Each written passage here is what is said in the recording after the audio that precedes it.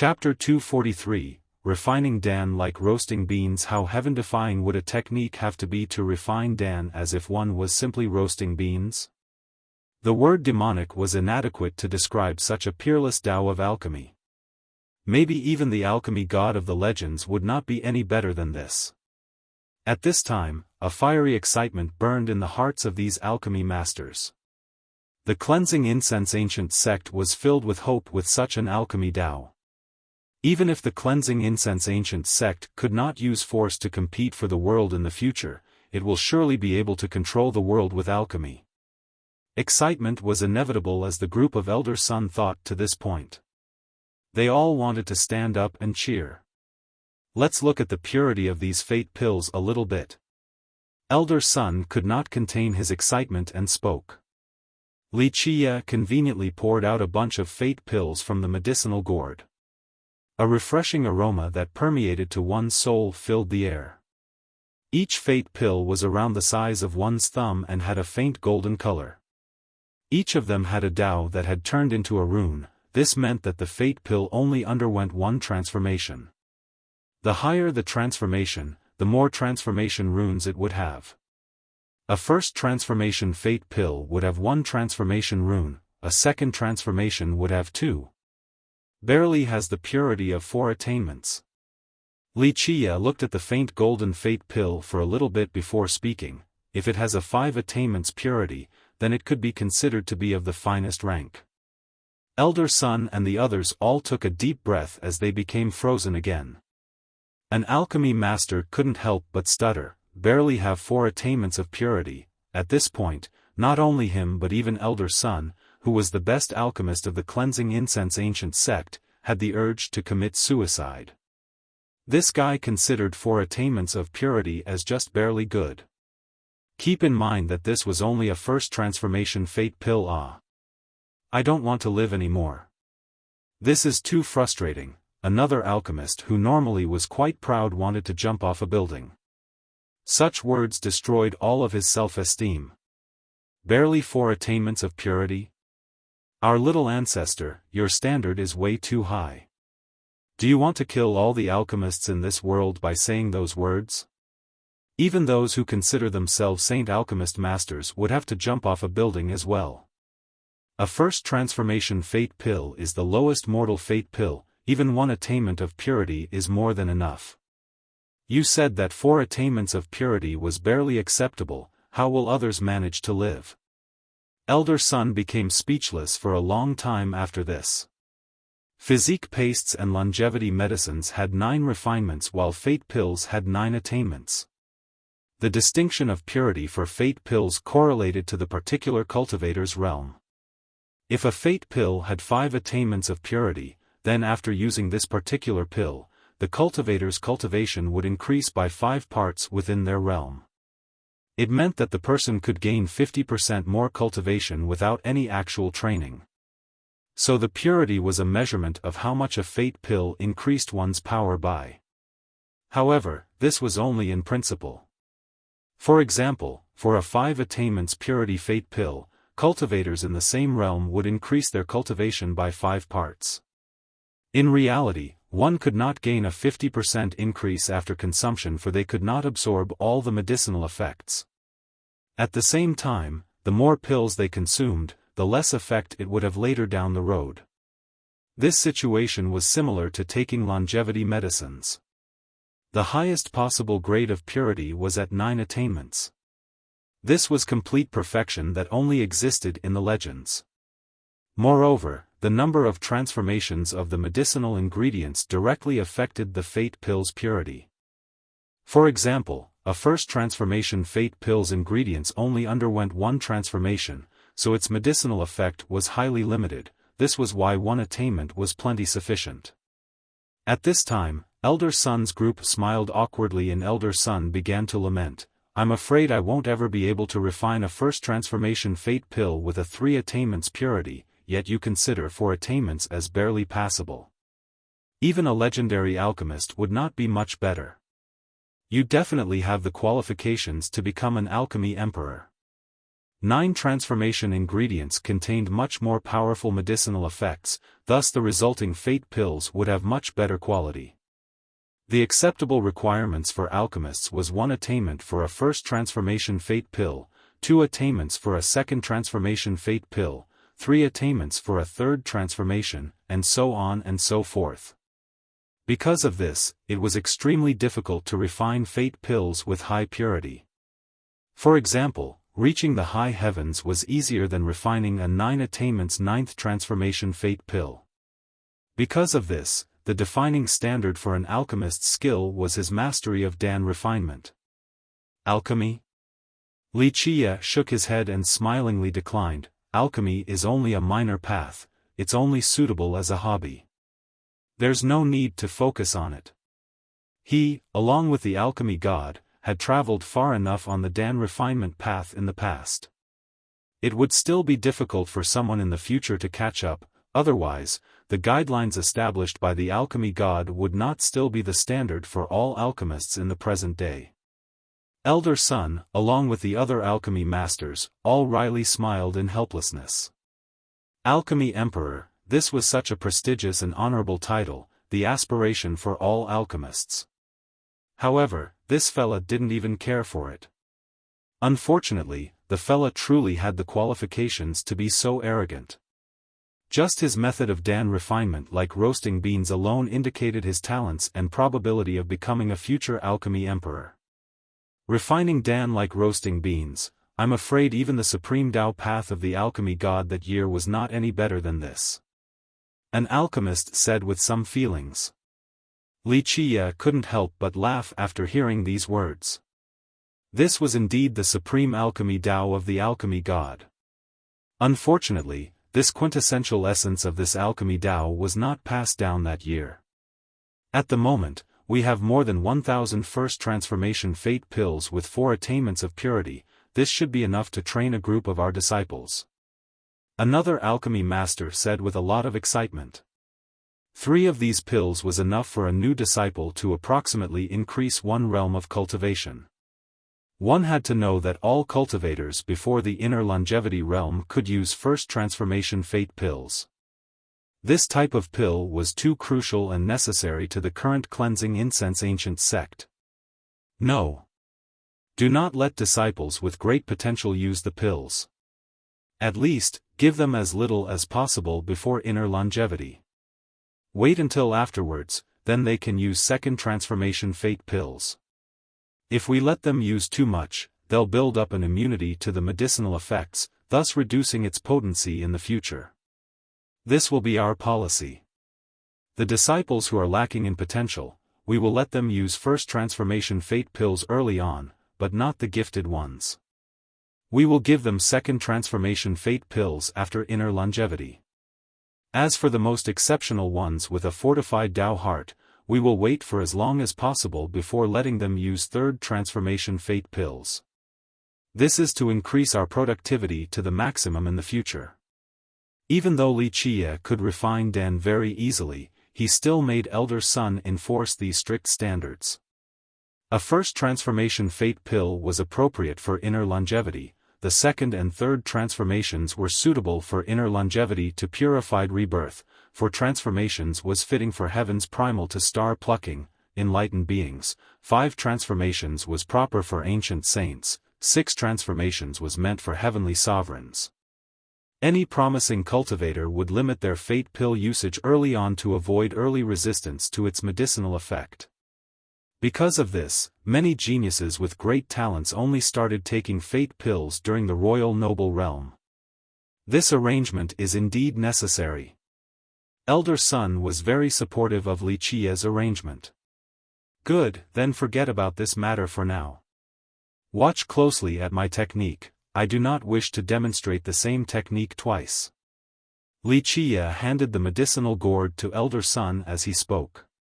After hearing his words, all the alchemy masters present shivered inside and gathered their focus. They did not want to miss a single detail of Wuxia's actions. This was a supreme alchemy Tao in their eyes, one that was comparable to the alchemy god's Tao. This was the dream and desire of all the alchemists in this world. They would rather be beaten to death than miss this opportunity of learning such a rare alchemist technique. Li Qie then refined pills for the next 3 months, including longevity medicines and fate pills. The higher-ranking ones required a much longer time. To Li Qie, if first transformation fate pills were as simple as roasting beans, then second transformation pills were akin to cooking rice, while third transformation pills resembled stirring up a pot of soup. The higher-ranking ones did not require a long time, but they were also much harder to refine. Even so, Li Qie's showcase of his alchemy Dao was still enough to horrify the group of elder son. It was truly the showcasing of a miracle. Li Qie not only refined all the alchemy ingredients of the sect within these 3 months, but he also imparted his knowledge to the group of elder son that crazily tried to absorb everything. Regarding alchemy, Li Qie's alchemy Dao was like a palace filled with treasures for them. Even though they couldn't absorb everything, it was a benefit that will last them their entire lives. After 3 months, the tired Li Qie closed his cauldron and stopped the refinement process. At this point, the other alchemy masters reluctantly left the lonely peak. They simply wished to stay at the peak forever to watch Li Qie refine Dan through the days and nights. In fact, Li Qie was so sick of Dan refinement that he started to feel nauseous whenever he saw any medicinal ingredients. So after withdrawing his cauldron, the thought of further Dan refinement escaped his thoughts completely. After hanging around the sect for 2 more months and noticing that everything was well prepared, he intended to leave for the eastern 100 cities. But before he could leave, Li Shuangyan came with bad news. The situation over at the War God Temple is not good. They not only refuse to let go of Master, but they expressed their dissatisfaction with our 9-Saint Demon Gate. It has almost been a year, but there has been no news regarding their ancestor that was buried in the underworld boat. After hearing this, Li Qie couldn't do anything besides putting off his visit to the eastern 100 cities. He shook his head and said, "These old men from the War God Temple. I, their father, am not in a rush to take my item as part of the transaction, yet they already became impatient before even me. These old men are truly becoming increasingly less progressive. They can't even show some restraint regarding such a minor matter." Chapter 244. Heavenly Jewel Mortal King Li Shuangyan remained silent and thought that, in this world, only Li Qie would dare to comment on the War God Temple like this. "I'm afraid the situation is not looking good for us. Without the temple's support, not only would it be detrimental to the 9-Saint Demon Gate, but it is also disadvantageous to the Cleansing Incense Ancient Sect." Li Shuangyan gently sighed as she spoke. Li Shuangyan's words quickly came true. It hasn't been even 2 days since she received the news from the 9-Saint Demon Gate, but there was a loud boom at the Heavenly God sect that was followed by an endless divine light. A royal carriage from the Heavenly Jewel Kingdom's capital directly left towards the direction of the Cleansing Incense Ancient Sect. Bang bang bang. With resounding thunder, a person stepped on the divine carriage and headed straight for the Cleansing Incense Ancient Sect. The moment this person went on their journey, a royal yellow light gathered endlessly along with a soothing emergence of the Grand Tao as universal laws descended from the sky like a waterfall. This royal aura encompassed the entire Heavenly Jewel Kingdom with its torrential vastness. The Heavenly Jewel Mortal King. Everyone couldn't help but take a deep breath after seeing the person on the divine carriage traveling 10,000 miles with each step. Above the carriage was a middle-aged man who was seemingly taking a stroll in his own backyard. Each step spanned 10,000 miles as he aimed towards the Cleansing Incense Ancient Sect. Even though this man's stature was not huge, his majestic presence was no different from a golden mountain or jade pillar. It was enough to pierce the heavens. Regarding this man who was adorned with a dragon robe and a royal crown, he towered above all others with an unmissable aura of a generational tyrant. The Heavenly Jewel Mortal King. Seeing as how this person's domineering aura was filling the sky with his tyrannical presence, people couldn't help but murmur. In the Grand Middle Territory, many lords, sect masters, and even the undying old men from the previous generation were very wary of the heavenly jewel mortal king. Previously, there were two great geniuses in the Grand Middle Territory. The first was the mortal king of the heavenly jewel kingdom, and the second was Demon King Luan Ri of the Nine Saint Demon Gate. Even though they were born during the difficult Tao era, they still powerfully trod forward with their cultivation paths. Both had looked down on the world before as they traversed the mortal emperor world. During their era, even the seclusive old men that accomplished ancient saint or heavenly sovereign had nothing but praises for them. Some people commented that if they didn't live during the difficult Tao era, the mortal king and the demon king would have been able to aim for a mortal emperor. Another one said this about the two: the heavenly jewel mortal king, with his despotic aura, was an overlord of a generation; demon king Luan Ri, with his penetrating insight, was a wise ruler of a generation. Many people were attracted to the sudden journey of the mortal king, for they knew that a storm was coming. The mortal king who once dominated the world had been silent for 100 years. And now, he suddenly began to take action. How could people not become shocked? Cleansing incense ancient sect, I will give you 1 day to hand over Wuxia. Otherwise, I will annihilate all of you. As he stood on the sky outside of the cleansing incense ancient sect, he looked down on everything with a mighty expression as if he was an emperor sitting in the clouds. The warning bells of the sect instantly resounded loudly as the entire sect quivered. All the disciples and upper echelons were preparing for war. In a short period of time, lights pierced the sky from inside the sect as defensive formations were initiated. Unfortunately, the sect was no longer the same compared to its past. The Emperor Foundation of the sect had been lost. If its old Emperor Foundation could be activated, then a Supreme Grand Formation would activate. Even a virtuous paragon would not be able to break through. Many great powers and heritages also arrived after hearing the news that the mortal king was outside of the cleansing incense ancient sect and demanded for Wuxia. Overnight, many great powers became attentive of this matter. What is your intention, heavenly jewel mortal king? Su Yonghuang was still cultivating in seclusion, so Gu Taizhou, as the first elder in charge, stepped forward and stood above the sky as he gravely inquired. The heavenly jewel mortal king looked down at the entire sect and nonchalantly spoke, Wuxia killed my descendant. A blood debt must be paid with blood. Hand over Wuxia and I will spare your sect today, otherwise, I will bathe your sect in blood. Many powerful experts all glanced at each other after hearing the mortal king's words. This little demon Li is devilish to the extreme and even dared to kill the ancestors from the Jiangzhou clan and the heavenly southern kingdom. He even came back alive from the underworld boat. With this little demon, there might be a chance for the cleansing incense ancient sect to rise again and reach its former glory as an emperor's heritage. The heavenly god sect will absolutely never let such a thing happen. A lord understood why the mortal king had to personally take care of this business. The cleansing incense ancient sect and the heavenly god sect were mortal enemies. 30,000 years ago, the cleansing incense ancient sect lost the war and even lost their kingdom. From then on, their prosperity was naught but an ancient past.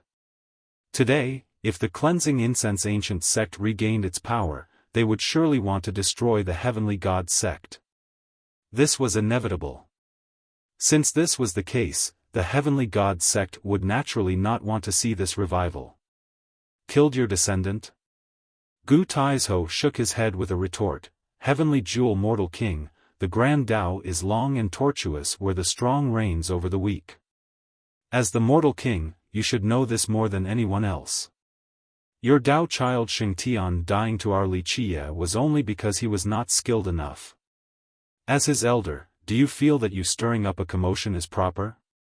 Gu Tieshou's words were not without logic as many experts and royal nobles stared at each other from afar. Of course, everyone understood that this was not just a simple personal vendetta. The strong reigns over the weak. You are right, Gu Taizhou. If you don't hand over Wuxia, I will personally annihilate your sect. This is the strong reigning over the weak. The heavenly jewel mortal king looked down at Gu Taizhou with an encompassing momentum and continued, even if you have currently reached the enlightened being realm, this outcome will still be inevitable. Gu Taizhou was an enlightened being with an emperor law as his fate merit. This was an extremely powerful enlightened being.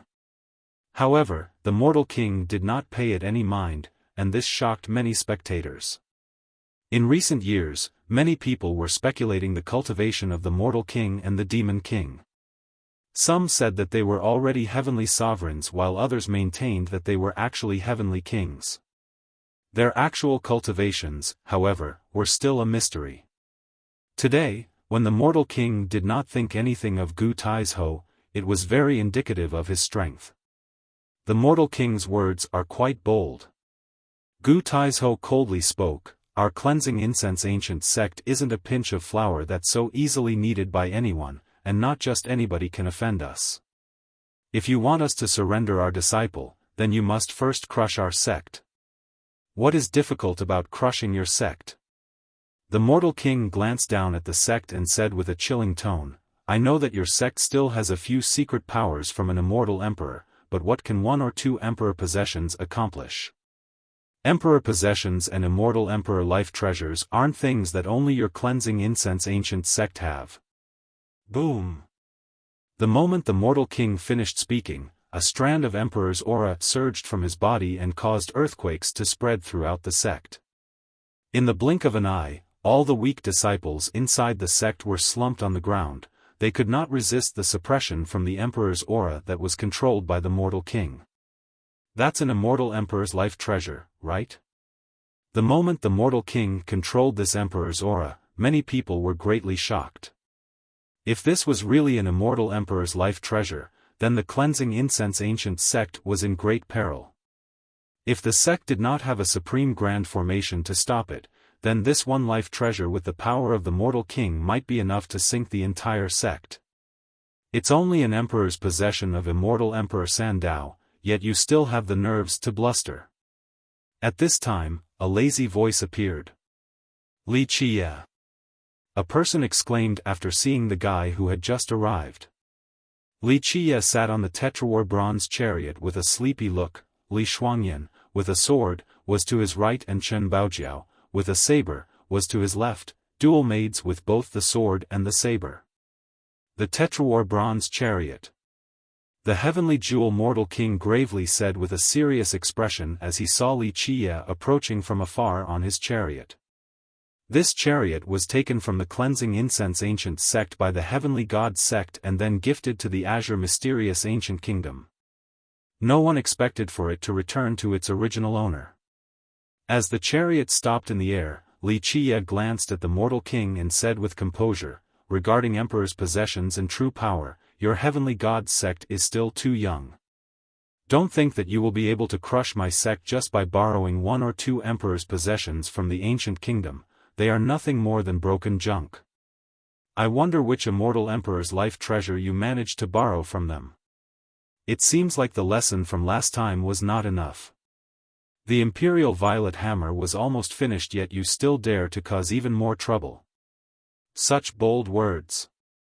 Some experts standing from afar were annoyed with Li Qie's tone. As for a few masters and lords who actually went to the heavenly ancient corpse burial ground and saw Li Qie annihilate the Jiangzhou clan and the heavenly southern kingdom's ancestors, they couldn't help but wryly smile. This brat had the power to be arrogant. Today is when I reclaim the tetrawar bronze chariot. The mortal king coldly proclaimed as he raised his hand.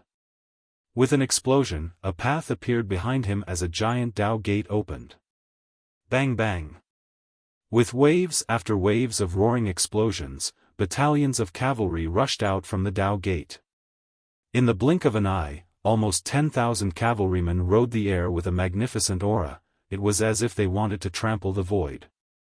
In a flash, 10,000 cavalrymen, that resembled a flood made out of steel, suddenly surrounded the cleansing incense ancient sect with their murderous intent permeating the sky. In just a short amount of time, the entire sky became silent as a foreboding sense of war loomed over the atmosphere. Prepare for battle. After seeing such a scene, Gu Taizhou, with a darkened expression, knew that this battle today was absolutely unavoidable. The heavenly god sect came prepared and wanting Li Qiye was merely an excuse. Chapter 245. Our heroic blood is not cold and our magnificent aspiration reaches the clouds, witnessing the entrapment of the 10,000 cavalrymen where even a drop of water could not drip through. The atmosphere of the cleansing incense ancient sect was extremely tense. All the disciples went back to their stations as the sect used a huge amount of refined jade without a care to open all their defensive formations. The battle was drawing close and Gu Tieshou's expression had turned cold, however, his was not the only one. Many sect and gate masters observing from afar were quite emotional. In these last 10,000 years, the Heavenly God sect and the Heavenly Jewel Kingdom rarely mobilized like this against the other powers in their kingdom. Today, the Heavenly God sect was determined to destroy the cleansing incense ancient sect, and this greatly alarmed many heritages inside the Heavenly Jewel Kingdom. If they dared to destroy the cleansing incense ancient sect today, then tomorrow, it could be another heritage's turn. These are all the elites of the Heavenly God sect. A few people were in dismay as they looked at the 10,000 cavalrymen and their tight blockade. Even the sects that were not situated inside the Heavenly Jewel Kingdom were alarmed. A sect lord murmured, even though the cleansing incense ancient sect lost the battle 30,000 years ago, the Heavenly God sect also suffered great losses, so they rarely underwent grand-scale invasions like this. I'm afraid that this has been in the works for a long time, it's not just a sudden whim. At this moment, everyone became aware that surrendering Li Qiye over was just an excuse. Destroying the ancient sect was something that the Heavenly God sect must do. The cleansing incense ancient sect is at a disadvantage. No, to be exact, the 9 Saint Demon Gate is at a disadvantage. I heard that it has lost the support from the War God Temple, and even their demon king Luan Ri is being suppressed at the War God Temple. A Saint Lord knew a bit of information and gently lamented, this is a 1 in 1,000 chance for the Heavenly God sect. Without the support of the 9 Saint Demon Gate and the backing of the War God Temple, while they have the backing of the Azure Mysterious Ancient Kingdom, this is their best opportunity to destroy the cleansing incense ancient sect. Not only this might also be their best chance to annihilate the 9 Saint Demon Gate as well. The cleansing incense ancient sect sought its own death by having a disciple like Li Qiye. Making enemies everywhere, it would be a miracle for the cleansing incense ancient sect to not be destroyed. Some people who had grievances with Li Qiye were having quite a good time since the cleansing incense ancient sect was not able to escape from its impending doom. At this moment, the 10,000 cavalrymen surrounded the sect, but Li Qiye remained calm. He glanced at the cavalrymen and was still as leisure as before while commenting, not bad. It seems like revenge for Dao Child Xingtian is only an excuse. I am a bit sad for the group of Dao Child Xingtian. They are being taken advantage of even after their deaths. Hand over all of your virtuous paragon and emperor laws, then I might withdraw my troops. At this time, the Heavenly Jewel Mortal King coldly exclaimed. He revealed his fangs and his true intentions. The Heavenly Jewel Mortal King's words sent chills to all the spectators. As for the cleansing incense disciples, they glanced at each other and exclaimed with outrage, even if we are killed to the very last one, we will not let them get what they want. Emperor laws. Virtuous paragon laws. These were the things craved by everyone. Even though the cleansing incense ancient sect had declined, in the end, it was still an immortal emperor lineage. It had lost the majority of its powerful laws after the battle that year, but it still had powerful ones, such as the Kun Peng's 6 variants. Daylight Sky Immortal Secret. The Heavens Will Secret Law. Someone murmured. At this time, many great characters felt a burning heat rising in their hearts and even some temptation. Li Qiye had performed a Heavens Will Secret Law at the burial ground. If the cleansing incense ancient sect was to be destroyed at this moment, it would be a good time to take advantage of the situation to obtain this law. Heavenly Jewel Mortal King, even if we are killed to the very last man, we will absolutely never hand the Emperor laws over. Gu Taizhou said coldly with a commanding attitude. The Heavenly Jewel Mortal King's eyes glimmered with a flash as sharp as a sword and chillingly spoke, "Since your sect seeks its own demise, I shall help you. Engage." Gu Taizhou cried out to let the disciples prepare for battle. "This is the last warning, will you hand them over or not?" The Heavenly Jewel Mortal King gazed down at the sect below, then at Gu Taizhou and Wuxia. 10,000 cavalrymen. However, Wuxia was still calm as he spoke. "I wonder if the azure mysterious ancient kingdom behind you also came or not. If not, then 10,000 cavalrymen is not enough as an appetizer." Wuxia's arrogant words left Gu Taizhou dumbfounded with a wry smile. The 10,000 cavalrymen before them were all elites from the Heavenly God sect. They were absolutely capable of breaking their sect. They essentially could not stop such a force. This kid turned crazy from fear. These 10,000 elites is plenty enough to destroy the cleansing incense ancient sect even if they do not use all of their power. He's still speaking nonsense at the verge of their sect's destruction. Someone shook their head and commented. "Foolish little thing. Wait until I destroy your sect, then I will take my time interrogating you." The Mortal King shouted, "Go, kill without mercy." There was no doubt that the Mortal King wanted to capture Wuxia alive for his heavens will secret law along with his immortal physique law. Boom! At this time, the 10,000 cavalrymen took a step forward with a power that overwhelmed even the mountains and rivers with an extremely orderly formation. Their formation gave off a cold-blooded and murderous aura, causing the entire ground of the sect to shake. Everyone could only imagine the fate of the sect once this cavalry descended from the sky. How could the cleansing incense ancient sect deter this unstoppable cavalry? Stop! At this time, a shout resonated through the sky, shaking even the mountains and rivers.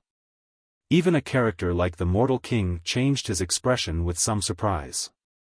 An old man void stepped in the sky to arrive at the scene. Each of his steps seemed akin to the movement of the celestials as the heaven and earth shifted. His blood energy resembled an endless wave. With extreme domination, it was as if his blood energy was able to overturn all things. Even people who did not recognize him still became astonished by the old man's blood energy. One lord recognized his identity and exclaimed in horror, "Elder Jiang, an outer sect elder of the War God Temple." An elder of the War God Temple. Hearing such words, even people who didn't recognize him were in dismay. The War God Temple was the most ancient existence in the Grand Middle Territory and was built during the Desolate Era.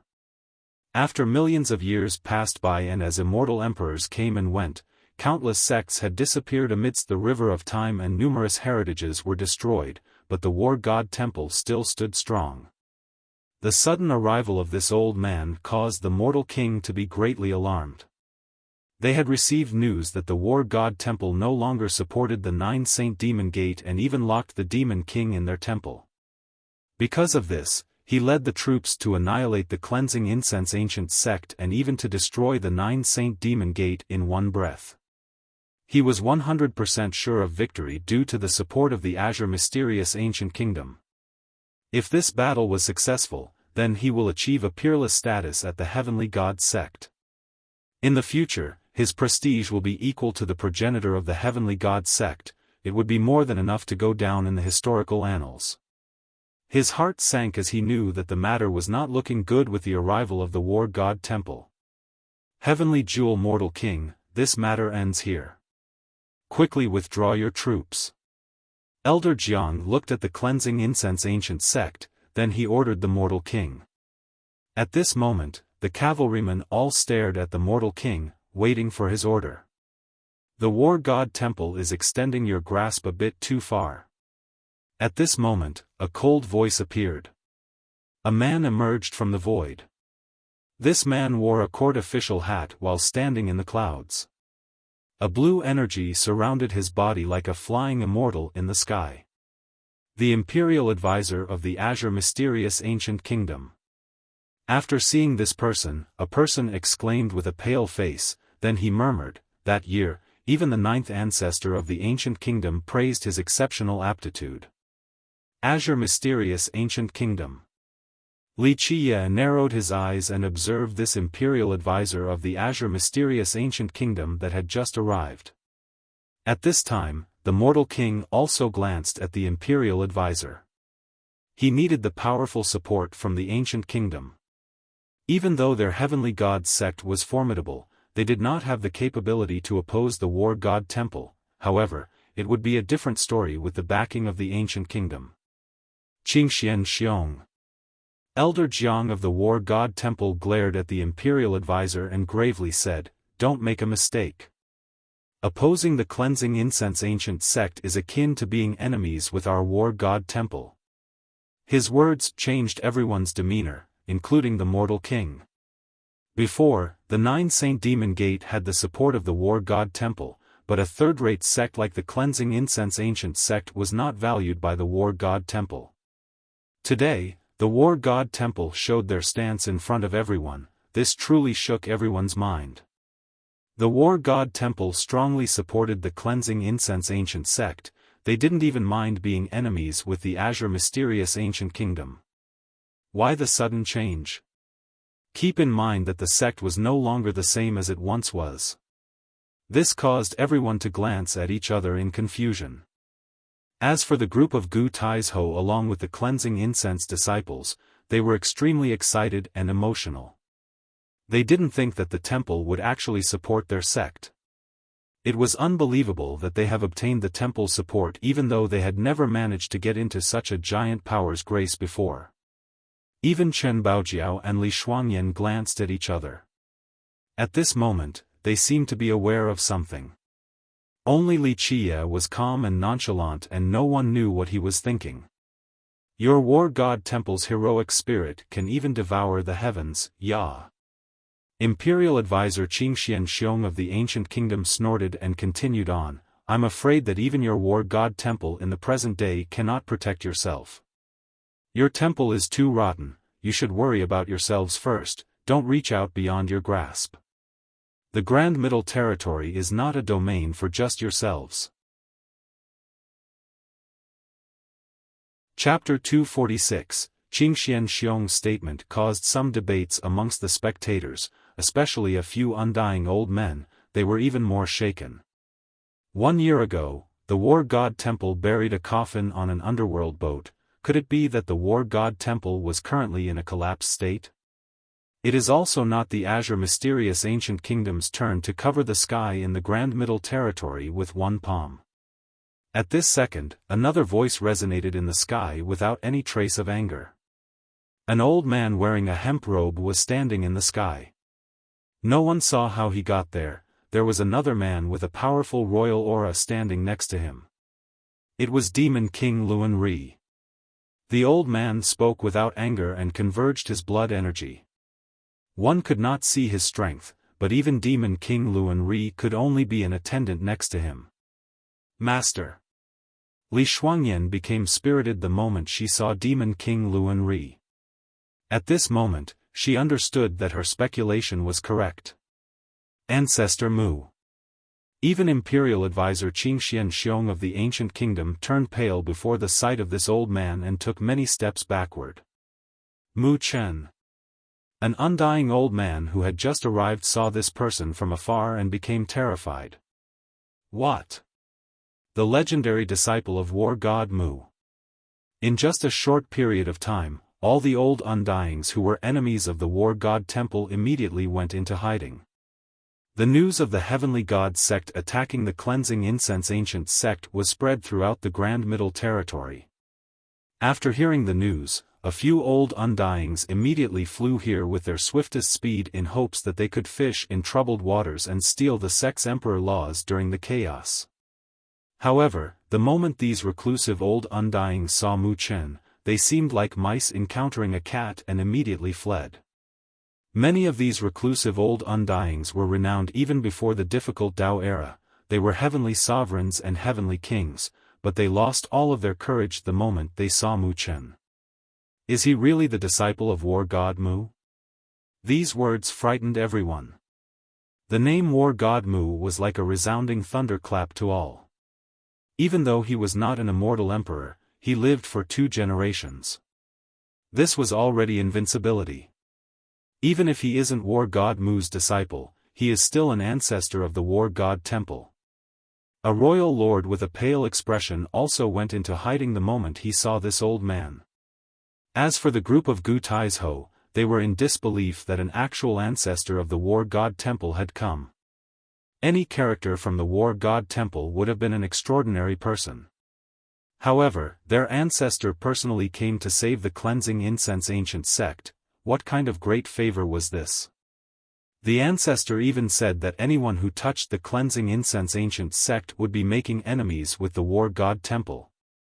Even Qingxian Xiong, who came from the ancient kingdom, lost all of his colors and couldn't believe it while staring at Mu Chen.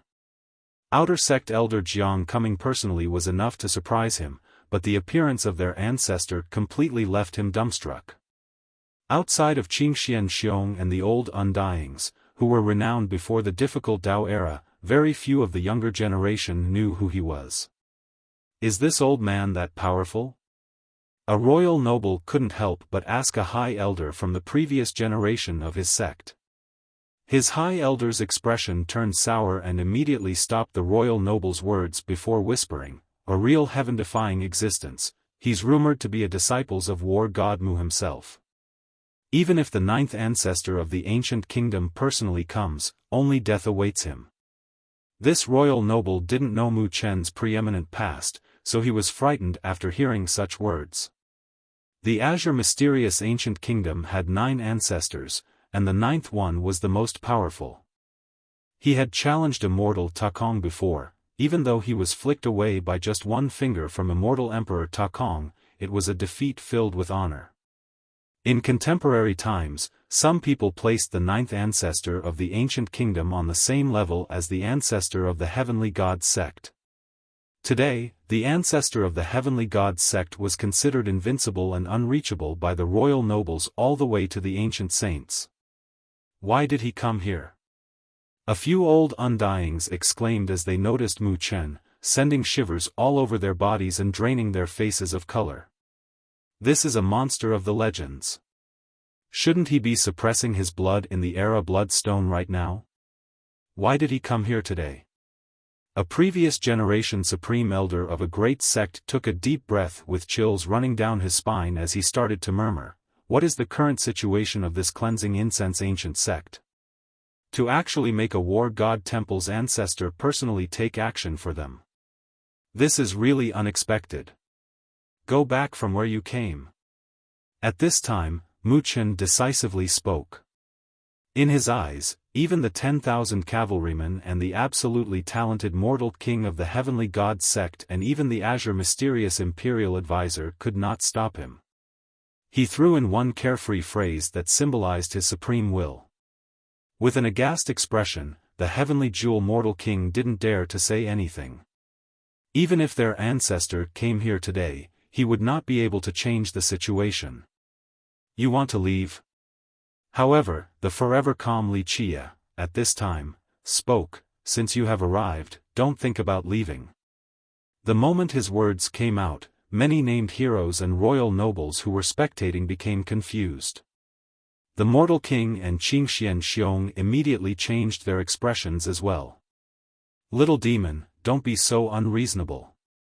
Qingxian Xiong continued on with a cold tone, "Today, it is not because I am afraid of your cleansing incense ancient sect, it is simply sparing some face for the war god temple."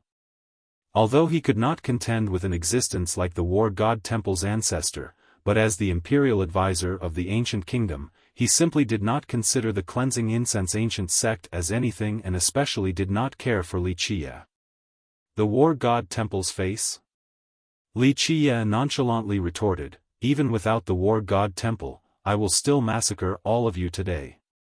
Anyone who offends me shall be killed without mercy, even if they have an immortal emperor backing them." Many people now assumed that the arrogant Wuxia had become too defiant and unruly just because of the war god temple's backing. However, no one dared to say anything in the presence of an existence like Mu Chen. Qingxian Xiong quickly glanced at Mu Chen, but Mu Chen did not reveal any attitude. He then glared at Wuxia with a fierce gaze and coldly asked, "Little demon, if we want to leave, you think you can stop us with just you? Kill all of them." Wuxia was too lazy to glance at Qingxian Xiong and slowly declared, "Let everyone in the Grand Middle Territory know that there is no mercy for those who offend me." After his words fell, no one took any action. Gu Taizhou was in a daze, for he was without any option at this point. He then bit his teeth and shouted, "Go, kill all of them. Is the cleansing incense ancient sect crazy? They just avoided a calamity, yet now they want to go on the offensive." A sect master couldn't help but murmur.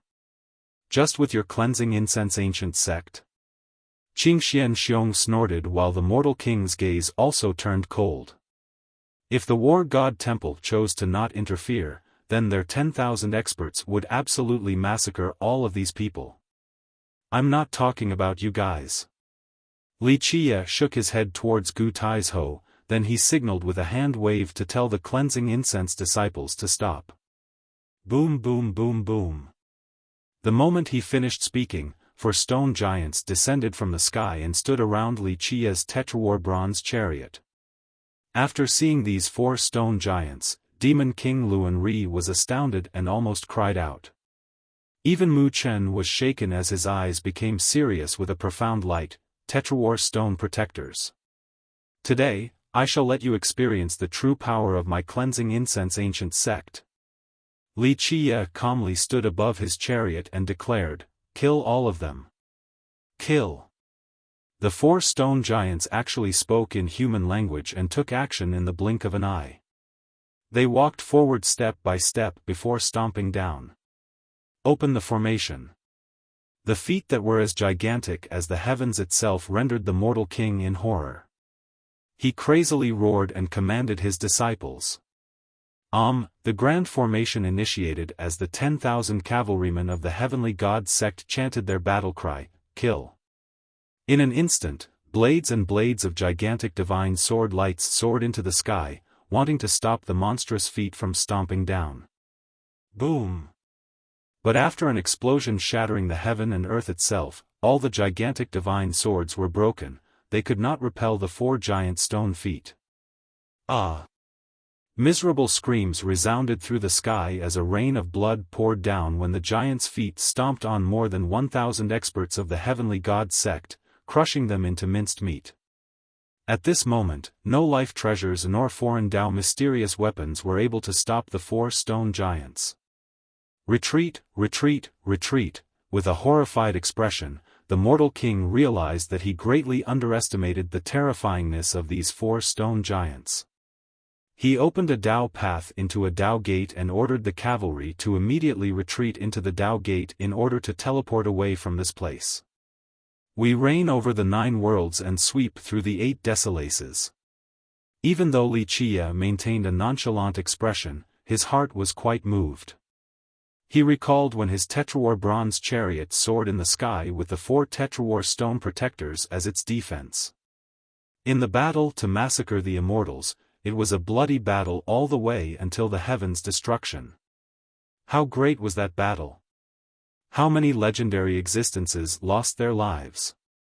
It was one battle to massacre even immortals as their heroic spirits covered the sky. Today, he once again witnessed the noble aspiration of that year.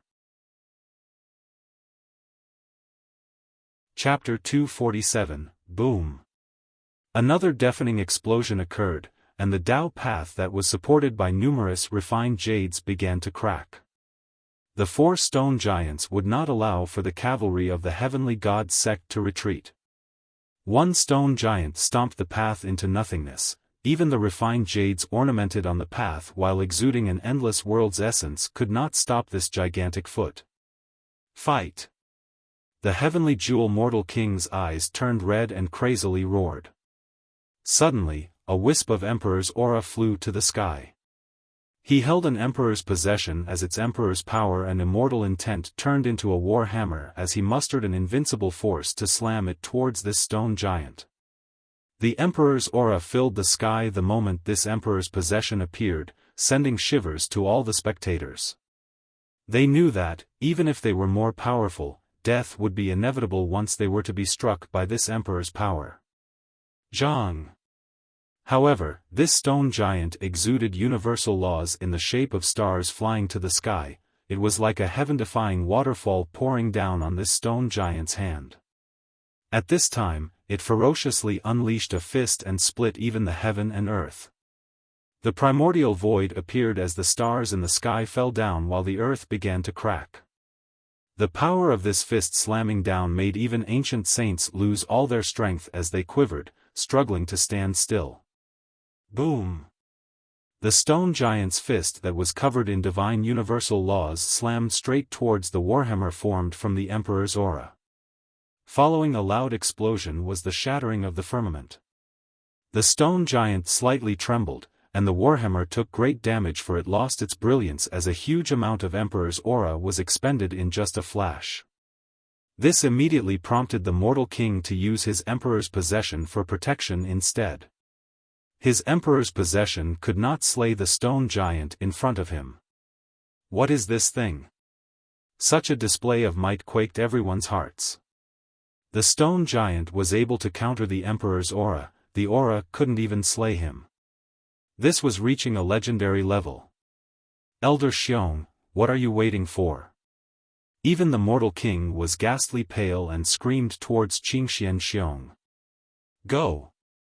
At this time, Qingxian Xiong, with a terrified expression, screamed and did not mind wasting a huge amount of blood energy. He summoned an immortal emperor life treasure that emitted an sound.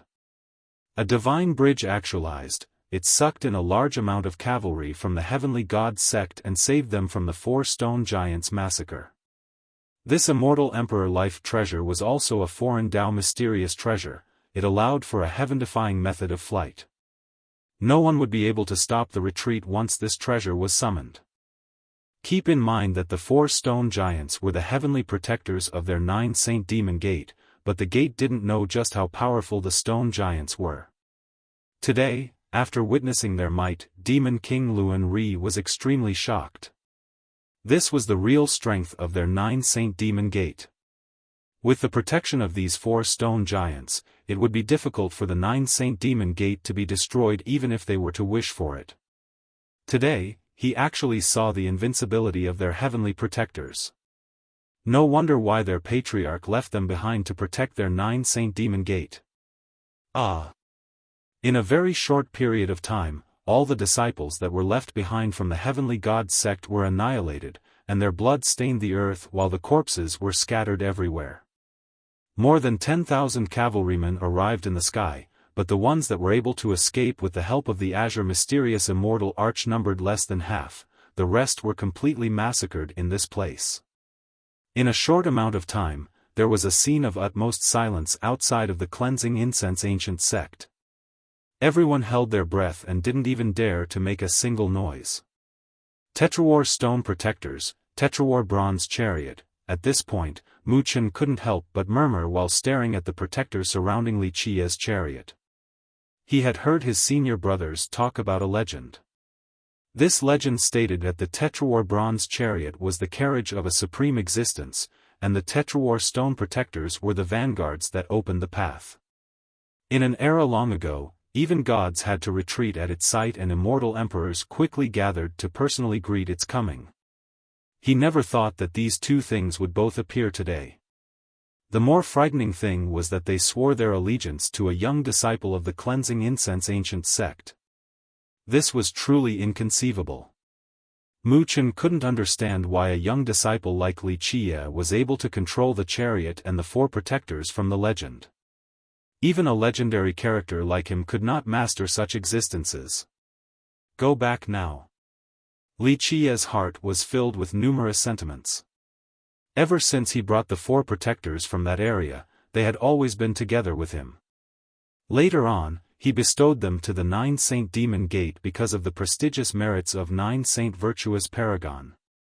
Ever since then, the stone protectors had been sleeping inside the earth vein of the sect and borrowed its essence to power their hibernation. Whoosh! The 4 stone giants traversed the sky in a flash and disappeared. Even though the 9-saint demon gate was very far away, this distance was nothing at all to existences of their level. Within the 9-saint demon gate, all the elders, protectors, and even the supreme elders were in a daze. The 4 stone giants suddenly left, so they thought a great matter had happened, but not long after, all 4 returned. They didn't know what event had actually transpired. In fact, even the cleansing incense ancient sect at the scene didn't know the exact details. They didn't know who the 4 stone giants were, outside of Nanhuiran and Protector Mo. The outsiders, however, were greatly alarmed. Many experts mistakenly believed that this was the cleansing incense ancient sect's true strength. They thought that the giants were its protectors. Isn't the calamity god the protector of the cleansing incense ancient sect in the legends? And didn't it disappear? Where did these 4 stone giants come from? A person puzzlingly murmured. At this point, the experts of the great sects and powerful countries underwent some depression. An immortal emperor lineage was truly unfathomable. Even the declining cleansing incense ancient sect still had such terrifying might. No wonder why the heavenly god sect didn't dare to attack the cleansing incense ancient sect for the last 30,000 years. At this moment, a few named heroes and royal nobles speculated such thoughts in their minds. At this time, Mu Chen slowly declared, "Everyone, disperse. Today's matter is over." With Mu Chen's declaration, all the spectating experts could finally relax as if they had been pardoned. Even all the hiding undying old men quickly escaped and used their swiftest speed to leave this place. This matter was a great disturbance throughout the Grand Middle Territory as it set off many monstrous waves. Before, countless people desired the cleansing incense ancient sect's emperor laws, but all the great powers had anxiety in their hearts at this moment. Now, very few people dared to have thoughts about its emperor laws. Not to mention the 4 stone giants, it already gained the support of the war god temple beforehand, as the temple's ancestor personally came to help. This fact alone was dreadful enough to all the powers, for none of them wanted to oppose the war god temple. The cleansing incense ancient sect used the highest honor to greet Mu Chen. To Gu Taizhou and the rest of the elders and protectors, today was the most nerve-wracking day of their entire life. Even Gu Taizhou, who had experienced countless waves and winds, had cold sweat dripping on his forehead. Chapter 248, Dealing with the War God Temple. To Gu Taizhou and the cleansing incense ancient sect, not to mention an ancestor like Mu Chen, even an elder like Elder Jiang in the modern times was a character outside of their reach. What honor this was to have an ancestor of the war god temple personally visit and support the sect. Gu Taizhou and the other elders also understood that this support from the temple was because of Li Qie. Mu Chen did not linger around to speak with Gu Tieshou's crowd, he wanted to speak privately with Li Qie. Even a character like Demon King Luan Ri could only attend next to Elder Jiang. As for the group of Gu Taizhou, they were not qualified to participate in a meeting of this level. On the other hand, Li Shuangyan and Chen Baojia were able to accompany Li Qie by his side. Up at the lonely peak, only Li Qie was at ease inside the room. He glanced at Mu Chen right across from him and spoke with a dismissive tone, "I heard that recently, your temple has not been very comfortable." Mu Chen could only wryly smile. Even an experienced character like him, who was feared by many great powers in the world, did not dare to put on airs in front of Li Qie. "We couldn't help but become a bit restless when it came to the matter of life and death regarding our ancestor," Mu Chen replied. However, he was very happy at this moment, otherwise, he wouldn't have personally acted for the cleansing incense ancient sect. "Your old man has returned alive, so you should give me my items, right?" Li Qiye didn't want to waste his breath with formalities and courteous speech, so he waved his sleeve and unenthusiastically asked. To this, Chen Baojiao and Li Shuangyan, next to Li Qiye, were quite surprised as well. They saw the war god temple's coffin being buried inside the underworld boat with their own eyes and didn't think that the forefather would come back so soon. In fact, even Demon King Luan Ri was shocked from excitement. Li Qiye had truly accomplished the unimaginable. He had picked the right person. He knew that he would not misjudge a person. Demon King Luan Ri took a breath of relief. Their 9-saint demon gate had exerted everything for this transaction, including all of its wealth and he, himself, as the assurance. He bet that he had not picked the wrong person, for he trusted his own insight. It might seem as if the 9-saint demon gate did not have any direct benefit from this transaction, but Demon King Luan Ri was still extremely ecstatic. Their indirect gains were apparent the moment Ancestor Mu Chen personally came out for support. This was something that he would have never dared to imagine before. Even with their hardest efforts, they would not be able to invite an ancestor of the War God Temple to protect the 9-saint demon gate, but they might have won that chance today. All of this was because of Li Qiye. Luan Ri's wisdom in judging people was the reason why this transaction was successful. The two kings chose two different sides. The Heavenly Jewel Mortal King chose to win the favor of the Azure Mysterious Ancient Kingdom, while Demon King Luan Ri aimed for the support of the War God Temple. Without a doubt, Demon King Luan Ri was more successful. At this time, Mu Chen handed a treasure box to Li Qiye. After accepting it, Li Qiye opened it for a look and noticed 3 keys inconspicuously lying inside. Li Shuangyan and Chen Baojiao right beside him were taken aback because of this. This transaction could be considered a grand exchange. Li Qiye extended the life of a supreme character inside the War God Temple. They assumed that Li Qiye's item would also be a supreme treasure, it could even be of the Immortal Emperor ranking. However, they never expected that it would be 3 keys. It is them. Li Qiye looked at the 3 keys for a bit and became quite satisfied. In fact, he had always wanted these 3 keys before, but the War God Temple had always considered them to be their treasure child.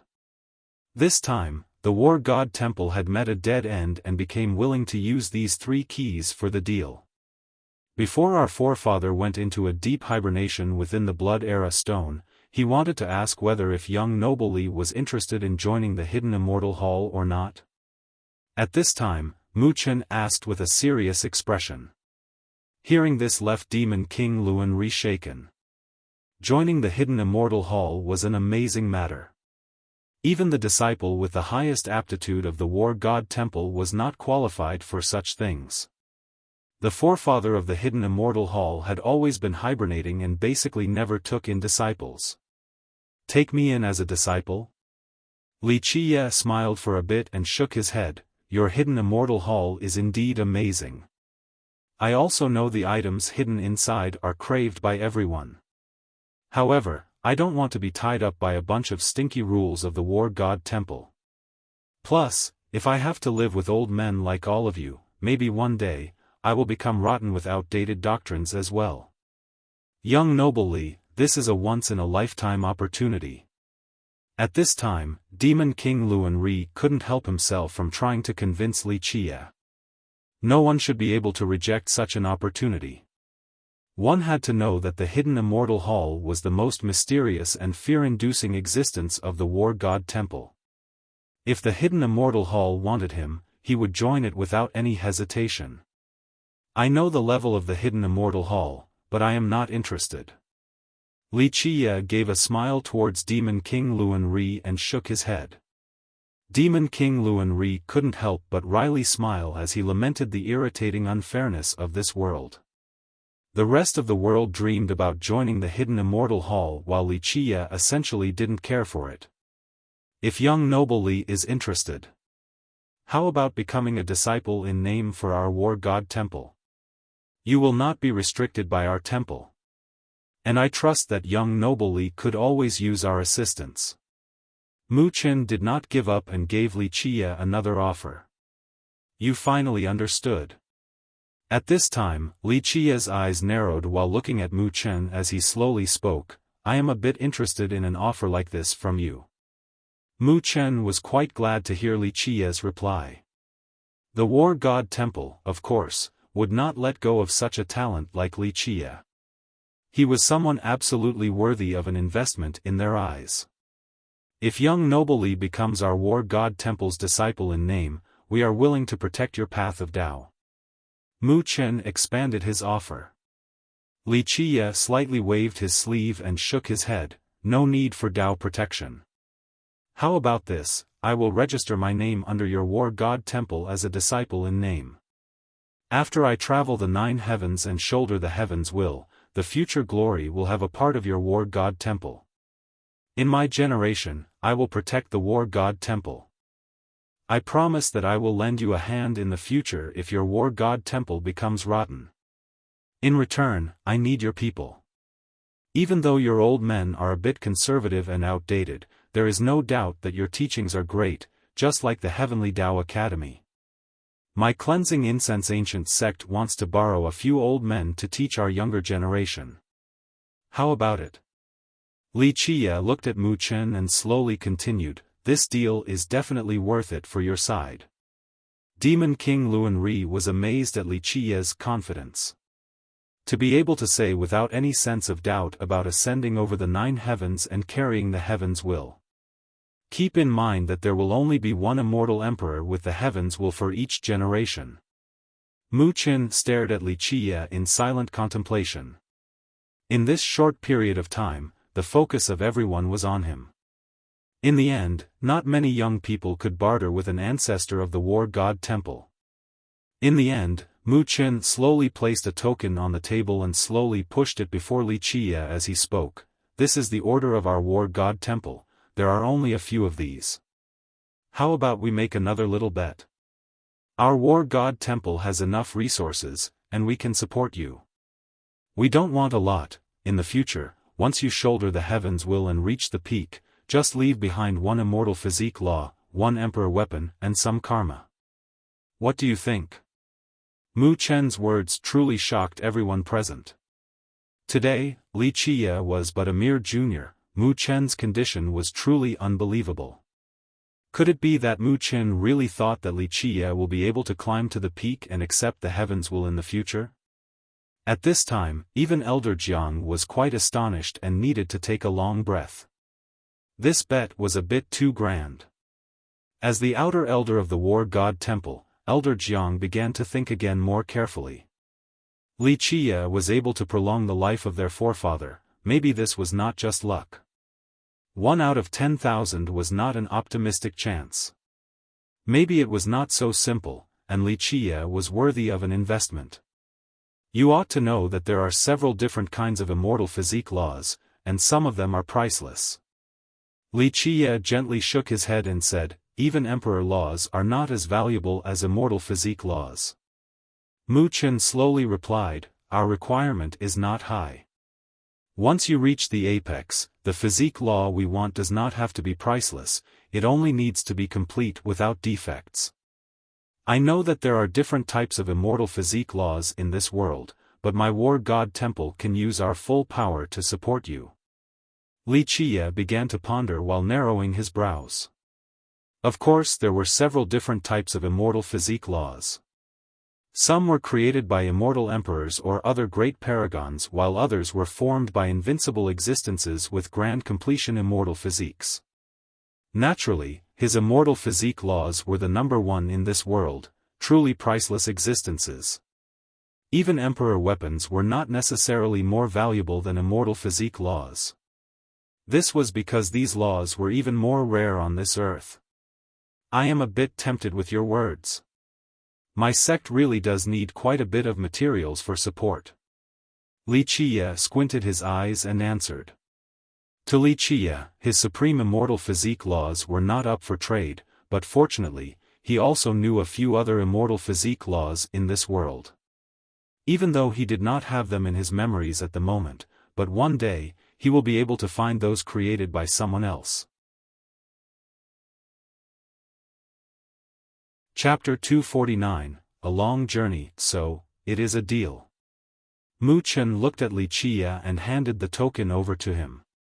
The War God Temple had stood strong from the immemorial times till now. They had ancient laws, emperor laws, and even immortal emperor true treasures. However, they wanted immortal physique laws even more. Li Qia nodded and finally spoke, "This will do. Wait until I reach the peak and accept the heaven's will, all these promised things will happen." Li Qia made such a deal not for himself, but for the cleansing incense ancient sect. He couldn't spend too much time training the sect, so he needed a heritage with power and experience, like the temple, for its protection. Regarding disciple training, the War God Temple was truly great.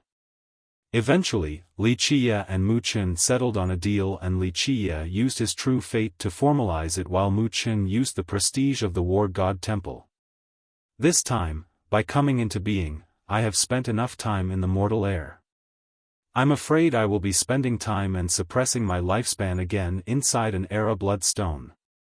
Before leaving, Mu Chen told Li Qia, however, the War God Temple will still be able to satisfy your demands, just directly communicate with Elder Jiang from now on. A person who had lived through eras like Mu Chen could not last so long by just relying on himself. He needed to borrow the era bloodstone to seal himself and suppress his blood. The price necessary for an ancestor like Mu Chen to come into being was inconceivable. This time was because Mu Chen wanted to bury their forefather. Moreover, before sealing himself again, he wanted to do a good job in negotiating with Li Qia, for this young disciple was completely worthy of the temple's support. To someone like Mu Chen, time was gold and he didn't want to linger around much longer.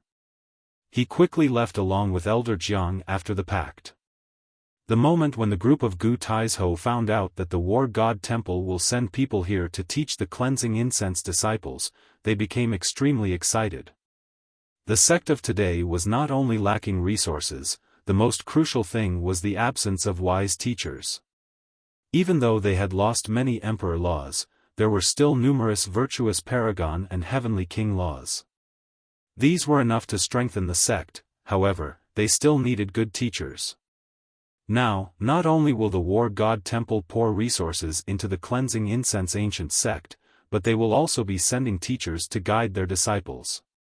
How could the group of Gu Taizhou not be stirred from excitement? This is really amazing. I really can't even dare to imagine this. Gu Taizhou was a bit at a loss for words when he saw Li Qia. He knew that Li Qia strived for this ending just for the sect.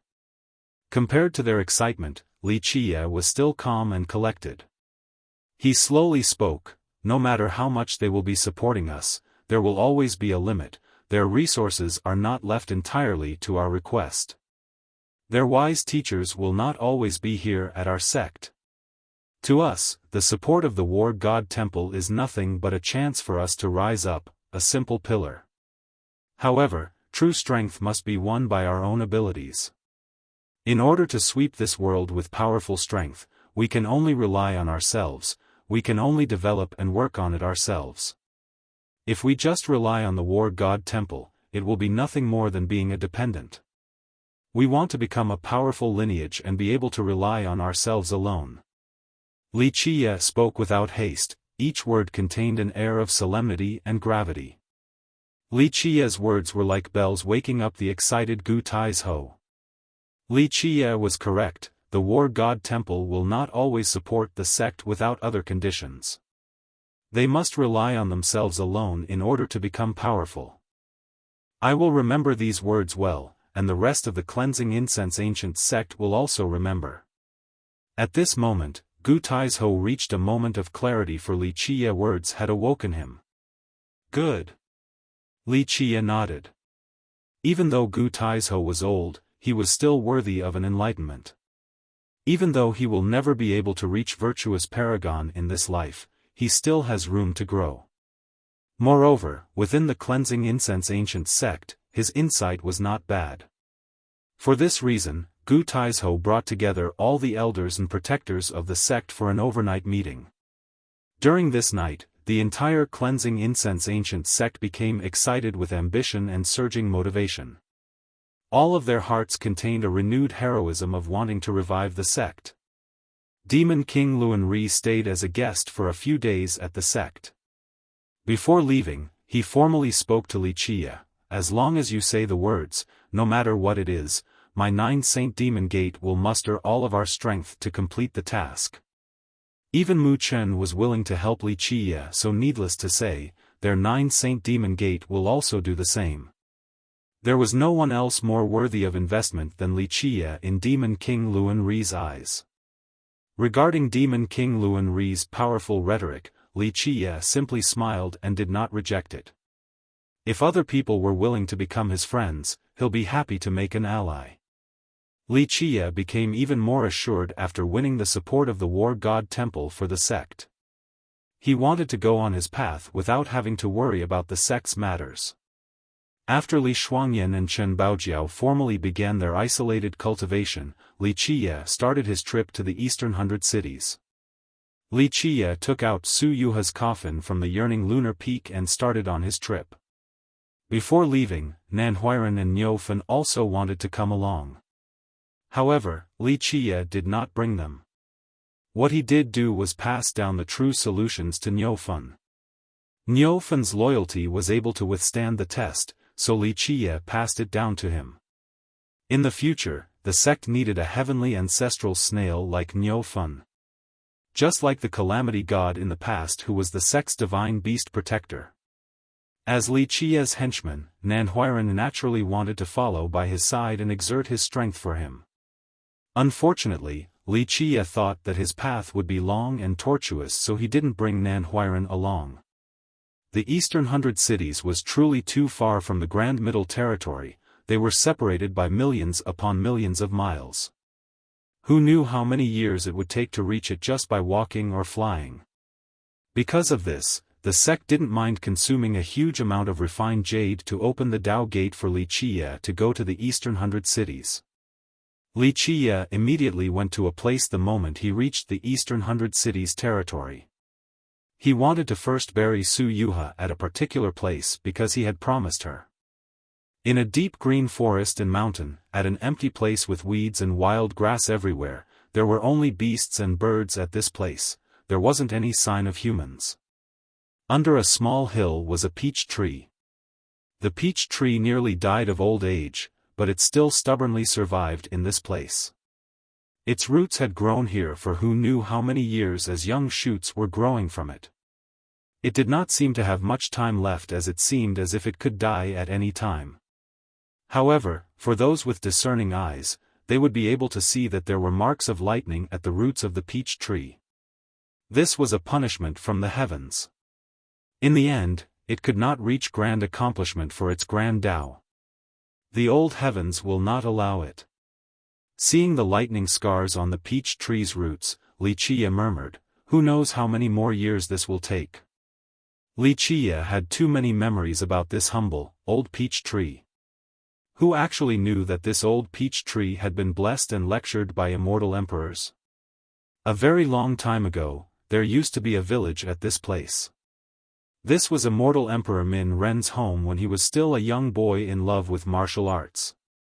There was a peach tree planted in front of his house. After his parents passed away, this old peach tree was the only thing by his side.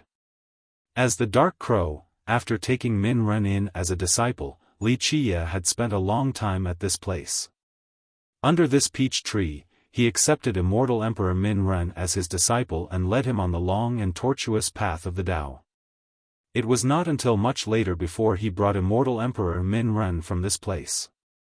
Below this peach tree was the sweat and blood of immortal Emperor Min Ren. There were also times when immortal Emperor Min Ren happily smiled as Wuxia, as the Dark Crow, stood watching him atop of this tree. Later on, once immortal Emperor Min Ren carried the heaven's will and became an immortal emperor, he came back here and opened this peach tree's mind to grant it sentience. He used to preach the scriptures to this old peach tree hoping that, one day, this old peach tree will be able to be reborn again out of its grand Tao. However, to reach the grand Tao as a tree was not so easy. This was not tolerated by the high heavens, so this old peach tree had withstood more than just one heaven's punishment, and it struggled from the ancient era all the way till now. Even though it could not reach the Grand Tao, it was still able to survive till the present. Eventually, Li Qiye dug a grave under the old peach tree and placed Su Yuha's coffin inside. Li Qiye then gently sighed and also placed the ancient zither into the grave before saying, "This zither followed little brat Min Ren his entire life. Now, I have buried you in the place that gave birth to immortal Emperor Min Ren. This can be considered as the fallen leaves returning to their root." The last yearning sentiment of Su Yuha was buried at this place, a place filled with immortal Emperor Min Ren's laughter and sentiments. After becoming an immortal emperor, even Su Yuha's yearning sentiment rarely saw immortal Emperor Min Ren smiling happily. Even as an immortal emperor, he was not happy like he was during his youth, and his brilliant luster was no longer there. It was especially so after Li Qiye, as the dark crow disappeared into his hibernation. Immortal Emperor Min Ren talked to her the most about this old peach tree. He couldn't forget about it, for there were too many memories at this place. Because of this yearning sentiment lingered for a long time without dispersing. Its final aspiration was to be buried under this old peach tree. Chapter 250, Remembrances at the Eastern Hundred Cities. At this point, the yearning sentiment emerged once again as Su Yuha's figure came out from the coffin. She prostrated before Li Qiye and bowed before speaking. "This is the second time Your Excellency Dark Crow buried me. I am very grateful. No, this bond was formed because of me, so I should be the one to end it." Even the most devastating war came to an end as all became nothingness in the gentle breeze from the inevitable decay. The sword maid that had followed him to all of his battles, a woman that was loyal to him for life. She didn't want to be like those who lingered on a borrowed life with their last breath. She was willing to leave this world in her most graceful bearing and carefree attitude. In the end, he buried his lifelong sword maid at the place of their first meeting. During that era, who knew that the goddess with one sword that frightened the 9 worlds used to be a daughter of a fisherman? Because of the training from a crow, she eventually became the most amazing sword goddess in the 9 worlds. Fallen leaves returning to their root, this is but an impossible wish for me. With one final glance at this resting place for all eternity, Li Qiye eventually drifted away. Above the mountains on a high peak, Li Qiye silently stared at a shattered column. This used to be a monstrous and prosperous city. Unfortunately, the heartless torment of time had turned this place into a wilderness with towering trees. Pictures of the grand heaven appeared one after another in his mind. This was the area where he met Empress Hong Tian for the first time. At that point, she was just a stubborn girl and nothing more. Who would have guessed that she would eventually become an invincible character in all the domains? As the Dark Crow, an eternal existence, Li Qiye had developed many invincible characters and not just one immortal emperor. However, the most exceptional was still Empress Hong Tian. An entire generation as an invincible empress who put an end to the 1000 Emperor Gate. This was one gate with 4 emperors in a row. At that time, even the soaring immortal sect would not dare to compete with the 1000 Emperor Gate. This was the 1000 Emperor Gate that reigned over the 9 worlds, yet it was ended in the hands of Empress Hong Tian. Even a genius with the highest talents and probability to become an immortal emperor was killed in the hands of Empress Hong Tian. This was a time when they were always together and shared many experiences. In the end, because of conflicting ideologies, because they aimed for different paths, they were separated and even became enemies. Li Qiye stood in this place with a heavy heart. It seemed that there were some things that couldn't be helped, for there was no other option. He had his own principles, and so did she. The master and disciple, lifelong friends, became enemies in the end and never met each other again. Why must you pick such a route? Li Qiye finally murmured, "Time is endless. There will be a day when even the ocean dries up and the mountains erode, a time where even the blue seas turn into mulberry fields. Why the need to suffer like this?" In the end, Li Qiye dejectedly sighed before leaving this place. Empress Hong Tian had become a legend forever. There were too many secrets buried behind her that were not known to the world. Li Qiye walked and contemplated some more. Cultivating and traversing the mortal world while heading eastward, he was not only thinking about the past. By walking along this land, it immersed him in a mysterious state of selflessness. This indescribable state allowed him to lay down a solid foundation. After several days, Li Qiye's heaven's primal had reached grand accomplishment and he began to step into the soul creation realm. Soul creation was another big step for cultivators. Soul creation cultivators were considered experts, and even vagrant cultivators could join and accept the title named hero from many countries. They were quite welcomed and could even be bestowed their own territory to become lords of their own domain. Named heroes and royal nobles could be considered the temporary masters. During the difficult Tao era, all the enlightened beings and ancient saints were living in seclusion. As for the legendary heavenly sovereigns and heavenly kings, they were even more hidden inside their blood era stone, for they did not want to endure the torturing difficult Tao era. Because of this, the contemporary world was a battle stage for named heroes and royal nobles, especially before the end of the difficult Tao era. Chapter 251, Qi Shaodao. While traversing the eastern 100 cities, he was cultivating while also honing his treasures. Inside his second fate palace was the auto-refining pristine worldly metal turning itself into a bow. The speed at which this bow was forming shocked even Li Qiye. This divine bow was Li Qiye's first life treasure, and it was the type personally fed by him. In fact, Li Qiye originally wanted to grow little Silly's Dao bone inside his second fate palace. Unfortunately, the pristine worldly metal was too domineering and took over the spot. Li Qiye gave this divine bow a name, the 9 words True Bow. This was a peerless true bow created from the supreme true mantras of this heaven and earth. After being ferociously beaten by the stone, the pristine worldly metal lost its initial arrogance as if it had thought things through.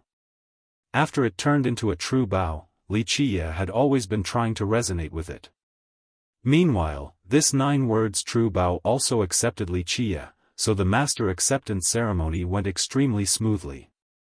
Keep in mind that this bow was refined from a pristine worldly metal with its own consciousness. This was a bow with perfect and complete 9 sets of true mantra. These types of weapons had their own sentience and it was extremely difficult to force them to submit. However, this bow became smart after being beaten by the stone egg and easily accepted its master.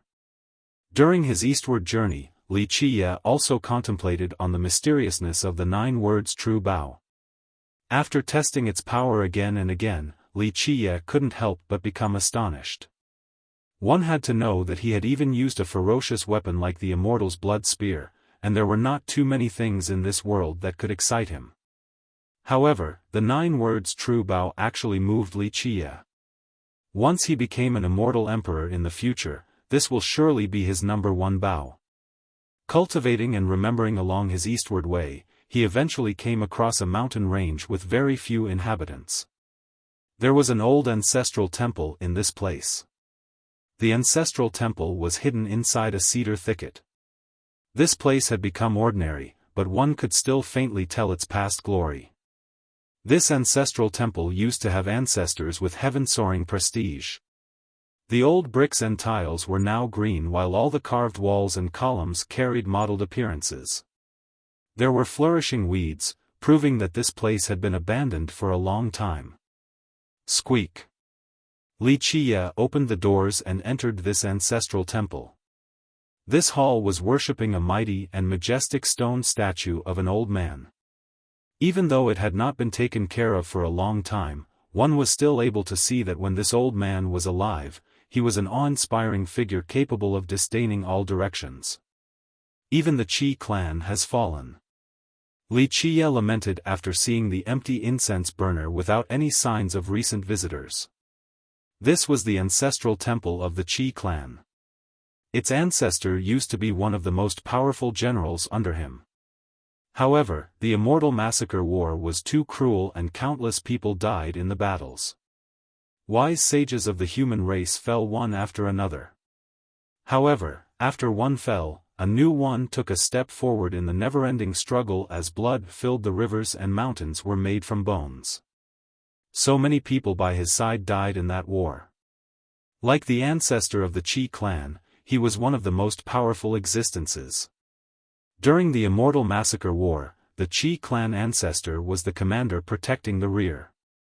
He stayed behind in order to protect and allow Li Qiye's Tetrawar bronze chariot to reach the center of the battlefield.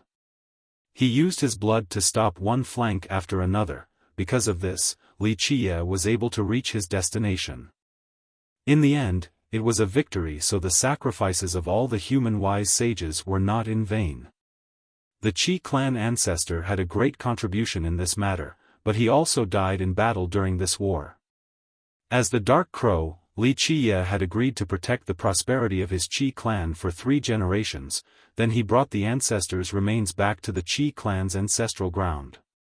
For the next 3 generations, the Qi clan was protected by the Dark Crow, so they prospered for its entirety.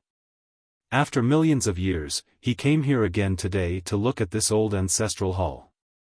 The Qi clan that was once protected by him for 3 generations had fallen. Time was heartless, and even an immortal emperor lineage like the Cleansing Incense ancient sect would eventually fall. The years are so relentless in the end. Li Qiye finally looked at the old man's stone statue and bemoaned. This was one of his most powerful generals with great contributions during the Immortal Massacre War. After looking at the stone statue for a bit, he left the ancestral temple and walked through this cedar thicket before inadvertently stopping at an old pond. Ah! Before Li Qiye reached the old pond, there was a loud scream that resonated to the far reaches. There was a young man standing before the old pond. His fate palace hung above his head with a turtle image. His entire body exuded a bright light, creating an illusion of a lion.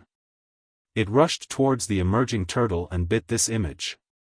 After a roar, the light around his body eventually disappeared and his fate palace went back inside his meridian. At this time, the turtle and lion both disappeared while the young man looked as if he had just been through a harsh battle. His entire body was sweating as he sat straight on the ground with a tired expression. Li Qiye from afar was surprised from this scene as he murmured while walking towards the old pond, "It has been a long time since I've seen a person with this fate line." Who? Li Qiye's footsteps immediately alerted the young man next to the pond. He suddenly stood up and turned around to glare at Li Qiye. "Who are you?" "Just a passerby."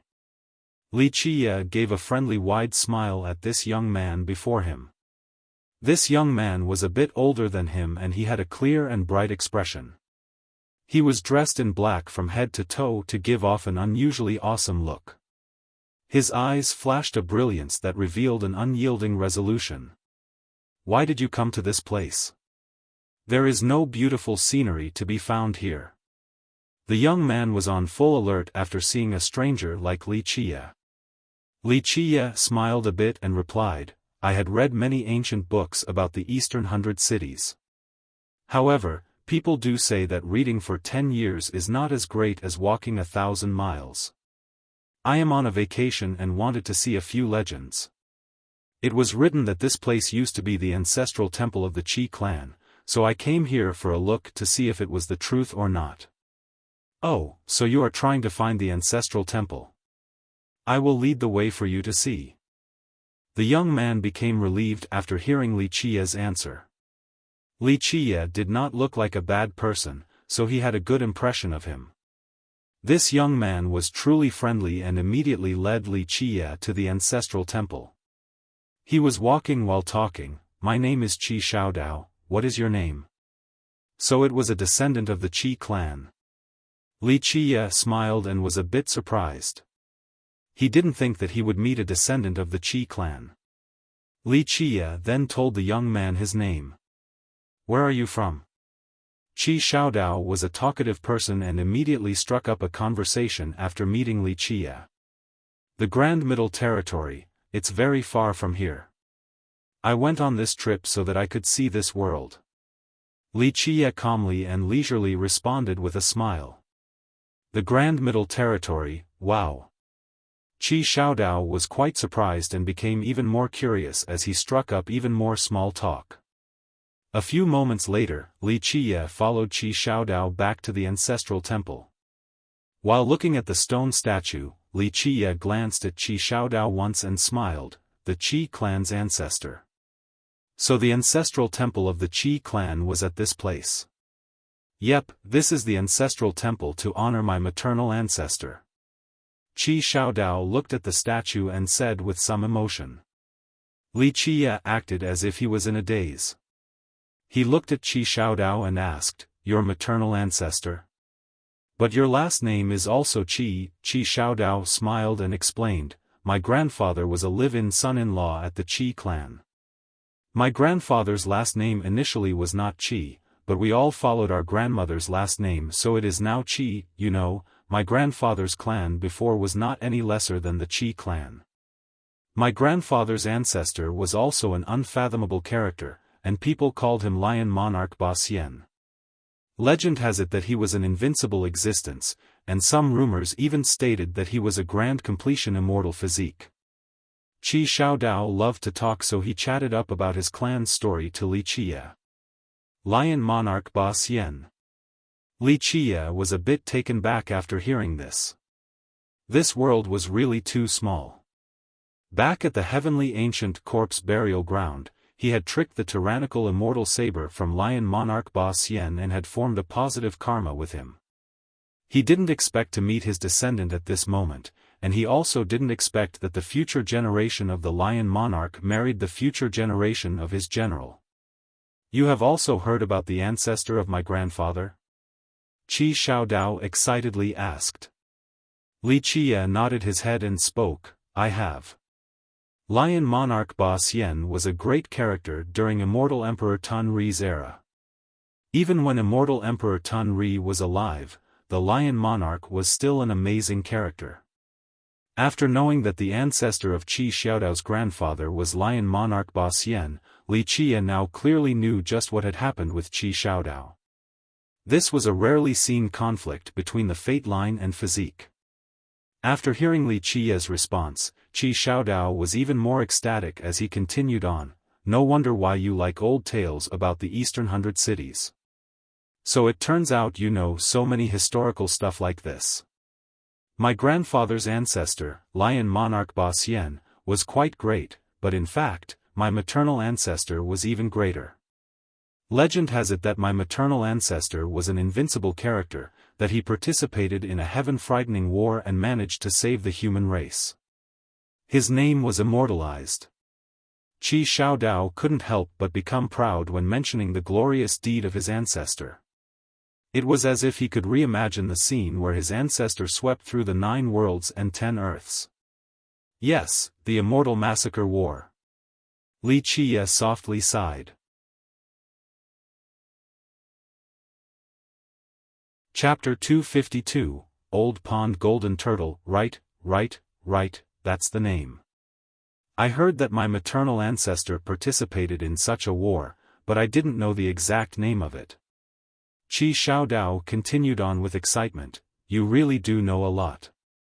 No wonder why you are here to see my Qi clan's ancestral temple." "Yep, in order to remember the great hero of the human race and recall the glorious memories of the past," Wuxia said while looking at the statue. The excited Qi Xiaodao couldn't help but become dejected. He glanced at the statue and softly sighed, "Unfortunately, both my Qi clan and my grandfather's clan are no longer the same as before. After my grandfather's clan fell, he then came to the Eastern 100 Cities and eventually met my grandmother. They got along well, but our family only had my grandmother as the main descendant. He then passed down the Lion's Roar country and Lion's Roar Gate to my grandfather, so, in the end, he became a live-in son-in-law for the Qi clan." Qi Xiaodao couldn't stop himself from feeling this sad pathos. Both his Qi clan and grandfather's clan used to be extremely powerful heritages. Unfortunately, his grandfather's clan had completely collapsed in the present day. Even though the Qi clan of now still controlled a country, it was no longer as powerful as before. Time is heartless, declination is a part of nature, even a more powerful heritage, like an immortal emperor lineage, will not escape from the eventual fall. Li Qiye smiled and comforted him. In the end, Qi Xiaodao was a cheerful person. He lifted his head and smilingly said, "You are right. However, I still hope that one day, I will be able to revitalize my Qi clan." He clenched his fists as he spoke, but he became melancholic again after thinking about his own situation. After conversing with Li Qiye, Qi Xiaodao then left towards the old pond again. Li Qiye looked at him and asked with a smile, "Are you staying at this place?" "No, I stay at another location."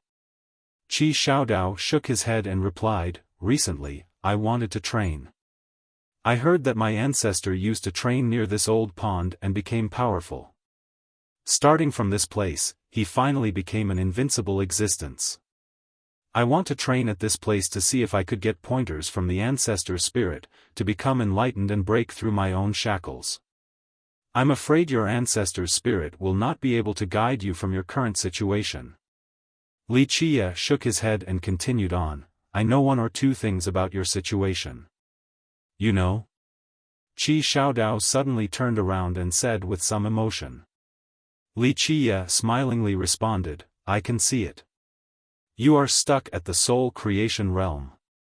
The most important thing about the soul creation realm is to pay attention to the true fate, to control the inner physique, and to support the life wheel. However, your inner physique cannot control your true fate.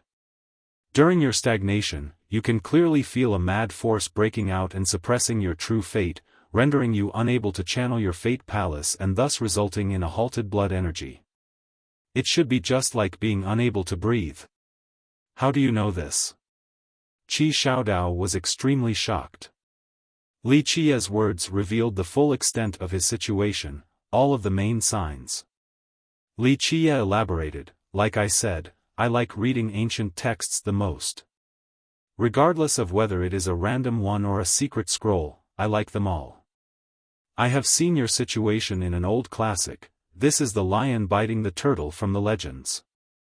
I understood it better once you explained the situations of your ancestors.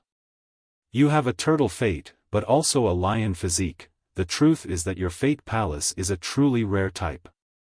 Most fate palaces are king fates or saint fates, but you are a turtle fate. This situation is really rare. Meanwhile, your grandfather's ancestor is lion monarch Ba Xian." Li Qiye let out a smile and then looked at Qi Xiaodao to say, "How about this, you will swear for me. Then, I will let you know a secret. You will never tell anyone about this, not even your closest family members. Use your true fate to swear." This is not possible." Qi Xiaodao shook his head and rejected the idea. Using a true fate oath is too serious. A true fate oath was not ordinary and would have implications throughout one's life. They were just strangers, so how could he make this oath? "I understand. Wait for a while until you trust me, then it will not be too late to make a true fate oath, right? If not, then I can only leave." Li Qiye smiled and said. "What could be so serious?" Qi Xiaodao noticed that Li Qiye was not messing around and asked with some confusion. At this time, Li Qiye was staring at the old pond ahead and leisurely said, "Have you ever been down this old pond?" "I have." Qi Xiaodao couldn't help but shiver after this old pond was brought up, then immediately said, "This pond does not seem that big, but it is unbelievably large down below, just like an endless cavern with countless branches underground, just like a labyrinth. I went down it once and almost died there." At this time, Li Qiye stood next to the pond at a specific location and said, "You jump down from here. After diving a bit, you will see many caves. Then, go into the 13th cave on the right and keep right. After going into the underground river path at the 32nd layer, you need to calm your mind and focus to listen. After you hear a particular sound, follow that sound. I trust you will find something nice. People would not dare to believe Li Qia's words, for they sounded just like he was reciting an old tale. Jump down. At this time, Li Qia put on a solemn demeanor and spoke with an unquestionable and dignified manner. With a trembling heart, Qi Xiaodao took a deep breath and then jumped down the pond. He suddenly disappeared from sight into the water. Li Qia quietly stood next to the pond as his expression became natural. He was at ease again. It was as if he was enjoying the scenery. He had his reasons for selecting Qi Xiaodao. The boy's nature was not bad and was worthy of passing down some teachings. The more important part was because the Qi ancestor was extremely loyal to him back then, and he also made great contributions. At the same time, he had agreed with Lion Monarch Ba Xian about having a good karmic relationship with his future descendant back at the heavenly ancient corpse burial ground. These two things combined and resulted in a great choice for Li Qia. Because of this, he selected Qi Xiaodao and will train him for a bit. Whether he will be successful or not will depend on his personal efforts. Some time later, with a splashing sound, Qi Xiaodao's head suddenly sprouted from the pond as he excitedly exclaimed, "I found something, I found something. Look, what is this thing?" He was talking while raising his hand at the same time. He was holding an item grasped in his palm. There was a golden turtle in his hand. It was not big and seemed to be alive. In fact, it was not a living golden turtle but rather a golden-colored stone turtle. Qi Xiaodao jumped up from the pond and opened his palm, then he cheerfully spoke, "It is too amazing. The moment I held this golden turtle in my hand, I felt my halted blood energy flowing again. It was as if this golden turtle was made by the heavens just for me." Compared to the excitement of Qi Xiaodao, Li Qia, on the other hand, was quite calm. This was within his expectations. Only he and the dead ancestor of the Qi clan knew this secret. "What is this treasure?" Qi Xiaodao handed the golden turtle over to Li Qia and asked him with astonishment. However, Li Qia didn't take this golden turtle. He simply smiled and said, "This is yours. This treasure belongs to you. Its last name is Qi." Qi Xiaodao couldn't help but become startled. In a short period of time, he changed his expression many times. It all seemed so coincidental and unbelievable. Chapter 253, Qi Xiaodao took a deep breath before asking, What is this treasure?" He had an indescribable feeling when he grasped this golden turtle in his hand, just like what Li Qia had said. It was as if this golden turtle's last name was really Qi. "How did you get it?" Li Qia answered with a question instead. Qi Xiaodao earnestly answered, "I followed your instructions and dived to the end of the cave. Eventually, I saw a huge and majestic stone foundation with this golden turtle lying on top of it as if it was growing there, so I just caught it." Li Qia gently sighed and said without any clearly discernible emotions, "This place is the origin of your Qi clan. There is a golden turtle earth vein down below, and the entrance is precisely this old pond. A golden turtle earth vein can give birth to a heavenly stone golden turtle. Outsiders might not be able to use this heavenly stone golden turtle, but it is a different case for a Qi descendant, especially you. At this point, he continued on, keep carrying this heavenly stone golden turtle on you. This thing can change your fate and, in the future, it might be able to raise your turtle fate into a heavenly turtle fate." "Really?" Qi Xiaodao couldn't help but feel jubilation after hearing Li Qia's words. He was filled with both excitement and happiness. Li Qia nodded his head and said, "However, to actually advance to a heavenly turtle fate, fast would be 1,000 years, slow would be 5,000 years. However, regardless of what happens, there will be many benefits by carrying this golden turtle on your body in the future." After hearing that it would require 1,000 to 5,000 years, Qi Xiaodao became discouraged. At that time, he might be too old to even walk, or he might not even be around in this world anymore. Which is why you still need to change your fate. Li Qiye smiled and said in response to the discouraged Qi Xiaodao. Calming his mind once again, Qi Xiaodao looked at Li Qiye in surprise and said, "How do you know all of these things? Even my Qi clan didn't know about this." This is why people say to read more books. The more you read, the more you know. Li Qiye said with a smile, "However, you need to make the vow right this moment. You will never speak of this matter to anyone else, including the ones closest to you. This is the origin of the Qi clan, and it's also the root of your Qi clan." Qi Xiaodao was astounded to find out that this place was the origin of his Qi clan. In the end, under the urging of Li Qiye, Qi Xiaodao used his true fate to make the vow in order to protect the secret of the golden turtle earth vein. Can I really change my fate? After making the vow, Qi Xiaodao couldn't help but to ask again. Li Qiye smiled and smiled some more before saying, "If you can trust me, then there is absolutely no problem. We need time and a huge amount of medicinal ingredients. After the preparations are complete, changing your fate will not be too difficult." "Good, then let us return. You will go with me back to my sect. I will prepare whatever you need." Qi Xiaodao immediately answered. At this time, it would be hard for him to not believe Li Qiye, not to mention that he really wanted to fix his own issues. Li Qiye smiled and nodded in agreement. Qi Xiaodao came from the Qi clan, and the Qi clan controlled the Lion's Roar Gate while the Lion's Roar Gate reigned over the Lion's Roar country. Prior to this, both the gate and the country were not named Lion's Roar. A long time ago, the Qi clan was once a powerful and ancient family that reigned over a gigantic country. Unfortunately, they had declined in future generations all the way until the era of the first ancestor of Qi Xiaodao. Even the little country of the Qi clan was in turmoil.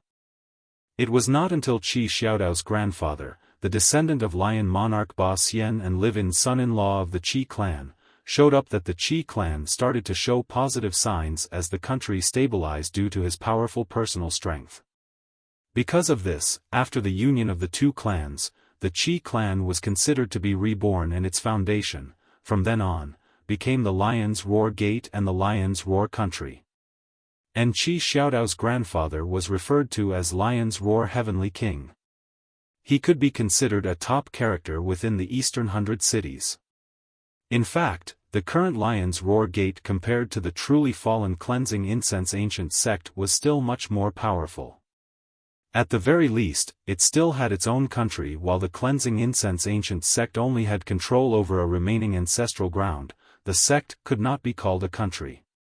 There were more than 10,000 disciples at the Lion's Roar Gate. Many disciples began to enthusiastically greet Qi Xiaodao as he brought Li Qiye back to the gate. Qi Xiaodao could be considered the descendant of the Lion's Roar Gate as well as the heir for the Lion's Roar country. However, he was not arrogant and mingled with the disciples in the gate with an air of friendliness, so he was quite well received by others. And so, after his return, many disciples quickly came to give their greetings. One of them even asked, "Senior, did anything major happen this time? Did Junior Qi get any inspiration after going back to the ancestral ground?" Another senior sister jokingly asked. Another senior brother saw Li Qiye and also asked, "Junior Qi, you wouldn't be bringing another alchemist back, right?" Qi Xiaodao and the other disciples were having fun with laughter while Li Qiye slowly walked into the Lion's Roar Gate and enjoyed its scenery. Regarding the magnificence of its mountains and rivers, it was not as great as the Cleansing Incense ancient sect's ancestral ground. However, its scenery was flourishing with rolling pavilions that carried quite a grand momentum. Even though it was from the Qi clan of that year, it still had some power. Qi Xiaodao arranged for Li Qiye to stay at his own compound. Li Qiye did not waste time and handed a list to Qi Xiaodao. "All the materials on this list are necessary, it is better to get them as soon as possible." This was not Li Qiye's first attempt at changing one's fate. One could say that no one in the contemporary times could compare to him regarding the art of fate changing. He and the alchemy god traveled fairly far on this path, and fate changing could be one of the most essential things regarding the alchemy Tao. Plus, fate changing was very complex. Different situations required different Dan recipes. The fortunate thing was that Wuxia's alchemy god's grand canon had the most Dan recipes in this world, so this was not a problem for Wuxia. I have to ask the elders about this first. Qi Xiaodao looked at the list while wryly smiling and scratching his head. My father is at the royal city to preside over the country, so I can only ask the elders. Finished speaking, he orders for servants to take care of Wuxia before quickly leaving. Qi Xiaodao returned not long after with a not-so-good mood. After he met Wuxia, he wryly smiled and helplessly said, "The other elders are in secluded meditation, and the third elder refused to agree. He was afraid that I will swindle your medicinal materials." Wuxia smiled a bit and said. These words made it very awkward for Qi Xiaodao as he dryly smiled. The third elder can't be blamed for this. I was truly cheated by a little thief last time, so if the elders don't forgive my debt, I don't even know how long it will take for me to get these herbs and refined jades. So this time, there was no way the third elder would have agreed for me. Wuxia couldn't help but smile. This was understandable because the medicinal materials he needed were extremely valuable. There was no chance for consideration if it was someone else. However, since Qi Xiaodao was the descendant of the Lion's Roar Gate and the heir of the Lion's Roar country, Wuxia gave him such an opportunity. I still have a little savings left. Qi Xiaodao violently gripped his hair and made a decision. So be it, I will go borrow from the senior brothers and senior sisters. I'll see if I can gather enough money to buy this group of materials from the gate or not. Then go. Wuxia smiled and replied. In fact, he had the ability to obtain these medicinal materials because of the War God Temple's support. It was not a difficult matter if he truly wanted them, but he didn't want to make a move at this particular juncture, for he wanted to first test Qi Xiaodao. In the next few days, Qi Xiaodao busily borrowed money from the senior brothers and sisters everywhere in the Lion's Roar Gate. He even borrowed money from the uncles. Many seniors reminded him with good intention to not be tricked by someone else again. Despite the warnings, Qi Xiaodao was quite loved at the sect. So many brothers, sisters, and uncles all lent him money. In a few days, it was enough for him to buy half of the medicinal materials. While Qi Xiaodao was busy trying to get money, Wuxia, on the other hand, was enjoying the scenery of the gate. On the fifth day, Qi Xiaodao quickly left to go borrow more while Wuxia stayed behind in his grand hall. He didn't expect to have a visiting guest who directly went to meet him. "Please leave the Lion's Roar Gate." The moment they met, these were the first words this female guest spoke to Wuxia. Wuxia, with his always nonchalant expression, lifted his head and looked at the girl in front of him. The girl before his eyes was adorned with a complete phoenix garment. This was not a traditional phoenix dress, as the upper dress was more like a phoenix spreading its wings. These two wings accentuated the towering breasts of this girl, while the lower portion of the dress revealed a narrow and soft waist as white as snow, extremely tender and smooth. The skirt was like a phoenix that had its white feathered tail fanned out, swaying and flowing. It created a very beautiful scene that matched quite well with its wearer. The woman before him was the embodiment of both nobleness and arrogance. With their faintly golden pupils, her bright eyes easily moved others. What was even more charming was that her hair resembled strands of golden silk, creating an exotic allure. She was just like a canary, both elegant and full of pride. There was somewhat of an overbearing style, but her appearance still contained a dignified air that dispelled any trace of shallowness. "Leave the Lion's Roar Gate?" Wuxia couldn't help but laugh after hearing the first sentence of this girl. After seeing her golden hair, he immediately knew her identity. Without a moment of delay, he thought of Lion Monarch Ba Xian quickly after, for his hair was also golden. This girl in front of him sharply glared at Wuxia and deepened her voice. I have heard of the matter between you and my little brother. Changing one's fate is an impossible matter. My little brother might be fooled by you, but the Lion's Roar Gate will not be subjected to your trick. Fooling him? Wuxia smiled and understood why she wanted to chase him away. She assumed that he was cheating Qi Xiaodao.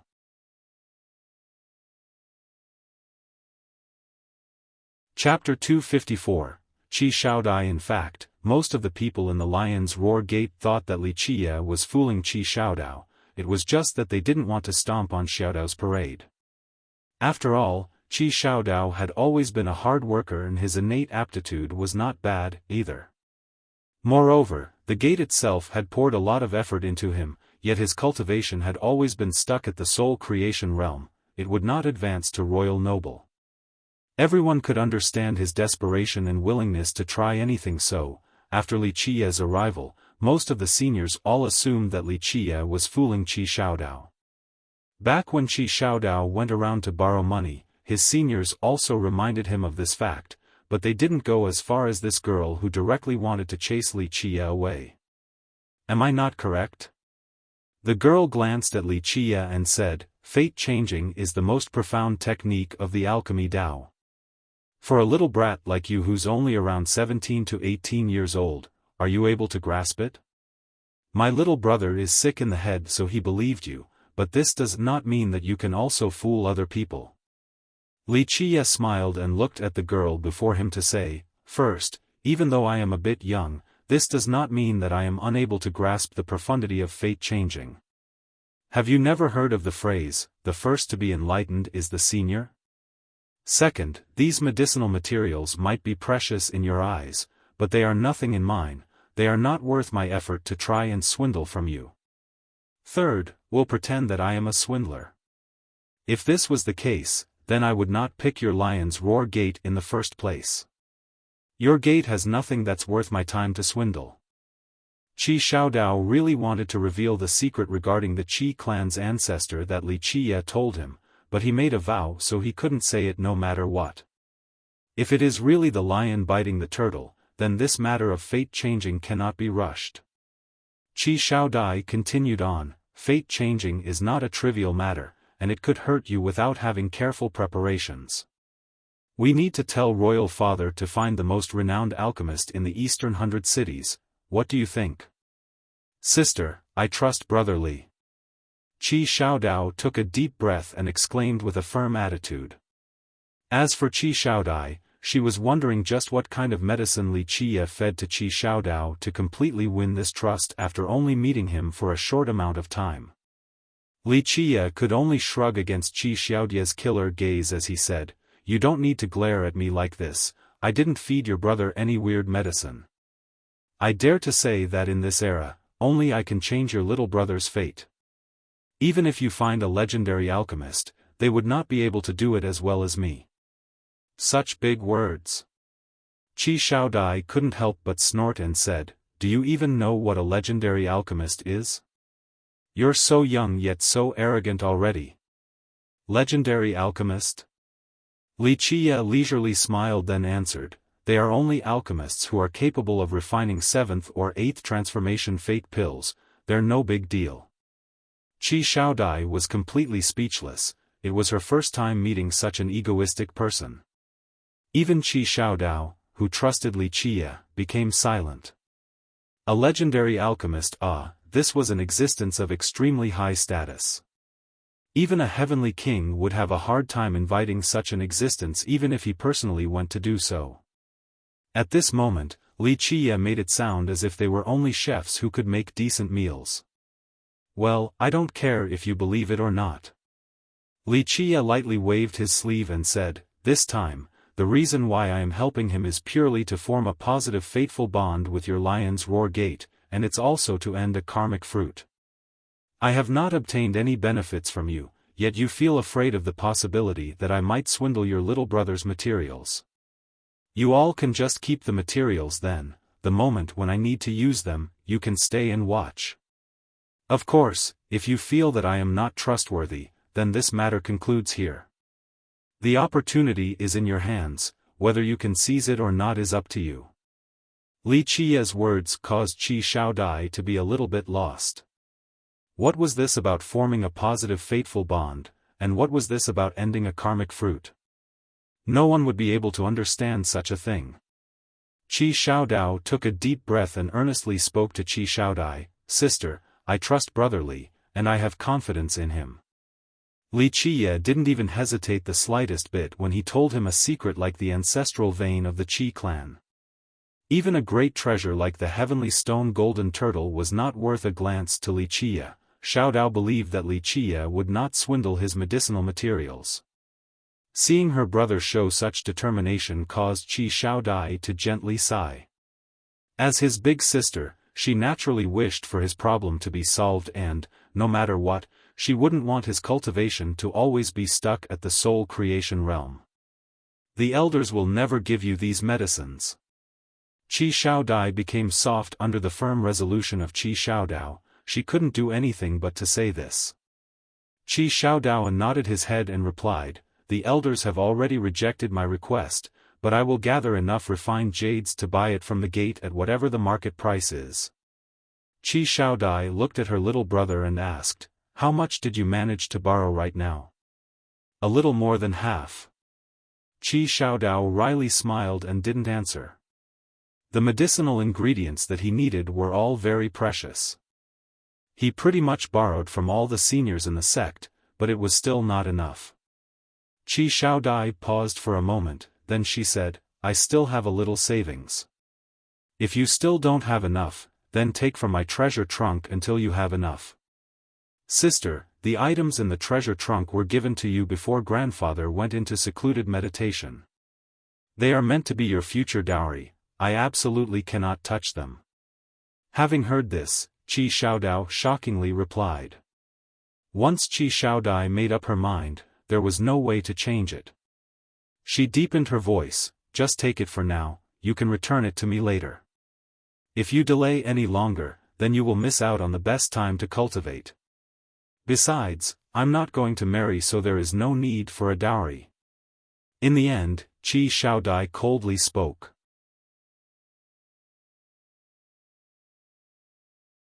Chapter 255, Qi Xiaodia's doubts. Because the matter of his sister's marriage was brought up, Qi Xiaodao softly sighed as his normally cheerful mood was dampened.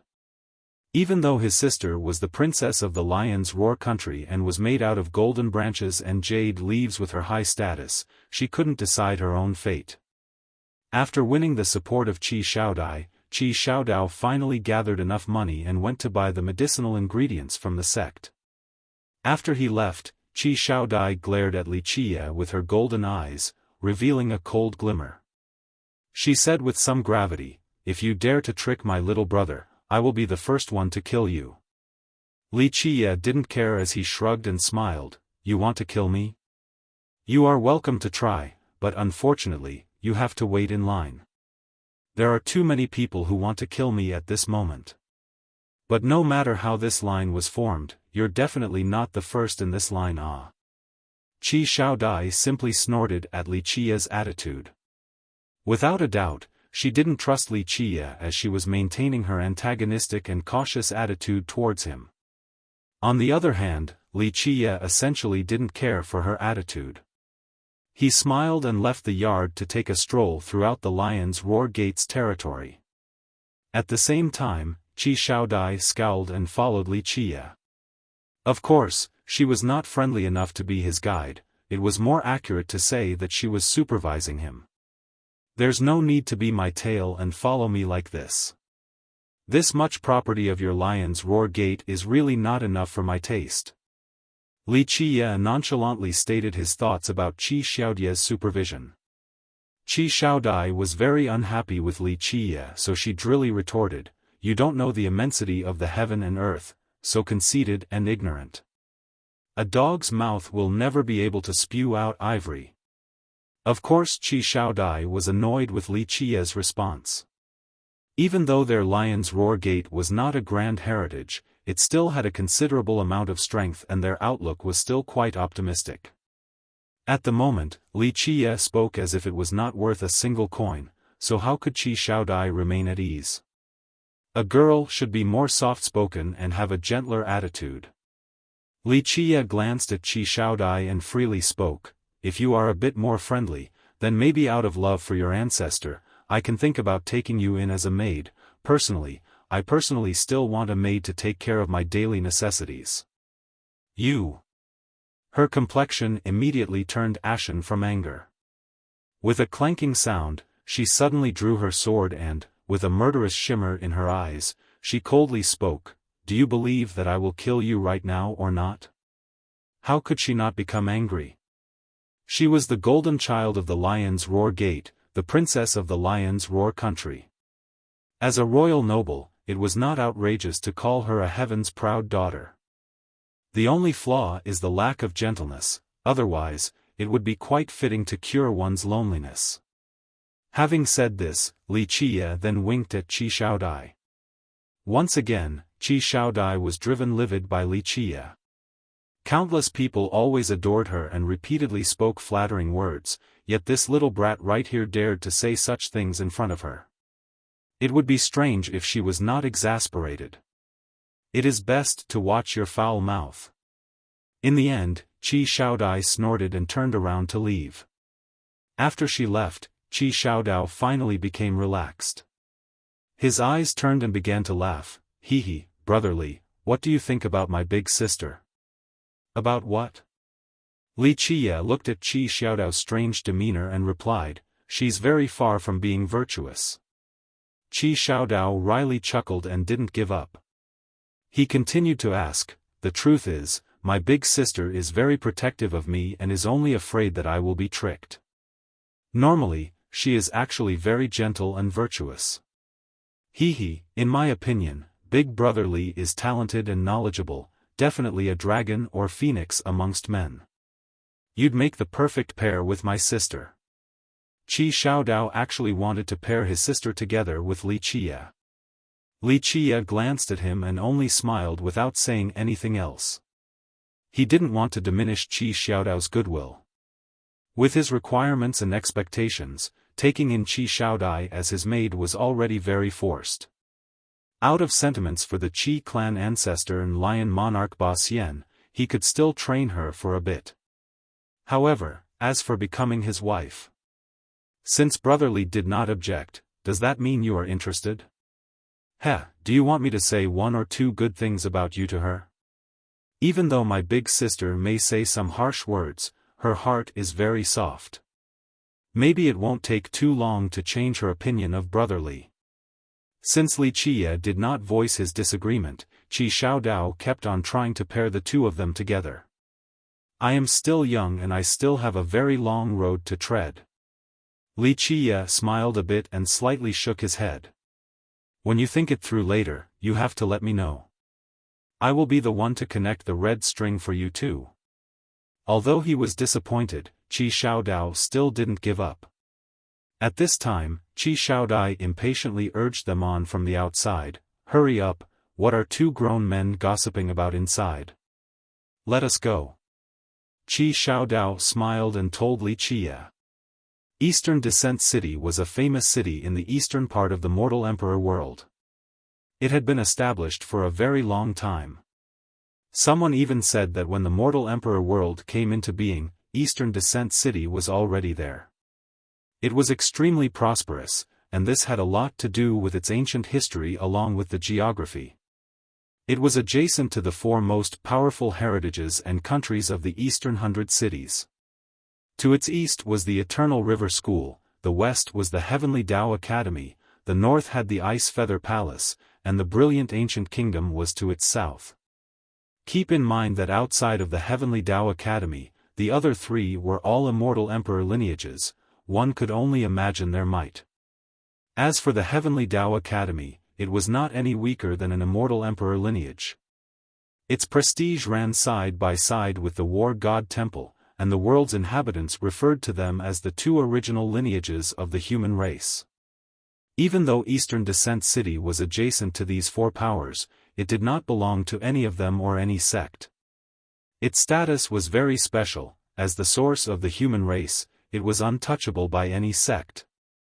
Because of its geographic and social advantages along with its independence, it became extremely prosperous as one of the richest cities in the Eastern Hundred Cities.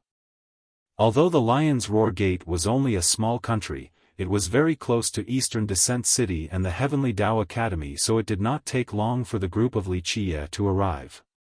While standing outside and overlooking the walls of this ancient city, Wuxia's heart began to recall a myriad of memories of this ancient city that belonged to the human race. It was not an exaggeration to call it the place that gave birth to the human race.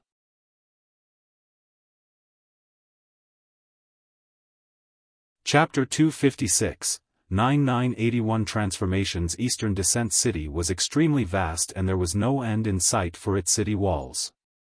The citadel pillared all the way to the clouds. Among its ancient walls, there were countless mottled holes with numerous scratches from arrows and blades. Even up till now, one could still find broken arrows nailed to the walls. Even though it was old and tattered by the arduous workings of time, the walls still had flowing lights running throughout. Each brick and boulder contained Tao runes, for these walls were reinforced by countless wise sages of the human race. Because of this, it was able to withstand countless years without falling. Wuxia started to recall the past while looking at this ancient city. Did modern society understand the past where the human race lived in a dark and tortuous era? At the mortal emperor world, the human race was once driven away with no place left to go. During that era, Eastern Descent City was one of the last bastions of the human race. In the present times, how many people knew about the plethora of bloody battles that occurred right outside these walls during the human race's darkest times? The enemy attacked one after another while the human race endured time and time again. The city had been shattered many times, but the human race never stopped rising again to rebuild these walls and reinforce them again and again while holding out to the very end. Sad emotions filled Wuxia's heart, for this city carried many memories for him. However, he didn't want to think about the era of the ancient Ming again, the darkest time of the human race.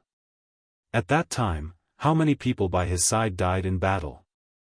In that era, how many invincible beings under his banner fought till their death? He went on like this while standing in a daze outside of the city. No matter the occasion, his heart always dimmed down when he recalled the darkest era. "Brotherly, what's wrong?" While he was in a daze, staring at Eastern Descent City, Qi Xiaodao called for him several times, but no response was found. Qi Xiaodai looked at the stunned Wuxia and angrily said, "What are we waiting for? Don't tell me you have never seen such a huge and prosperous ancient city like this. Weren't you boasting all the way to the high heavens earlier? Are you finally nervous now?" Wuxia was in a bad mood, so after hearing such words, he coldly glared at her and slowly said, "Even if you don't talk, no one will think that you are a mute. One is without all criticisms regarding a gentle and virtuous girl." Chapter 257, Sikong Taotian. Wuxia glanced at the thief and said in a dismissive manner, "I know its origin better than you." How could he not know of the origin of the 9981 transformations? He was the one to create it during the Desolace era before becoming powerful enough. As the Dark Crow, he used this art to escape pursuits one after another. Once he reached the true apex of power, he would rarely use this art, and so, he just casually handed it to a junior nearby. This art was personally crafted by him to escape countless times, so how could anyone in this world understand it more than him? The advantages and disadvantages of this art were all clear in his mind. This little thief using the 9981 transformations before him was simply displaying one slight skill before an expert, merely seeking his own doom. But of course, the little thief in his wildest dreams would never expect the person who created the 9981 transformations to be right in front of him. If he did, he surely would have not used such tactics. "Reveal your true body, don't play games in front of me," Wuxia nonchalantly demanded. The little thief stared at Wuxia without saying a word. Keep in mind that he would not easily expose his true body in front of outsiders. He had many enemies, and once people knew his true form, it would then be an unpleasant time, for he would be chased by people all over the world. Li Qiye noticed the hesitation, so he casually added, "Are you going to reveal your true form, or do I have to personally force you? Trust me, when I personally take action, it doesn't matter who you are, because you will never be able to stand up again." Li Qiye's plain and leisurely tone carried no threatening presence, but after hearing these words, the little thief and the Qi brother and sister duo couldn't help but shiver. At this moment, they had no doubt about Li Qiye's words. The little thief took a deep breath as his body eventually flashed once. He suddenly became a totally different person, his true body.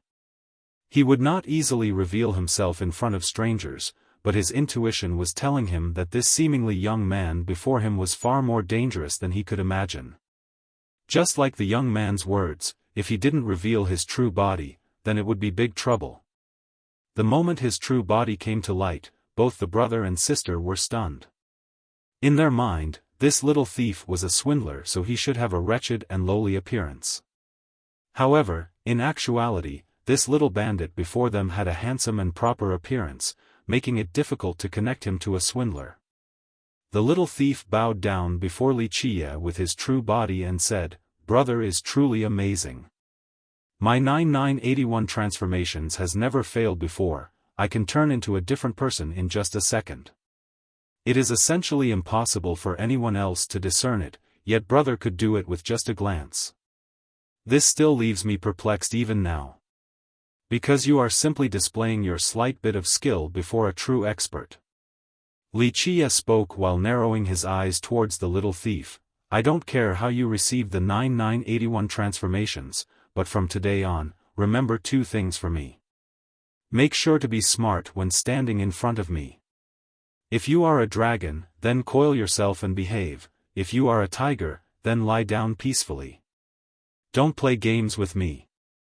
Second, I don't care what you do, whether they are good deeds or crooked matters, I will not question your tricking and swindling behavior. However, remember to keep a bottom line in mind and never cross this particular line. If you cannot do these two things, then from now on, never use the 9981 transformations again. You must obey my two rules if you want to keep using this art, otherwise, I will personally remove your bones one by one, understand?" Li Qiye uttered these words with a flat tone, but, at this moment, Li Qiye had changed. It was as if he was sitting on his throne above the 9 worlds and grasped the entire universe as he looked down on the rest of the world. At this very second, even the gods and devils would be in awe from his aura. It was not only the little thief, Qi Xiaodao and Qi Xiaodai were also intimidated by Li Qiye's grandeur, as their hearts shivered with a chilling sensation. An instinctive, primal fear appeared from the depths of their souls. At this moment, all of them trusted that Li Qiye would do anything he said, and they could even imagine Li Qiye personally removing the little thief's bones one by one. They couldn't help having their hair stand on end as they coldly trembled. Especially the little thief. His background was amazing, and he had experienced even more waves and winds compared to the Qi sister and brother duo. However, although he was much more mature, the fear remained irrepressible deep within his heart. He felt that he had met an unfathomable person who was even younger than him, and his terror was absolutely there. He trusted that if he provoked this young man, he would die without a grave. Having thought to this point, even his self-proclaimed courage doubted itself. In her daze, Qi Xiaodai was also perplexed. Li Qiye's aura did not resemble someone who would trick her brother's medicinal ingredients. With such an aura, maybe it was just as he said, he did not care for the treasures of the Lion's Roar Gate. All three of them were shocked. If the 9981 transformations of the little thief could turn someone into someone else, leaving others unable to recognize them, then Li Qiye's aura, this divine might high above the 9 heavens, was not something that could be replicated. Even the little thief's transformation art could not turn into such a thing. I will bear brother's words in mind. The little thief turned cautious and didn't dare to act presumptuously. He bowed towards Li Qiye. In his eyes, messing with this young man before him was absolutely akin to dying without a proper burial. Wuxia glanced at him and asked, "What is your name?" At this time, his earlier aura that was capable of dominating the 9 heavens had completely dissipated as he resumed his ordinary teenager appearance. "People call me Xikong Taotian. So many people curse you as a wicked merchant, grave digger, thief, shameless dirty thief, miss. Rumors like this are not credible and shouldn't be trusted." Xikong Taotian was quite embarrassed after Qi Xiaodai listed so many nicknames like that and retorted, "I am only a street vendor, although I sometimes coincidentally pick up a few things that are thrown away by other people. I am not a wicked merchant and definitely not a thief." "Bullshit. Then what about when you swindled my materials? You still dare to say you are not a little thief, but you clearly stole a lot of medicinal ingredients from me.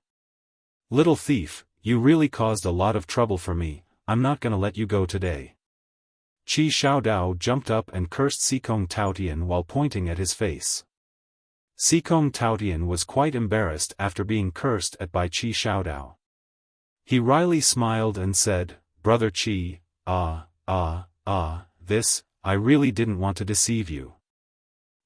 The truth is like this, at that moment I really wanted to treat your problem.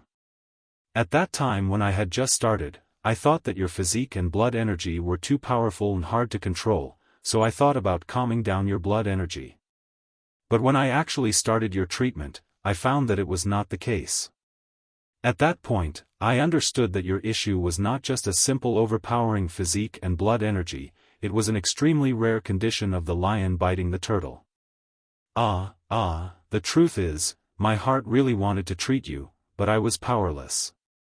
Your condition must be treated by changing your fate, but this is very difficult, you should also know about this.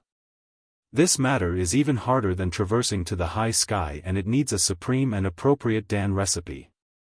Not to mention, you also need a supreme alchemy Dao to treat it." Xikong Taotian was very embarrassed as he defended himself. Xikong Taotian's words stunned the sister and brother for a bit, especially Qi Xiaodai. She was shocked for Taotian's words were exactly the same as Li Qi's.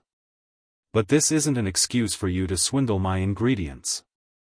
At this time, Qi Xiaodao's anger had dissipated quite a bit, but he was still very upset and spoke. With another forced smile, Xikong Taotian replied, "Brother Qi, at the time, I didn't really want to swindle your ingredients. I also thought about fixing your issue while making a bit of profit along the way. I more or less should get some materials, right? But when I began to cure you, you didn't have the problem I originally thought you did, so it was impossible to cure. To tell you the truth, Brother Qi, at that time, I was bragging the whole time, so I didn't want to lose face, thus I ran away. I really didn't want to steal your ingredients. I don't care whether you intended to cheat me or not, give me back all of my medicinal ingredients." Qi Xiaodao said with much annoyance. After being caught, Xikong Taotian had no choice other than to acquiesce, so he smilingly said, "Fine, wait until I gather all of Brother Qi's materials. I will bring them to the Lion's Roar Gate for you. I don't buy your nonsense." Qi Xiaodai snorted and demanded, "You better hand them over right now to my little brother. This is a bit difficult. I don't have so many medicinal ingredients at the moment." Xikong Taotian awkwardly smiled and spoke. Li Qia interrupted their conversation and asked while looking at Xikong Taotian, "You know how to rob graves?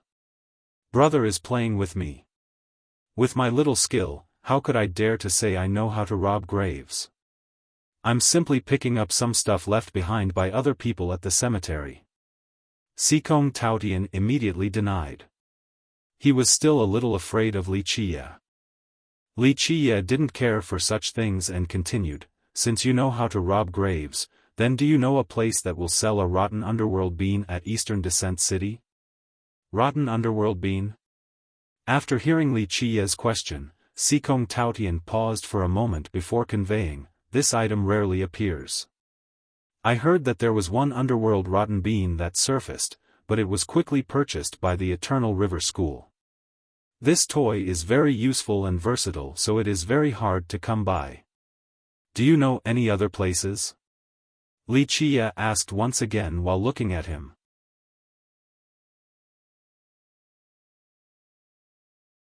Chapter 258, Sima Longyun Sikong Taotian couldn't help but to scratch his head and ponder for a bit.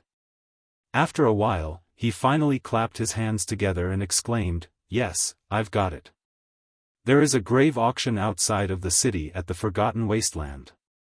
This grave contains an alchemist who was amazing when he was still alive, and he probably buried many ancient herbs with him. The grave auction will happen not long from now and many people will come. You guys can also go, maybe there will be a rotten underworld being there." Grave auction? Wuxia narrowed his eyes and nodded afterwards to say, "Come, take me there to check it out." Sikong Taotian was not quite willing in his heart. He wished to be as far away as possible from this god of death before him, but once he was gazed at by Wuxia's eyes, he became frightened and didn't dare to say anything else. He immediately led the way for Wuxia's group. Another grave auction? I wonder if there will be anything good. Sometimes it is too hard to get anything at a grave auction. As Sikong Taotian was leading the way, Qi Xiaodao couldn't help but murmur. The grave auction was a very popular type of auction at the Eastern 100 cities. In fact, the entire mortal emperor world also had grave auctions, but it was not as common compared to the Eastern 100 cities. The reason why it was popular was very simple. As the base of the human race and an existence that was able to be traced back to the ancient times, there were many ancient burials under the city. Who knew how many invincible characters were buried below its earth? The grave auction was really just a regular auction. The auction organizer would ask the owners of the mountain peaks or territories to buy the graves. Once the organizer managed to buy the graves, there would be two approaches. The first was simply to auction the entire grave to someone, the second was to open the grave and take the items out to have auctions right on the spot. After the auctions were over, the corpses without any value would be returned to the previous grave's owner. Outside of satisfying those who wanted to find rare and new items, this type of auction also attracted those who wanted to make some profit. Of course, a grave auction and grave robbing only had a thin line of distinction. If it was a grave without an owner, there will be those who will open the graves to steal the treasures and then begin the auction. In fact, for the organizers dealing with grave auctions, they needed sufficient power to carry out such a task. In the end, valuable graves, especially those of extremely powerful characters, carried mortal dangers. Some were even impenetrable and could not be opened. This was why any auction organizers who dared to do grave auctions were quite formidable. Without a doubt, the Inheritance Ancient Pavilion was an extremely powerful auction site. It was not only powerful but also extremely ancient. Its origin even went back to the Desolate Expansion era, or it could even be older. Legend has it that back at their peak, their auction houses spread out all across the 9 worlds. Today, the Inheritance Ancient Pavilion was number 1 throughout the Eastern 100 cities. Even though the Forgotten Wasteland was described by Sikong Taotian as outside of the city, it was in fact almost 10,000 miles away. This was a vast wilderness with weeds and wild grass everywhere and also a pervasive trace of human presence. However, the place where the Inheritance Ancient Pavilion was conducting its grave auction was a small green and luscious valley. It was completely different from this wasteland. So when everyone stepped in this small valley, the first thing they felt was a green freshness of life, so they couldn't help but nod in approval. It seems like this area is indeed a bit extraordinary. I can easily tell that this is the resting place of an alchemist. A truly powerful alchemist is able to give birth to a myriad of existences, so even after death, this many ancient herbs and vines will become his friend. In fact, after receiving an invitation from the Inheritance Ancient Pavilion, many cultivators traveled the far distance, including named heroes and royal nobles from the great powers. Many cultivators were very interested about grave auctions since they all held the intention of profiting from such an endeavor. An ordinary auction house would have underwent heavy selections, so there was a very unlikely chance for profit. However, a grave auction was different. Even if the appraiser had keen eyes, there would still be times when they are wrong. In the end, there will always be errors at these moments. Before the auction began, the small valley was filled with people. Vagrant cultivators and experts from the great powers kept on coming. Even if the vagrant cultivators didn't have the power to bid, they still wanted to watch the fun and increase their knowledge. I heard that this grave belongs to someone who was a legendary alchemist when he was alive. This valley used to be the property of an alchemy clan, but unfortunately, it has completely fallen. The descendants of this clan were no longer able to cultivate, so the inheritance ancient pavilion was able to buy it with a relatively low price. Before the auction began, many people were discussing this matter. It is not certain whether we can unearth any astonishing artifacts from this grave or not. The biggest gamble is whether we can find any ancient medicines from it. In the end, ancient medicines are quite rare nowadays. A cultivator with some great background also talked about this matter. Another one opened their mouth and added, "I heard that the inheritance ancient pavilion didn't invite the sect masters and royal lords. There is only one explanation: the value of this grave is quite limited. It is really hard to find a good grave right now at the Eastern 100 cities. However, even if people can find a good one, they wouldn't be able to open it, for it would be too powerful. Didn't the inheritance ancient pavilion buy a tomb last year? They attacked for 9 whole months and it was all for naught. I heard that many experts were killed, they only entered and didn't leave. In the end, they couldn't do anything else besides giving it back to the family. That time, the pavilion only lost money and even got sick from it." An older cultivator commented.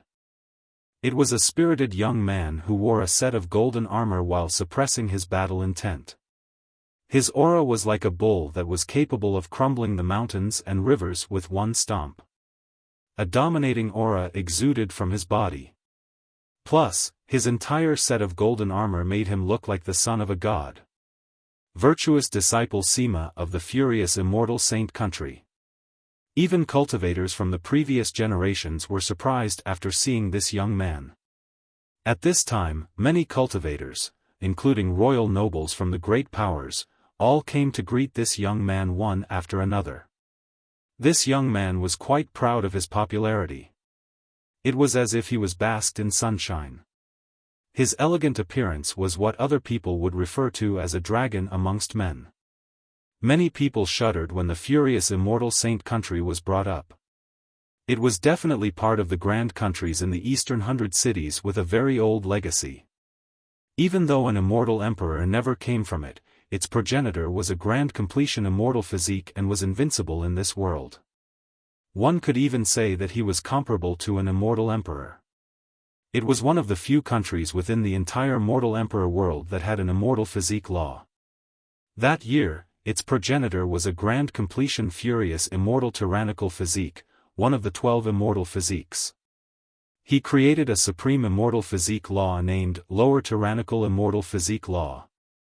Because of this immortal physique law, the furious immortal saint country was able to create a foundation that has stood strong to this day. I never thought that this ordinary grave auction would be able to draw good nephew Sima. Many cultivators went to greet Sima Longyun, including the older ones.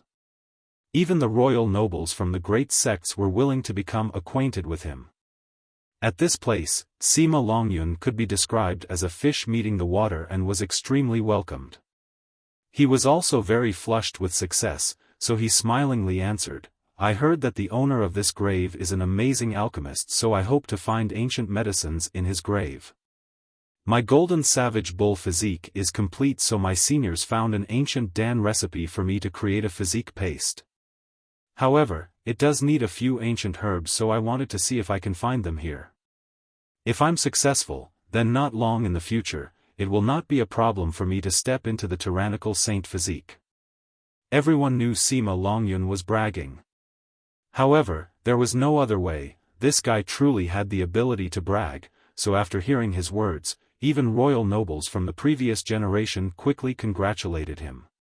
Meanwhile, Sima Longyun was enjoying this vanity of being the moon surrounded by the stars. Although Sima Longyun was showing off, he really was a person with some capabilities.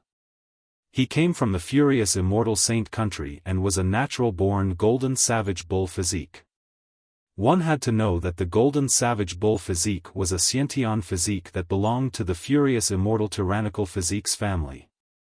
It was also one of the 48 Xiantian physiques. Most importantly, the saint country also had the supreme furious immortal tyrannical physique law and, with Sima Longyun's conditions, there was a chance that he might be able to be valued by the elders of the country and be able to cultivate the supreme immortal physique law. Therefore, one could say that Sima Longyun's future potential was limitless. This time, if there are any ancient herbs that are appropriate for my ancient Dan recipe, then no matter the price, I must have them. Sima Longyun released such a statement in front of everyone. This was not only a warning against those who wanted to compete against him for ancient medicines, but also to show off that he was from the saint country, a genius royal noble, and that he never lacked money. Smart people shouldn't compete against him.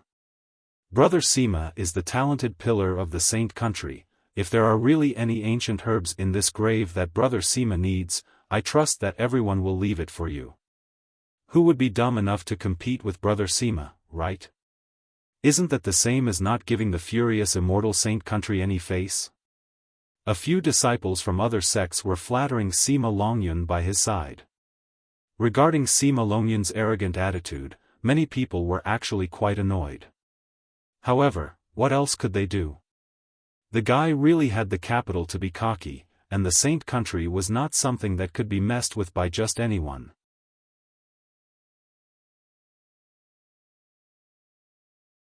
This no-name junior daring to ignore him caused Sima Longyun's mood to sink as his eyes became cold. This person is my friend. Qi Xiaodao immediately smoothed things over after seeing Sima Longyun's change in expression. They came here for the rotten underworld bean, so he only wanted to get it without any trouble. He especially didn't want to provoke someone like Sima Longyun. Is that so?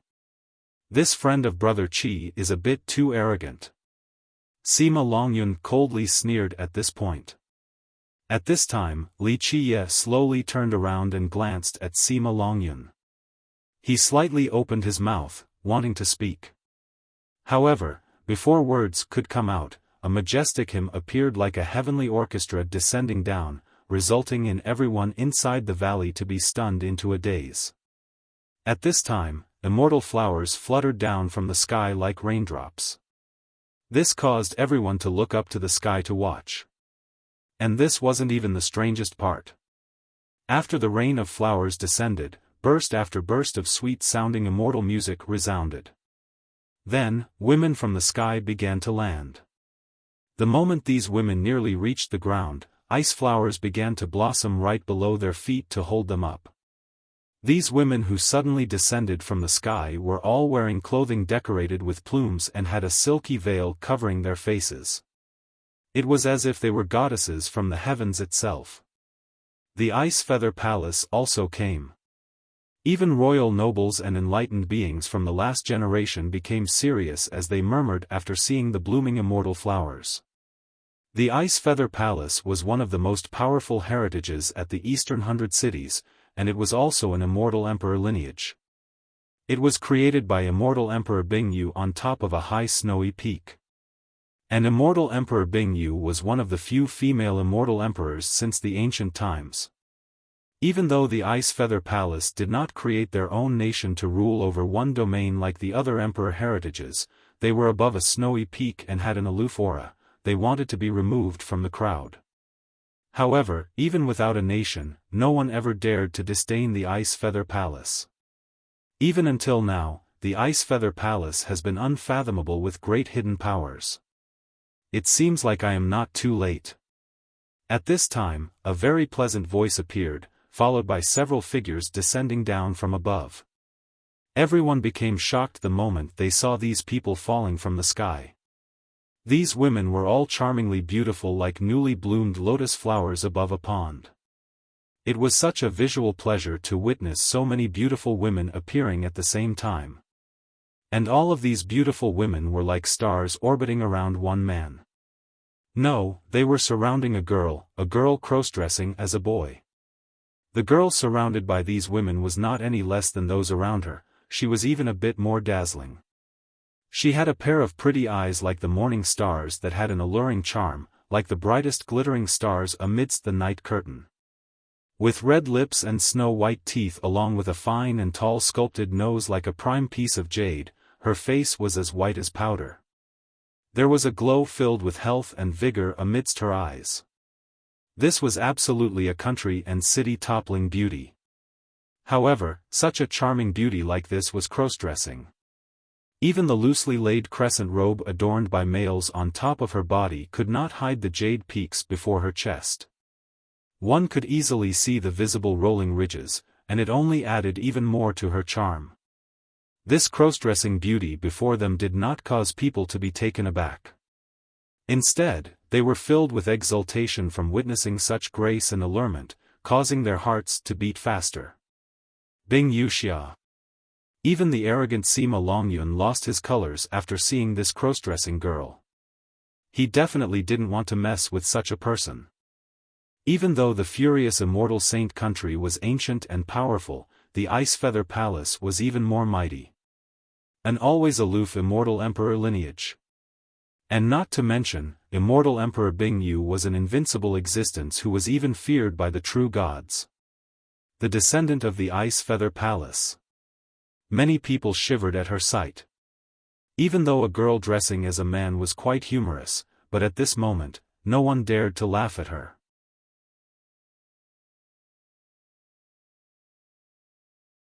Chapter 260, Cross-dressing Bing Wuxia, Ice Feather Palace.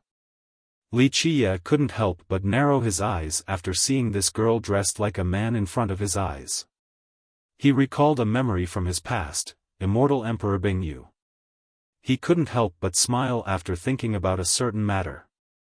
Everyone erred on the side of caution to avoid Bing Wuxia from thinking that they were laughing at her. At this moment, Li Qiye was the only person who was smiling, and it immediately attracted Bing Wuxia's attention.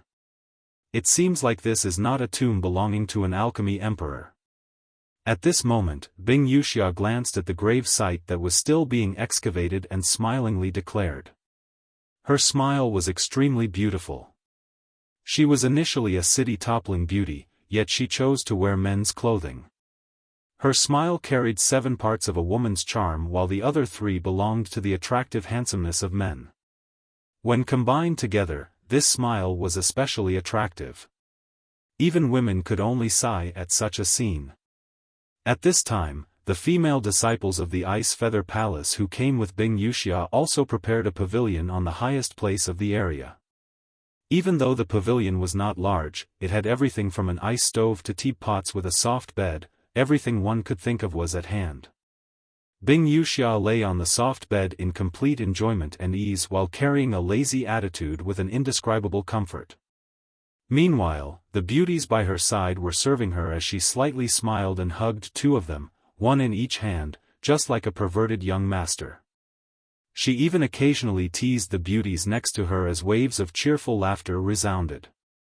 It was as if she was not a girl, but a peerless, handsome young man who was enjoying the endless, fortunate pleasure of beauties with pretty girls all around him. This absurd and flowery scene silenced many spectating cultivators. One from the previous generation lamented the shift of attitude in the new generation, while a younger cultivator couldn't help but become envious and imagined that it was he who was enjoying so many beauties like this. Bing Wuxia was clearly a girl, yet she was acting like a shady young master. However, with her gentleness like jade and an impressive and personable aura. If she was truly a man, then she will definitely enchant numerous young girls. Her romantic style caused men to be envious and women to lament with praises, such an amazingly dirty young master. Compared to Bing Wuxia, the self-proclaimed outstanding and extraordinary Sima Longyun became abandoned goods. Even though Bing Wuxia was a girl pretending to be a boy, her aura was graceful and completely natural. It was without any trace of pretension, completely contrasting the previous performance of Sima Longyun. A comparison would only cause others to become even more annoyed at Sima Longyun. Her appearance immediately stole Sima Longyun's spotlight completely. Just earlier, he could be considered a talented prodigy, for he was a grand completion Xiantian physique as well as being a disciple of the furious immortal saint country that garnered much attention. However, the moment Wuxia arrived, she was the real dragon and phoenix, while Sima Longyun was simply an earth dragon at best. Although Wuxia stole his fame, Sima Longyun didn't dare to utter a single grievance. Even as the disciple of the saint country, he was still way too lacking compared to Wuxia. Wuxia was the descendant of the Ice Feather Palace and had an unreachable and awe-inducing status throughout the entire Eastern Descent City.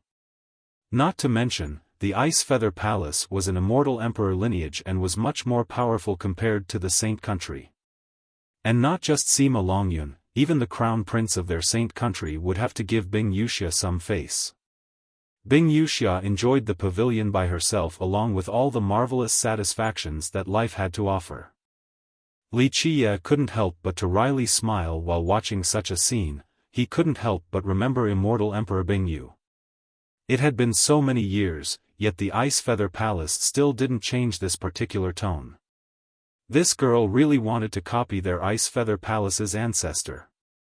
She even learned her ancestor's style, but how much of immortal Emperor Bingyu's actual abilities had she learned? It's coming out, it's coming out. Not long after, inside the valley, the Inheritance Ancient Pavilion finally finished digging up the entire tomb that was underground. This tomb was quite old and had experienced uncountable years. It was built by divine rocks as the Tao lines still traversed throughout the surface. Without a doubt, this tomb was enforced by a powerful character.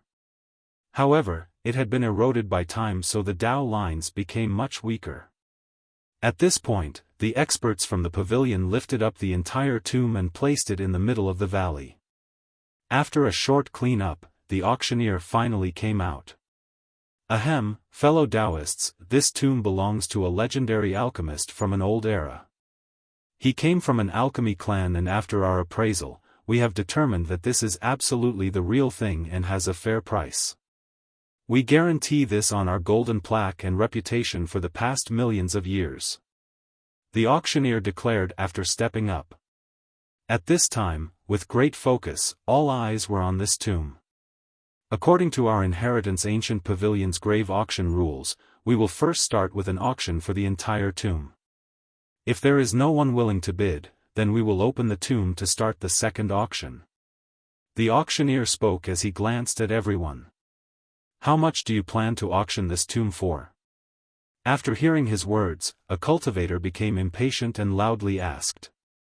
Even though this tomb that belonged to a legendary alchemist did not necessarily have any invincible manuals or peerless treasures and weapons, it was likely to have some valuable ancient medicines.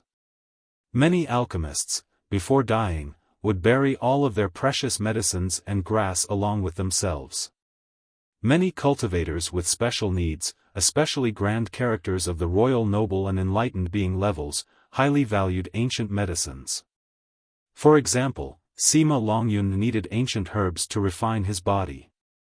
Even though a physique paste was appropriate to temper every kind of physique and the paste formulas were readily available to the world, high-level physique pastes and their required ingredients were not easy to find.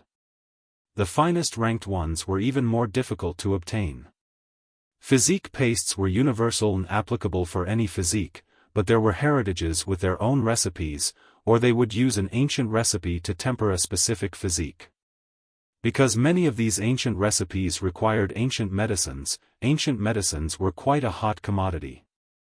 Sima Longyun was looking for ancient medicines that could be used for the ancient recipe to refine his golden savage bull physique. After noticing the eagerness in all the cultivators that were present at the scene, the auctioneer coughed and carefully said, I don't think I need to repeat that, outside of the forbidden grounds and ancient earths, the majority of ancient medicines can only be found underground. Good ancient medicines are well received universally. After our appraisal, we guarantee that there are quite a few ancient medicines inside this tomb. We have decided that this tomb will start at 900,000 virtuous paragon refined jades. 900,000 virtuous paragon refined jades. All the cultivators at the scene immediately exploded into an uproar after hearing this. It was not a sum that vagrant cultivators or even royal nobles from the great sects could afford. Even the great powers would not necessarily be able to come up with such a sum. Even if they did, they would have to gauge whether this was worth the price or not. What a joke! A demon monarch began to speak. This is a price up high in the sky. One could buy a finest rank Saint Physique paste with such a price. If I were to exaggerate a little, one could even buy an immortal physique paste. Who would be willing to gamble 900,000 virtuous paragon refined jades on a legendary alchemist's tomb? These words resonated with quite a few grand characters as they jumped on the bandwagon. Another enlightened being shook his head and said, 900,000 virtuous paragon refined jades? Even the lowest rank amongst virtuous paragon refined jades already have a monstrous price. This price is way too high. Change it a bit, maybe 900,000 heavenly sovereign refined jades is a lot more reasonable, and one would actually think about it. However, finest heavenly sovereign refined jades will still be a bit expensive. That's right. Many other people quickly echoed, this price is too illogical. If this was the tomb of a virtuous paragon, then your inheritance ancient pavilion can name this price without anyone questioning it. However, for a legendary alchemist, this price is unreasonably expensive. Gentlemen, everyone knows that the status of a legendary alchemist has always been very high. It is not any less than a virtuous paragon. Taking into account the prestige of a legendary alchemist, this tomb is worth the price. The auctioneer was not angry and smilingly answered with a harmonious tone. This was the benefit of attending a grave auction. If it was just an ordinary auction house, then the moment an item was appraised, there would be no room for bartering. However, it was possible to do so at a grave auction. As long as one was capable, they could try to lower the price. That is only when he was still alive. Another alchemist opened his mouth and retorted, a living legendary alchemist could be said to have an even higher status than a virtuous paragon, but this is not the case when he is dead. As an alchemist, the items left behind to his future generations would only be a few ancient medicines. The auctioneer remained smiling as he said, this price is still acceptable. Maybe there is a 9 transformations soul grass amongst these ancient medicines. Everyone is aware that a 9 transformations soul grass buried for millions of years is truly unfathomable. If it is synthesized with an ancient fate pill recipe, then it will definitely be a priceless treasures. It will have an even greater effect for virtuous paragons of the previous generation. You speak of 9 transformations soul grass so easily. Even a legendary alchemist would not be able to see a 9 transformations soul grass more than a few times in his entire life. Just 1 or 2 times would have been plenty. A royal noble shook his head and said, it is acceptable for alchemy emperors to be buried with 9 transformations soul grass. As for legendary alchemists, this is impossible. Why would he not pass such a priceless treasure down to his descendants? 900,000 heavenly sovereign refined jades, if you guys want to sell at this price, then I will want it. An enlightened being offered. Impossible. 500,000 virtuous paragon refined jades. The auctioneer shook his head and named a new price. At this time, an ancient saint spoke after some pondering, 500,000 virtuous paragon refined jades is still completely impossible. If you guys really want to sell it, then it must be 50 virtuous paragon refined jades. In a short amount of time, great characters with some capital started to haggle with the auctioneer. After a few rounds, the auctioneer finalized the price at 200,000 virtuous paragon refined jades. 600 virtuous paragon refined jades. If you want to get rid of it, I would want it at this price. In the end, the highest bid was from Wuxia of the Ice Feather Palace. The difference in price between the bid and the desired price of the inheritance ancient pavilion was too high. The pavilion would not want to do such a business no matter what.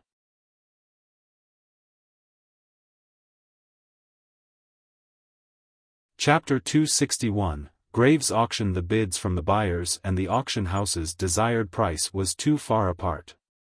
After the unsuccessful call for the lowest possible price, the auction house was no longer willing to cut the sum. In that case, open the tomb then. The Ice Feather Palace's descendant, Bing Wuxia, said, "It is just a waste of time with everyone being long-winded like this. If the inheritance ancient pavilion is so sure of this tomb, then I'm sure there are great items inside. That's right, hurry up and open the tomb. If there are good stuff, then everyone will compete for them." Many buyers couldn't wait any longer, so they started to shout out. Xikong Taotian kept a low profile while standing next to Wuxia, then he quietly inquired, "What does brother think about this particular tomb?" Wuxia glanced at him and answered with a question, "What do you think about this tomb? I heard you robbed quite a few graves, so your insight should not be too bad." After arriving at the scene, although Xikong Taotian maintained a low profile, the reality was that his eyes were still continuously sweeping everywhere. "Brother is messing with me. I simply picked up a few pieces of trash, how could I dare to rob graves?" Xikong Taotian wryly smiled, but under Wuxia's glare, he didn't dare to be stubborn, so he had to continue, "This tomb is a bit poor, it's only a legendary alchemist after all. Especially when he came from an alchemist clan, there will not be too many valuable things buried with him because he most likely left them behind for his descendants. The only shining light is the ancient medicines. How should I say this tomb is a bit different. With my experience in traveling underground, this tomb is a bit strange. I'm looking at the geography and feng shui of this tomb, it is burying the yin and carrying the yang, a bit unconventional. If it is only a legendary alchemist's tomb, it is not worth a few 100,000 virtuous paragon refined jades, even if the jades are of the lowest level." This guy had always said that he was only picking up trash to avoid the grave robbing matter. In reality, however, this guy was a professional when it came to this matter. Wuxia gave him a look and smiled without saying anything. This brat truly had some abilities. "Does brother have any good input?" Xikong Taotian didn't give up and kept on asking. He felt that Wuxia had a unique perspective regarding this tomb. Ever since his arrival, he had been watching this entire valley. "You will see." Wuxia only smiled and didn't answer Xikong Taotian. However, he recognized Xikong Taotian's outlook.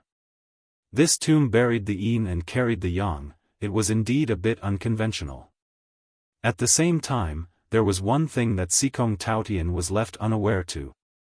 This was an extremely ancient matter. In fact, Wuxia himself didn't personally experience such a thing. It was merely a rumor during that era, and no one knew whether it was true or false. Good, since there is no buyer that's willing to pay the high price, the tomb will be opened right now. In the end, the auctioneer of the inheritance ancient pavilion declared.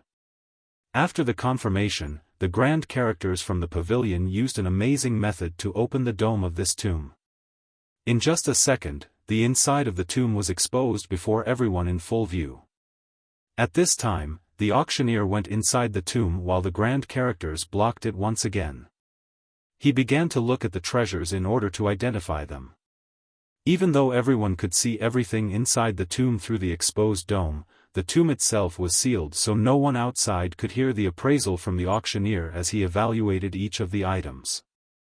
Everyone could see a coffin in the middle of the tomb.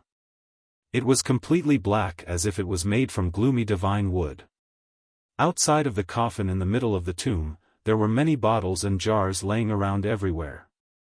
In addition, medicinal racks were present as well. Whether it was because of rotten wood or some other unknown reasons, these racks already collapsed to the floor. There were a few bottles and treasure boxes scattered on the ground along with a few decayed wooden boxes. By now, the appraiser had already evaluated all the items. Even though there were many bottles inside the tomb, the appraiser's ability was of the finest level, so their speed was quite swift. At this time, the buyers in the valley were holding their breaths while gazing intensely at all the items in the tomb, as well the appraiser, hoping to see a few clues. In the end, it was a test for the experience and insight of the buyers. Sometimes, an experienced buyer would still be able to pick up some good deals. It is indeed a tomb of an alchemist. Just like what everyone thought, only ancient medicines were buried. There are no life treasures nor manuals. A buyer murmured after seeing that all the buried items inside the tomb were medicinal bottles. Another experienced buyer sighed in relief and commented, "Fortunately, I didn't buy the entire tomb, otherwise, it would have been a big loss." Of course, the buyers who came for ancient medicines were happy and hoped to be able to buy their needed drugs. Many people began to speculate after seeing all these bottles on the floor. This was a legendary alchemist, so his buried items should not be too bad. Hopefully, there will be one or two supreme immortal medicines. A person was quite excited and exclaimed. Many alchemists had a habit of burying a few spirit medicines and immortal grass along with them when they died. Even a weak alchemist would also do the same. It would be a waste of being a prestigious alchemist if they didn't have one or two precious materials buried along with them. This natural Dan fruit will start with 5,000 ancient saint refined jades, and they have to be of the grand saint level. The auctioneer spoke to all the potential buyers. Refined jades of the same realm also had different levels. For example, refined jades meant for ancient saints were called ancient saint refined jades, but when it was made from the purest world's essence within this realm, then it will be classified as grand saint refined jades. So it really is a natural Dan fruit. At this moment, everyone stared at the treasure fruit inside the bottle. Ordinary longevity medicines and this natural Dan fruit were a bit different. The fruit had been sealed underground for too long, and it had turned into a dark reddish brown. This was the sign of an ancient medicine absorbing the essence of the underworld. "I bid 5,000 ancient saint refined jades." A royal noble of the previous generation immediately declared. "I bid 6,000. A different sect master immediately shouted. There were many people who competed. Another royal lord quickly bidded 10,000. A natural Dan fruit was one of the most important side ingredients for refining longevity medicines. Having a 700,000-year-old medicinal spirit meant that it could be used to create a true medicine. This level of medicine was loved the most by royal nobles and enlightened beings, especially the older ones, thus, it was quite sought after by the experts of the previous generations, resulting in its rarity. The royal nobles and enlightened beings of the last generation whom had some formidable backgrounds had most likely used a lot of ordinary longevity medicines. Maybe it was not their first time trying to extend their lifespan. To them, even true longevity medicines became much less effective due to the tolerance they built up. At this point, no matter how many longevity medicines they used, they would not be able to prolong their life for much longer. Because of this resistance, ancient medicines became their aspiration and goal. Since they have not used longevity medicines made from ancient medicines before, their resistance to it was quite little and the effect would be quite great. Because of this natural Dan fruit buried for 1,000,000 years became quite a hot item. Ultimately, this bottle of natural Dan fruit was sold for a price as high as the sky. At 80,000 ancient saint refined jades, this price was much higher than the initial starting price of 5,000. Moreover, only the old royal nobles and ancient saints with a little bit of life remaining bidded for it. Naturally, they were willing to pay a high price to buy an item that could increase their lifespan. The second item for auction, this is the profound vessel wood. The second item being brought up was a piece of treasure wood. It was stored in a jar. The moment this jar was opened, a wooden fragrance caused everyone to be intoxicated. It was quite a marvelous scene. The value of the profound vessel wood goes without saying. The auctioneer continued, each expert will eventually undergo a fate calamity. If they have a piece of profound vessel wood on their body at the moment of their fate calamity, I trust that their true fate will never become lost.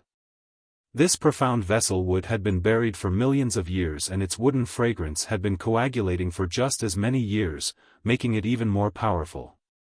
This piece of profound vessel wood will start at 100,000 enlightened being refined jades. A furor broke out after people heard that it was a piece of profound vessel wood. The people of the younger generation with high aptitudes were especially excited as their hearts started to beat faster. Cultivators who wanted to reach the apex would always meet two deadly obstacles. If they couldn't rise above these two deadly Tao obstacles, then they would die with their Tao lost and become mere puffs of smoke in the sky. These two Tao obstacles were fate calamity and life reduction. There was a phrase circulating amongst cultivators: a fate calamity was the devil of the mind and the life reduction was the withering of the heavens. A fate calamity was a disastrous tribulation of the true fate. Any cultivator at the grand achievement mysterious fate realm or peak royal noble must face their fate calamity. If they could not break through their true fate's tribulation at this level, then they will become nothing. This was a great disaster to all cultivators. It was extremely difficult to surpass, and once they failed, then all of their effort throughout their life would go down the drain.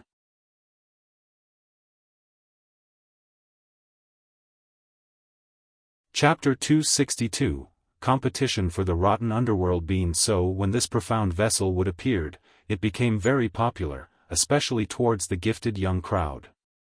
To them, breaking through royal noble and becoming an enlightened being was only a matter of time.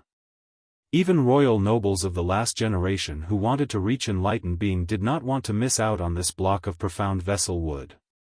150,000 enlightened being refined jades. The first to bid was Sima Longyun.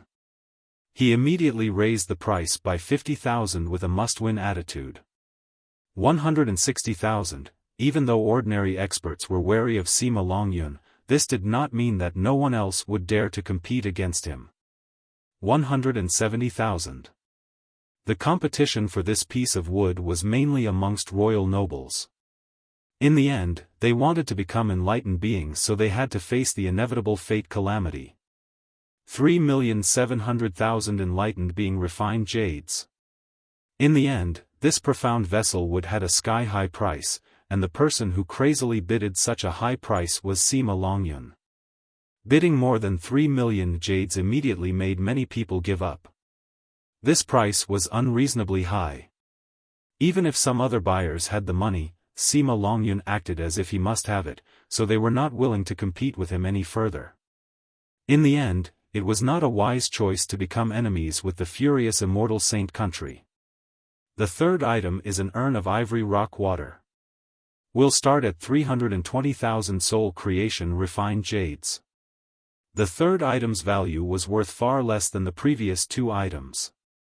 Each buried item was brought out one after another for the auction after being evaluated by the Inheritance Ancient Pavilion's appraisers. The majority of these items had something to do with spirit medicines and soul grasses.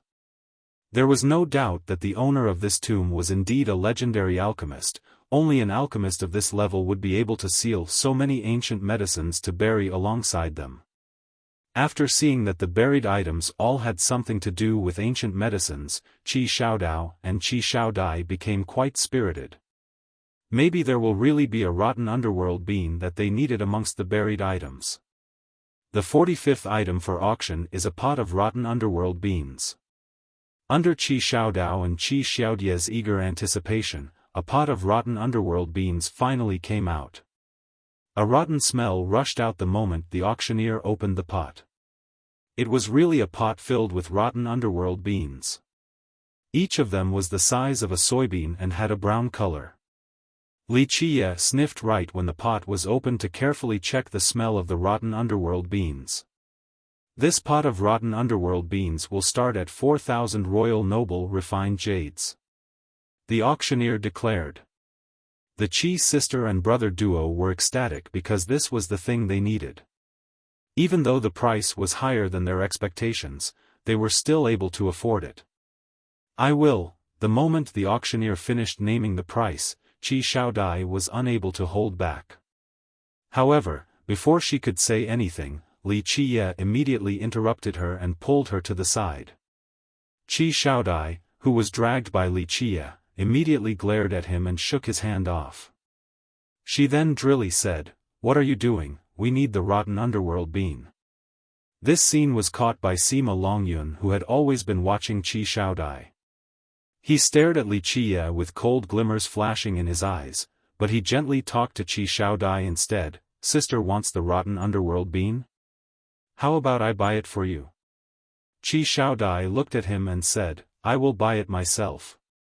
Finished speaking, she wanted to bid but was stopped again by Li Qiye, who was shaking his head. A fiery anger flared in Sima Longyun's heart. He didn't know the relationship between Li Qiye and Qi Xiaodai, but his furious immortal saint country had proposed to the Lion's Roar Gate. "I bid 5,000. At this time, someone else decided to bid on this pot of rotten underworld beans. "I bid 10,000. Sima Longyun immediately challenged the bid and then spoke to Qi Xiaodai, "As long as you need it, I will help you get it." With that said, he then snorted and glared at Li Qiye.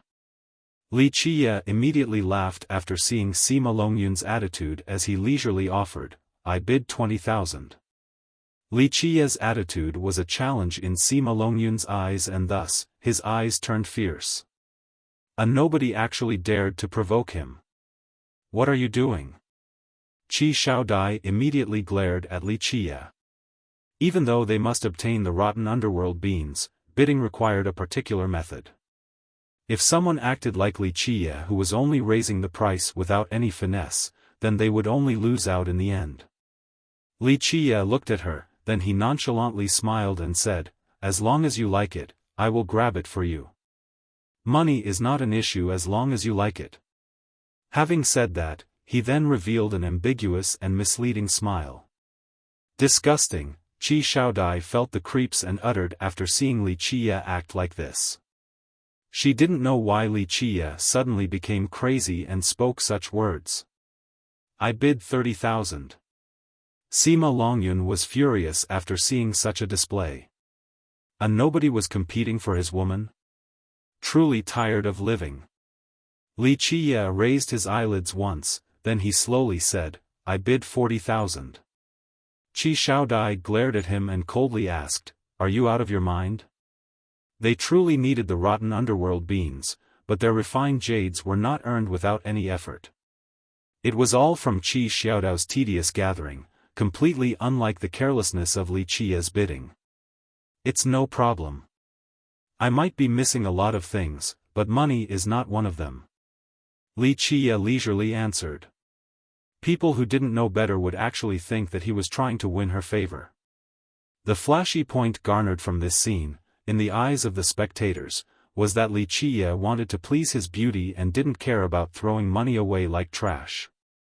And Qi Xiaodai, on the other hand, was worried about her dear lover's money, so she didn't want her beloved to spend too much. They looked as if they were quite in love. Sima Longyun was particularly annoyed by such a scene as his expression dimmed with surging murderous intent. The Saint country had proposed to the Lion's Roar country, so this matter was 80 to 90% certain. Yet at this moment, a nobody suddenly appeared and competed for his woman. He must be tired of living. "I bid 50,000. Sima Longyun looked at Li Qiye and proudly said, "My furious immortal saint country does not lack anything, especially refined jades. I bid 100,000. Li Qiye didn't even bat an eye and bid a higher price with complete ease. Qi Xiaodai was driven mad by Li Qiye. Would they even need to buy it when the price of the bean was this high now? This was truly insanity. Qi Xiaodai, on the other hand, kept quiet. He was personally delighted to see the two getting together because he wanted them as a pair. Meanwhile, Sikong Taotian was hiding to the side, waiting to watch the fun, for he knew it was fast approaching. Really crazy. There were a few people who wanted to bid on the beans, but after seeing Li Qiye and Sima Longyun's attitude, they immediately dropped the thought. This matter was as clear as day to anyone. They wanted to have a competition of wealth. Only big losses would come from this if other people were mixed in. Lacking experience, full of vim, lacking age, full of money. Such a good thing. A cultivator from the previous generation couldn't help but lament. Everyone was quite perplexed by Wuxia, this nobody who appeared out of nowhere yet dared to compete with wealth against Sima Longyun, who came from the Saint country. 100,000. 100,000 going once. Any other bidders? Naturally, the auctioneer was quite excited. This price was far higher than his expectations, so he immediately shouted. After being provoked by Wuxia like this, especially in front of the lover in his dreams, how could Sima Longyun swallow this anger? He immediately exclaimed, 200,000. I bid 200,000. 500,000. Wuxia's demeanor remained calm as he bid a new price in a carefree manner. Qi Xiaodai was shaking from anger and wanted to explode into a tantrum. This price had completely exceeded their hopes. On the other hand, Qi Xiaodai only awkwardly smiled. The situation had escalated to a point of no return. At this point, Sima Longyun gazed intensely at the smiling Wuxia, who simply shrugged and said, "Money is not something I lack. 500,000 just to see a smile from a beauty is not an egregious matter. 1 million. Sima Longyun's enmity pierced the sky itself. He came from the furious immortal Saint country, thus he was always high above everyone else. Who would ever dare to offend him? 5,000,000, Wuxia slowly enunciated. Crazy, this is truly crazy. There was a sudden uproar right after Wuxia's bid. Even buyers with some wealth were startled by this price. This was 100 times more than the price of a rotten underworld bean. 5 million. 5 million. Is there anyone else with a higher bid? The auctioneer was crazily ecstatic. This would definitely be the most exciting scene of this auction. 10 million. Sima Longyun decisively made a decision and looked at Wuxia in disdain as he sneered, "I have plenty of money." In fact, 10 million royal noble refined jades to buy one pot of rotten underworld beans was extremely insane, but since Sima Longyun's arrow had been shot, he had no choice but to follow through even if it was a big loss. However, he couldn't lose face, especially in front of Qi Xiaodai. At this time, Wuxia cheerfully smiled and leisurely gave him a thumbs up as he spoke, "So rich. 10 million to buy one pot of rotten underworld beans. I quit." Wuxia's sudden withdrawal left an annoying sensation in Sima Longyun's mind. It was as if he mustered all of his strength to deliver one devastating blow only to find that it missed completely. Nevertheless, Sima Longyun still sneered and proudly said, "Competing with me with just someone like you? Still so lacking. 10 million. 10 million. Is there anyone else who wants to go even higher?" The auctioneer shouted with much excitement. This was most likely the most expensive pot of beans in his auctioneering life. It was hundreds of times higher than the ordinary price, extremely ridiculous. 10 million, this bottle of rotten underworld beans goes to young noble Sima of the furious immortal Saint country. Ultimately, the auctioneer repeated 3 times without anyone else bidding, so Sima Longyun became the highest bidder.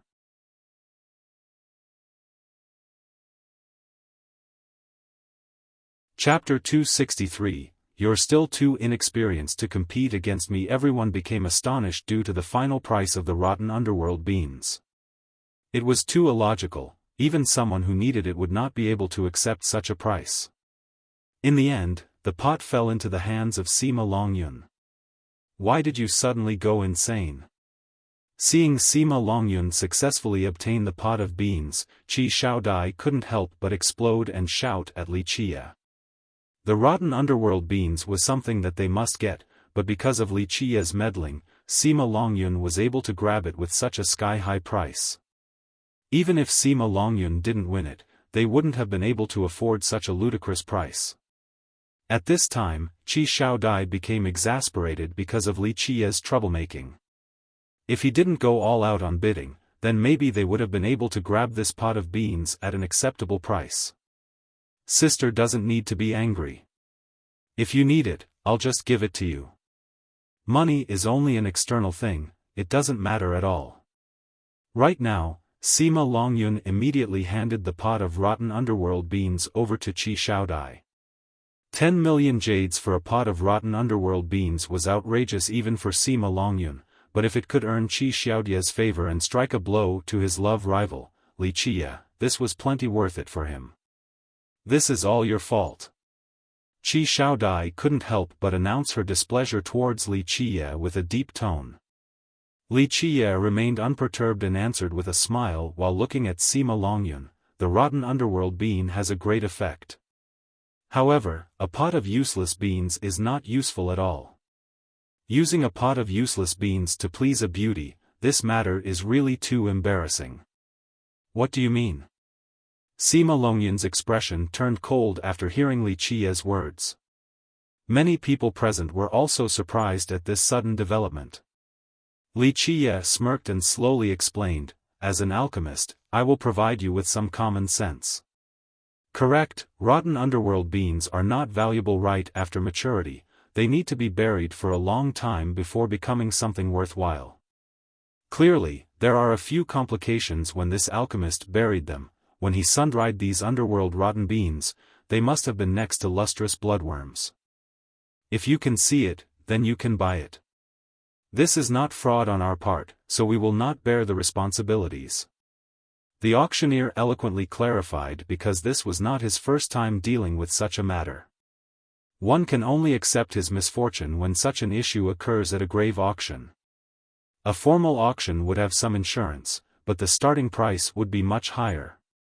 A cultivator nodded in agreement.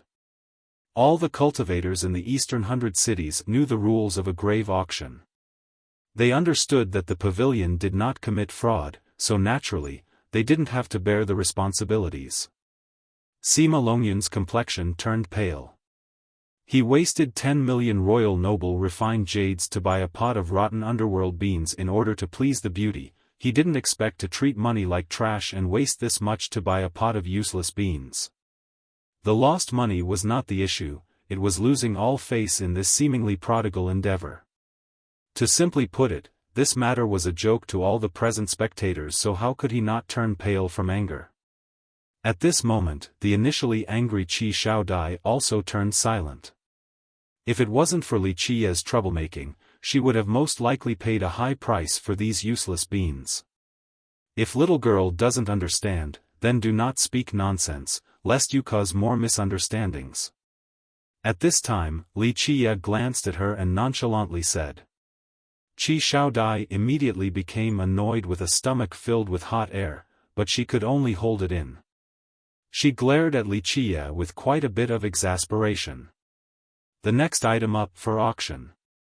The grave auction continued even after such a commotion. Everyone became alive again and did not hesitate to bid just because of the rotten underworld beans matter. Afterwards, a dozen or so items were brought up for bid, and they were all buried precious ancient medicines. The items inside the tomb became fewer as many of them were sold. Qi Xiaodao couldn't help but bitterly smile because there were no more rotten underworld beans amongst the remaining buried items. At the end of the auction, there were a few buried items that even the pavilion's appraisers had difficulty identifying. Next is the cheapest item up for auction. The auctioneer declared as a wooden box was being brought up. This wooden box had completely decayed and there were many patches of rotten mud stained on the top.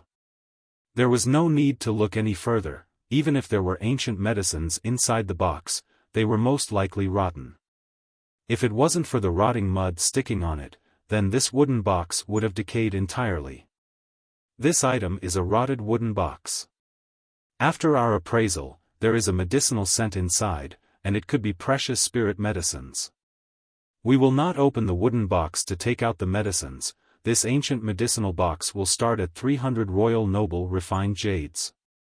The auctioneer said. What a joke! Buyers immediately booed after hearing the auctioneer. One of them exclaimed, "This ancient medicinal box looks completely rotten, yet you still want 300 royal noble refined jades. This is straight-up robbery." The auctioneer replied, "Our appraisers have examined it. The inside is definitely filled with precious spirit medicines. There is a herbal aroma of jewel sandalwood, extremely pure. This is a very rare spirit medicine." At this time, Wuxia also carefully took a whiff of the wooden box that had basically turned into mud to check the medicinal scent inside. Even if it is a precious ancient medicine, it still isn't worth anything. One would instantly know after just taking a look at the wooden box. It has decayed into mud, so any ancient medicines inside would also be rotten. In my opinion, at best, it will only be worth 100 heavens primal refined jades. Use this low price so that everyone can gamble to see if there are any remnants of drugs inside this mud. An alchemist offered his opinion. 300 royal noble refined jades, this is the lowest price. If no one wants to bid, then our inheritance ancient pavilion will have to take it back. The auctioneer maintained this bottom line and declared to all the buyers.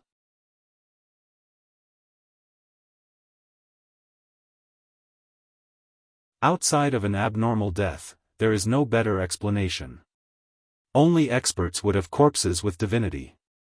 Normally, they would have to be at the heavenly sovereign or heavenly king level to have divinity. For example, after a heavenly king passed away, it wouldn't matter if his body had decayed, there would always be a part that will not be rotten, like a finger, or the bone between the eyebrows, or an eye. This meant that this part was his most powerful aspect when he was alive. The remains with divinity could be sold at a high price. For example, a finger bone of a heavenly king could have an absolute power to be reckoned with once refined into a treasure.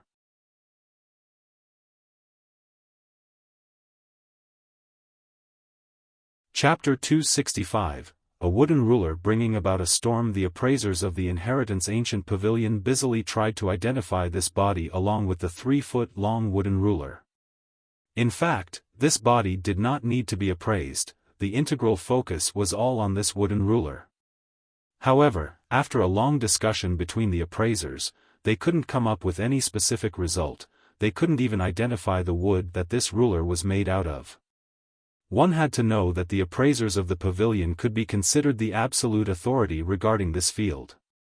The inheritance ancient pavilion was one of the oldest auction houses, and its appraisers were part of a group that had seen the most treasures in this world. However, they couldn't even determine the material of this wooden ruler. Wuxia's gaze was locked on the corpse the moment the coffin was opened. After a long while, he then gazed at the wooden ruler instead. After a meticulous observation, a brilliance flashed in the deepest parts of Wuxia's eyes, causing him to remember the rumors of that one era. With a slight shudder, Wuxia thought about an even older legend that had something to do with a mythical race. It is strange, it is a bit strange. At this time, Xikong Taotian, who had been standing silently next to Wuxia, couldn't help but murmur. Wuxia glanced at him and idly said, "What's so strange about it?" This, Xikong Taotian wryly smiled before finally answering, "I have seen many different types of wood, and I'm quite knowledgeable about wooden materials used to craft coffins or divine wood used to create treasures. However, this wooden ruler. It is an oddity, I have never seen this type of wood before. There is a myriad of vegetation in this world, it is normal that you haven't seen all of them." Qi Shaodai shook her head and said. Xikong Taotian pondered for a bit before replying, "What you say is completely true. Who can say that they know all the different species of wood in this world?" At this point, he turned around and asked Wuxia, "Dao brother, do you have any insight?" Wuxia gave him a look and said, "It's hard to say. All in all, this is not an ordinary piece of wood." A different thought had appeared in his mind. "What are you all still debating about? Hurry up if you want to continue the auction. Everyone has to leave, you know." Seeing the appraisers from the pavilion debating for a long time without any result, a dissatisfied buyer demanded. Many other buyers also protested, "That's right, just decide on a price with some decisiveness. Hurry up and don't waste everyone's time." In the end, the inheritance ancient pavilion arrived at a unanimous decision. The wooden ruler will be auctioned, but not the corpse because it didn't have any divinity. Normally, once the auction ended, the corpses would be returned to the owner of the tomb or the descendants of the corpse. This is a divine ruler, everyone can first take a look at it. The auctioneer raised the wooden ruler with both hands and declared to the crowd. At this time, everyone came closer to take a careful look at this wooden ruler. Some people were sniffing and others went as far as to lick it, but there was no discernible taste nor smell. As they were observing the ruler, they found that there were engravings of little ghosts on it. There were 99 of them. Each and every little ghost carving had a different expression that was shown with great clarity. Those who were more cowardly would be scared and nervous after seeing these seemingly alive little ghosts on top of the ruler. "Brother Zhu Yan, what are these ghosts? Which branch are they from?" After looking carefully at this wooden ruler, an ancient saint asked a great character who came from the ghost race. This person who came from the ghost immortal race observed the ruler with a serious expression, then he shook his head to say, "I also cannot tell."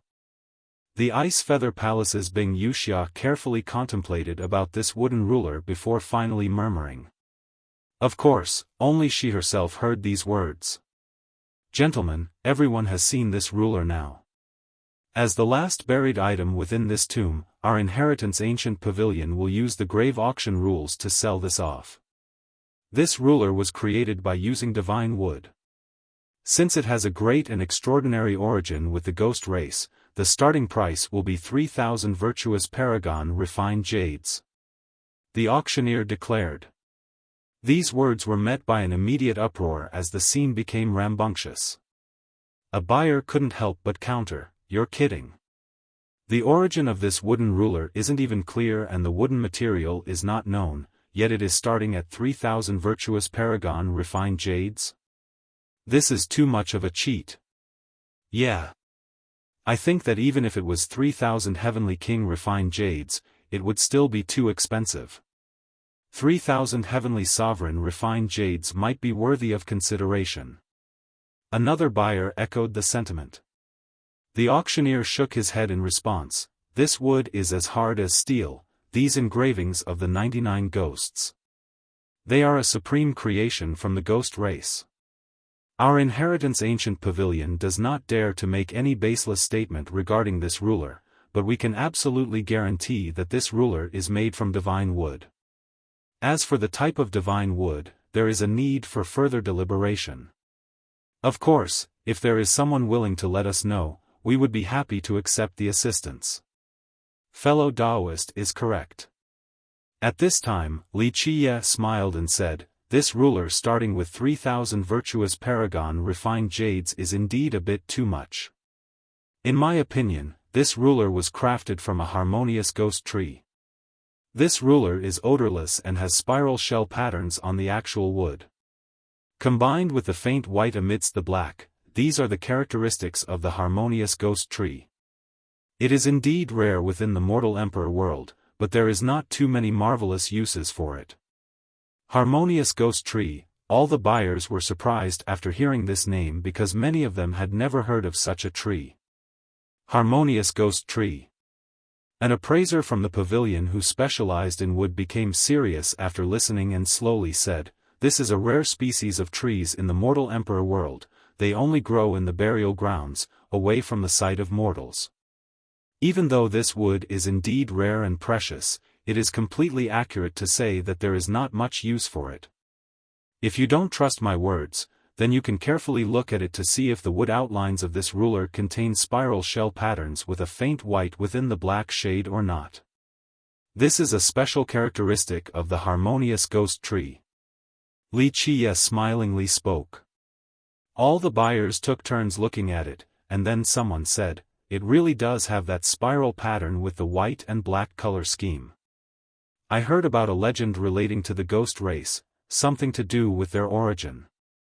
Legend has it that the progenitor of the ghost race was the soul of an ancient corpse, and it finally came back to life.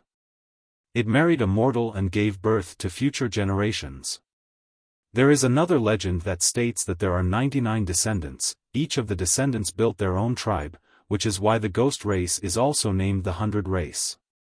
At this time, Li Qie said with a smile. Li Qie's statement was immediately refuted by a master from the ghost race. He coldly shouted, "Nonsense! The progenitor of our ghost race was a ghost who became an immortal and eventually gave birth to our ghost race. In our veins flows the blood of the ghost immortal." There were 3 different theories regarding the origin of the ghost race's progenitor. The first was that he was a ghost who became an immortal, another was that he was a soul of an ancient corpse, the last was that he was the result from a relationship between a ghost and a mortal. In fact, their ghost race only accepted the first theory and were especially averse to the soul from a dead corpse theory. The entire ghost race vehemently denied this theory. And as for the last one, some believed it while some didn't. Li Qie smiled and replied, "Even though all of your ghost race currently denies this theory, it is undeniable that, during the ancient era, there were ghost members who believed such a theory." Humph. Those are just heretics. They are not qualified to be a part of the ghost race. The master from the ghost race coldly proclaimed. Li Qie continued on with a grin, "Whether it is heresy or not, it is all in the past now. However, it is a fact that there were ghost race members who believed in this theory. Therefore, during immemorial eras, ghost race members carved the images of the 99 ghosts in order to honor the origin of the ghost race. I trust that this wooden ruler came from the heretics of the ghost race, and it is a memento of the ghost race's origin. The harmonious ghost tree is indeed precious, but if it is only a memento, then I'm afraid it doesn't have much value. If that is the case, then 3,000 virtuous paragon refined jades is too much. Let it be 3,000 ancient saint refined jades, then." After Li Qie's explanation, another buyer immediately exclaimed. "Yes, 3,000 virtuous paragon refined jades to buy a memento is totally not worth it. I don't even want it for 3,000 ancient saint refined jades. How about 3,000 royal noble refined jades?" Many buyers here began to cause a commotion. Another buyer also lamented his bad luck as he shook his head in dejection. "I actually thought a legendary alchemist would be buried with great drugs and ancient medicines. I didn't expect this guy to be a heretic of the ghost race. If the other ancient medicines buried along with him weren't worthwhile, then this grave auction would have been meaningless." At this moment when many buyers were clamoring, Bing Wuxia, who was relaxing under her pavilion, stared at Li Qie with a strange expression. She seemed determined to see through him. "Help me act out a play, go ahead and bid." At this time, Li Qie elbowed Qi Xiaodai next to him and whispered. Qi Xiaodai angrily glared at him and replied, "Why should I act with you? I am not interested."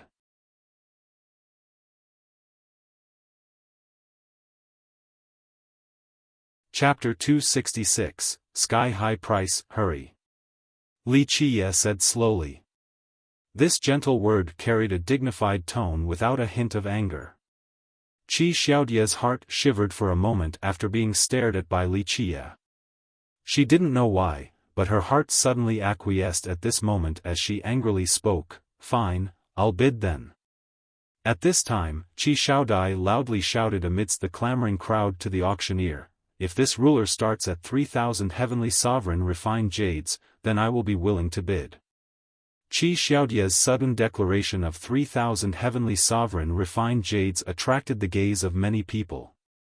It was not a small amount. A memento worthy of such a price would be quite amazing. 3,000 heavenly sovereign refined jades to buy a wooden ruler memento? Are you crazy? Is this broken ruler really worth that much money? Li Qie looked at Qi Xiaodai and exclaimed with an exaggerated expression. Qi Xiaodai was fed up since she was supposed to act with him, but right now, he was making fun of her. How could she not be angry? She angrily glared at him and snapped, "What does it have to do with you?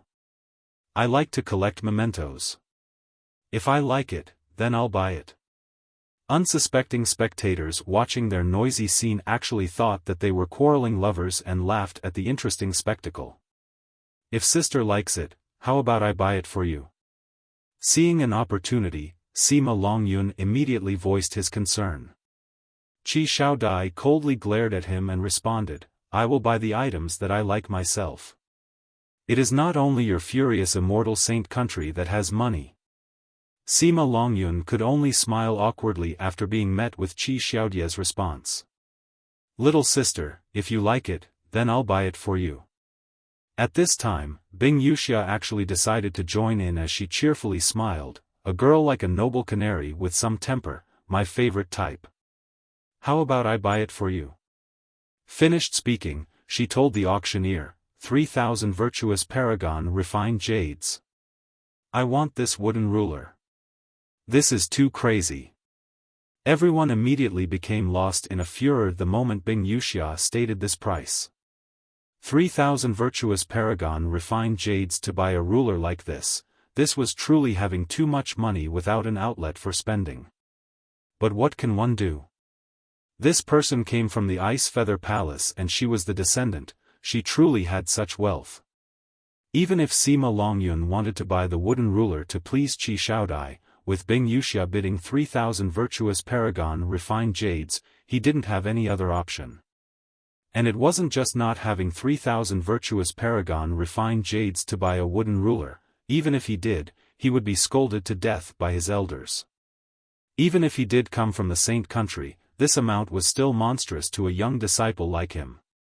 The auctioneer immediately shouted, 3,000 virtuous paragon refined jades. Is there a higher bid?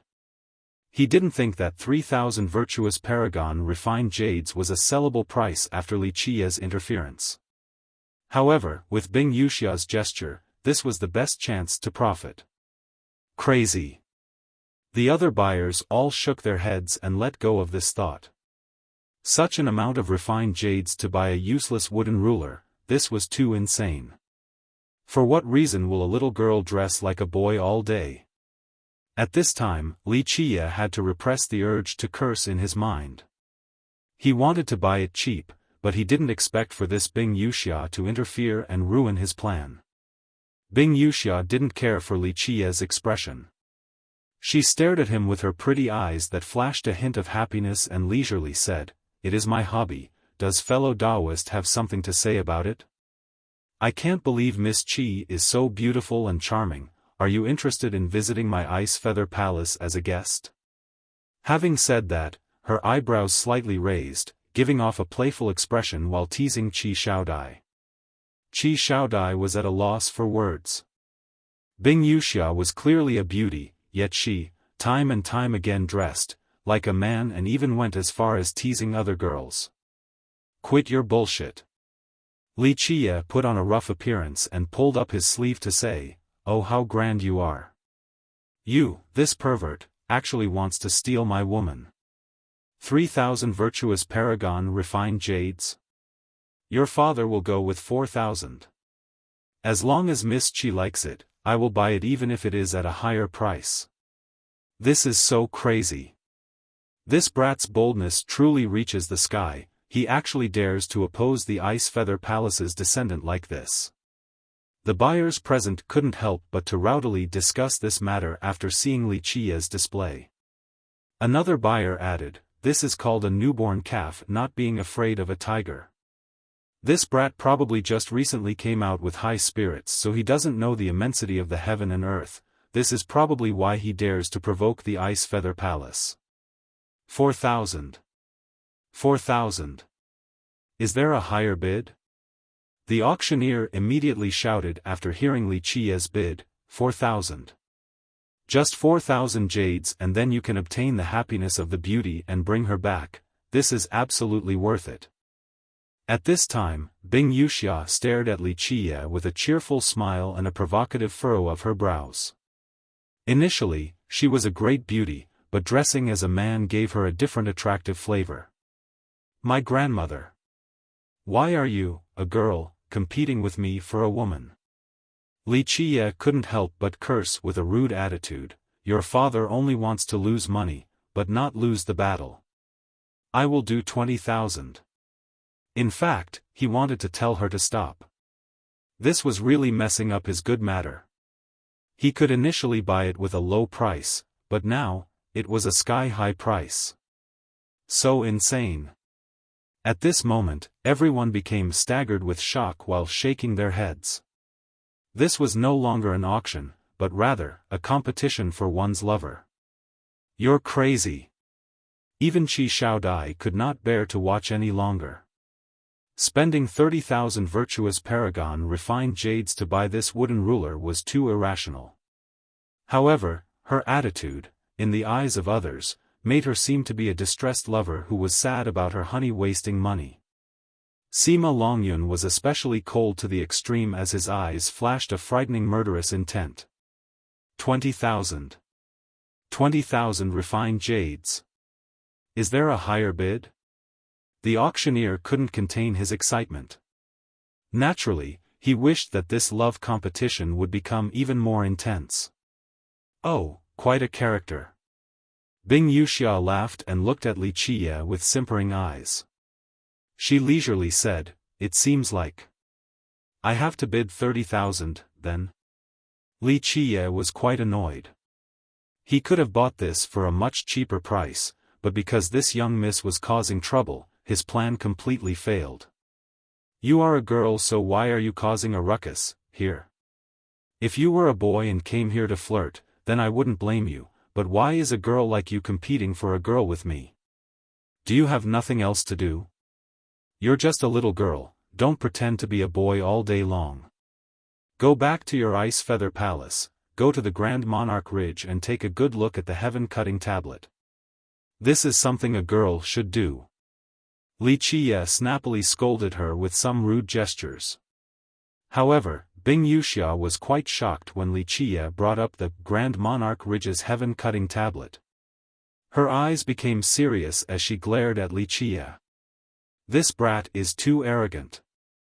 He actually went as far as to offend the Ice Feather Palace like this. Buyers were quite amazed at Li Qiye speaking to Bing Wuxia in such an unrestrained manner. Sima Longyun, on the other hand, was sneering in his mind.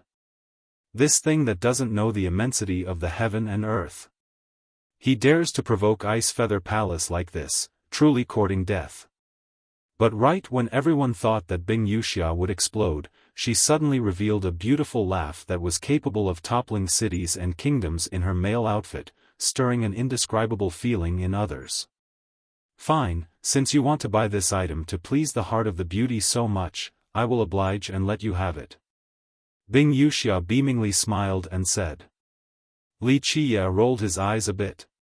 If it wasn't for this girl messing around, he would have been able to buy this wooden ruler at a much lower price.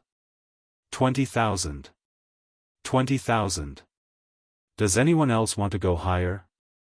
The auctioneer shouted after seeing Bing Wuxia withdraw from the competition. Other people naturally would not bid against such a price to buy a wooden ruler. Only a madman would do such a thing.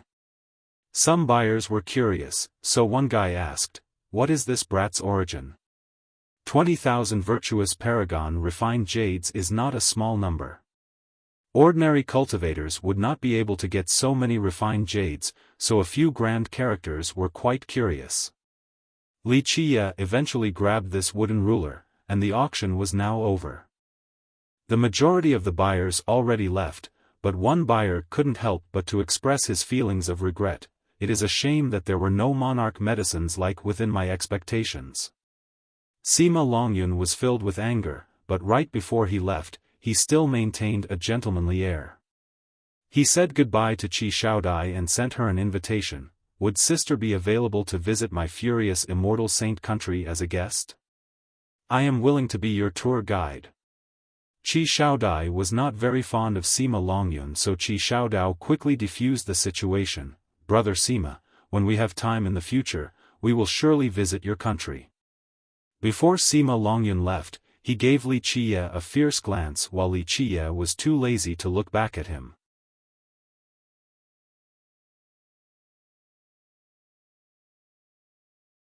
Chapter 267, Heaven-Cutting Tablet. Li Qie put away the wooden ruler, then he said to the Qi duo, "We are going back."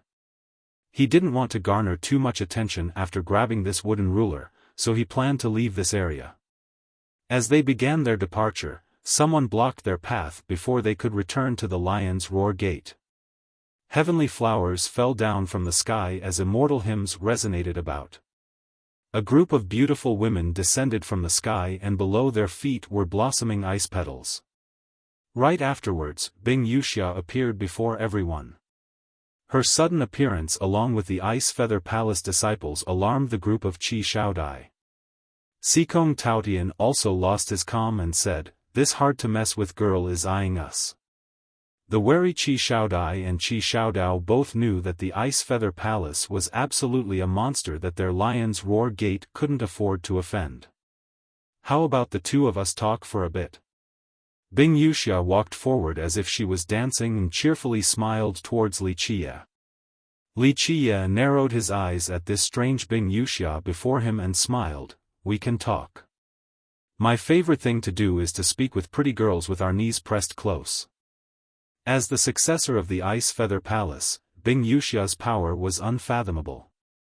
She was a girl, but she always dressed as a man without a care for the world.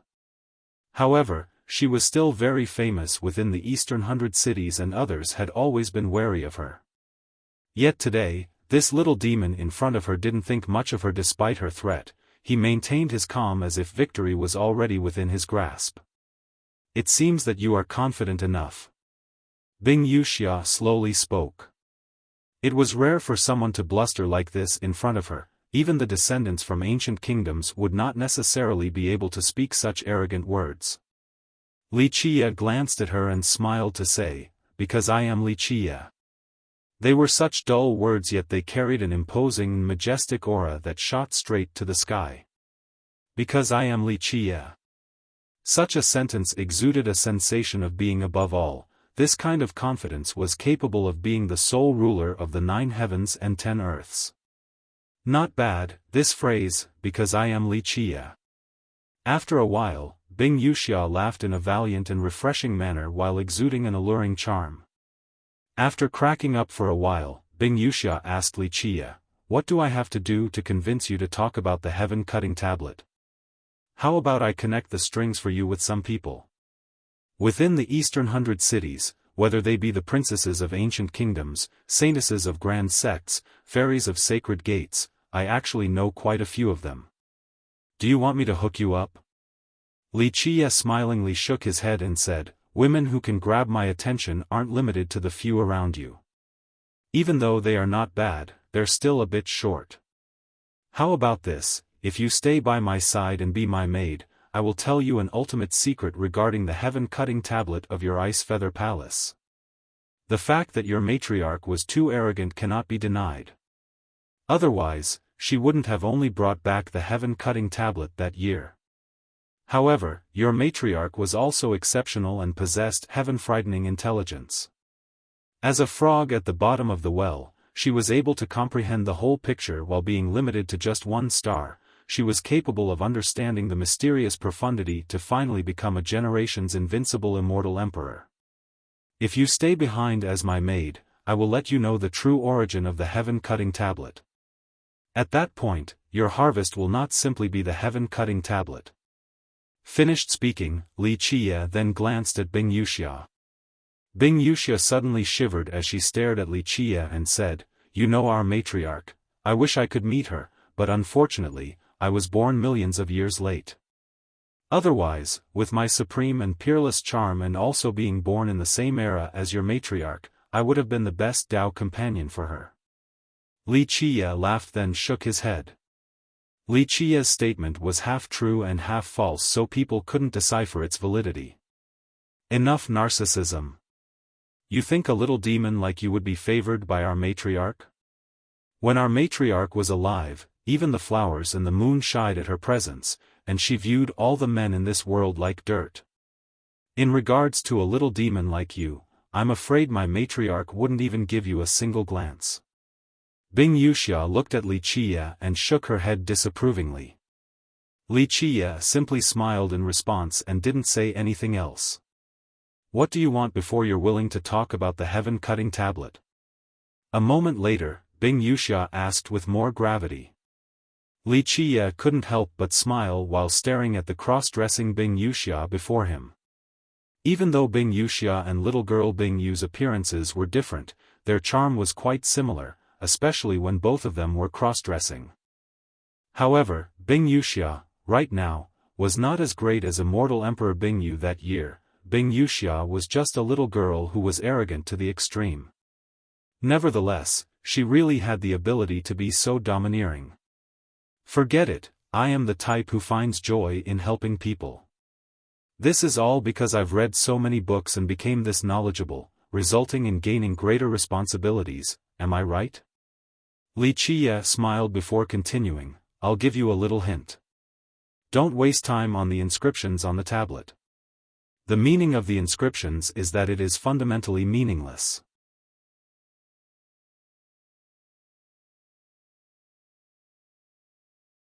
Chapter 268, Wooden Ruler's Secret. Having heard this, Wuxia couldn't help but murmur, the inscription's meaning is fundamentally meaningless. Little girl, don't be cross-dressing all day long. A girl should be a girl, don't try to be a man. Don't be like your matriarch who lived alone for the rest of her life. In the end, Wuxia said with some emotions, then he turned away and left. Upon hearing this, Wuxia suddenly became shocked. She looked up to find Wuxia, but he had already left the pavilion so she couldn't see his expression. In the end, Wuxia left along with the female disciples of the Ice Feather Palace. Before leaving, she closed the fan in her hand like a gentle young noble and smilingly said to Wuxia, if fellow Li is interested, I will connect your red strings in the future and introduce a few princesses from ancient kingdoms to you. Wuxia could only force a smile at Wuxia's still not caring for the world appearance. When he was watching her back during their departure, he couldn't help but to softly sigh. Although she looked nothing like immortal Emperor Yu, her charm reminded him of immortal Emperor Yu, the arrogant little girl. Even though he did not train that little girl in the past, he was the one who led her to join the War God Temple. Unfortunately, the old men from the War God Temple could not grasp the opportunity in the end, and they couldn't do a good job of training her to become an immortal emperor. Ultimately, that little girl left the temple and proudly traversed the 9 worlds by herself to finally become an invincible immortal emperor. The proud and cold as ice girl was always domineering and arrogant. She had one life of invincibility, yet she became alone for the rest of her life. That girl. In the end, Wuxia silently lamented. That girl must still be hating him more or less in her heart. Bringing up this so-called harmonious ghost tree was just his attempt at tricking the inheritance ancient pavilion. Yes, the wooden patterns of this ruler did resemble the ones of a harmonious ghost tree. However, it was not made from a harmonious ghost tree. Wuxia was absolutely certain of this as he held the ruler in his hand. This wooden ruler was made from ghost ancestral wood. There was only one ghost ancestral tree in the entire 9 worlds. Wuxia did not lie entirely back at the time of the grave auction.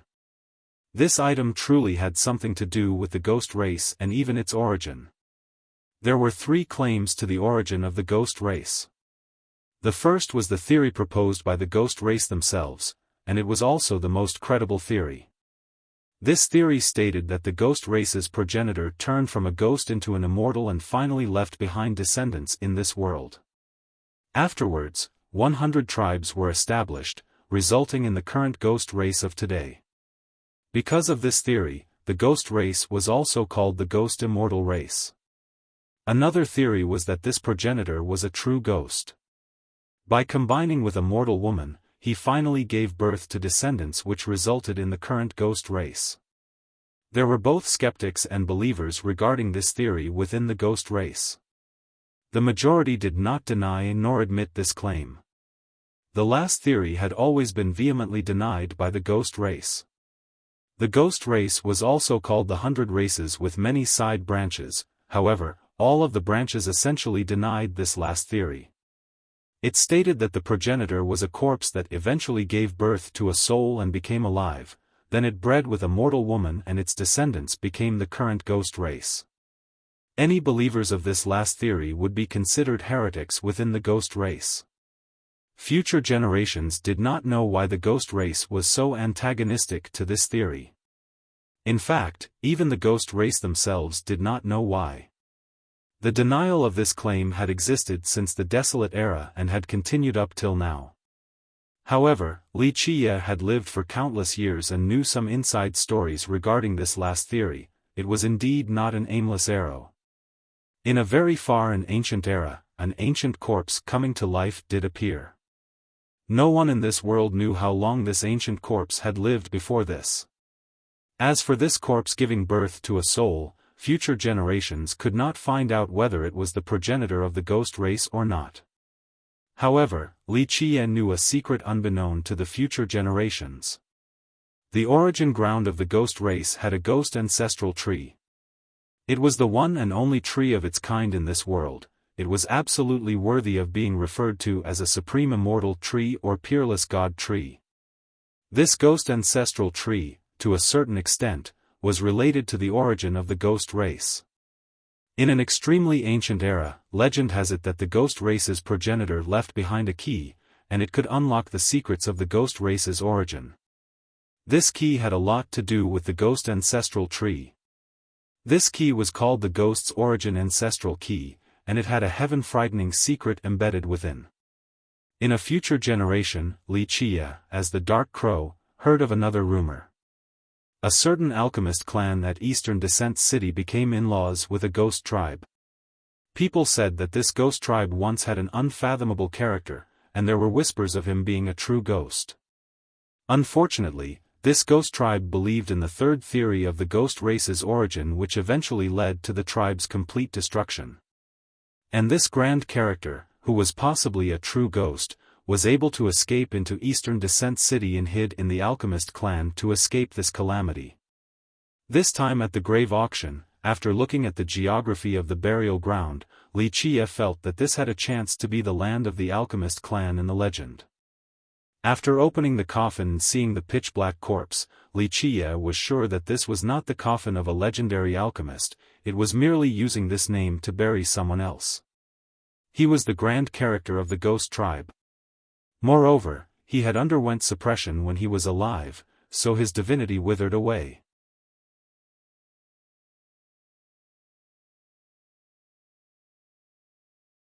Chapter 269, Fate-Changing Legends also stated that this ghost tribe truly believed in the third origin theory, and that they tried to find the true secret of the ghost race's origin no matter the cost.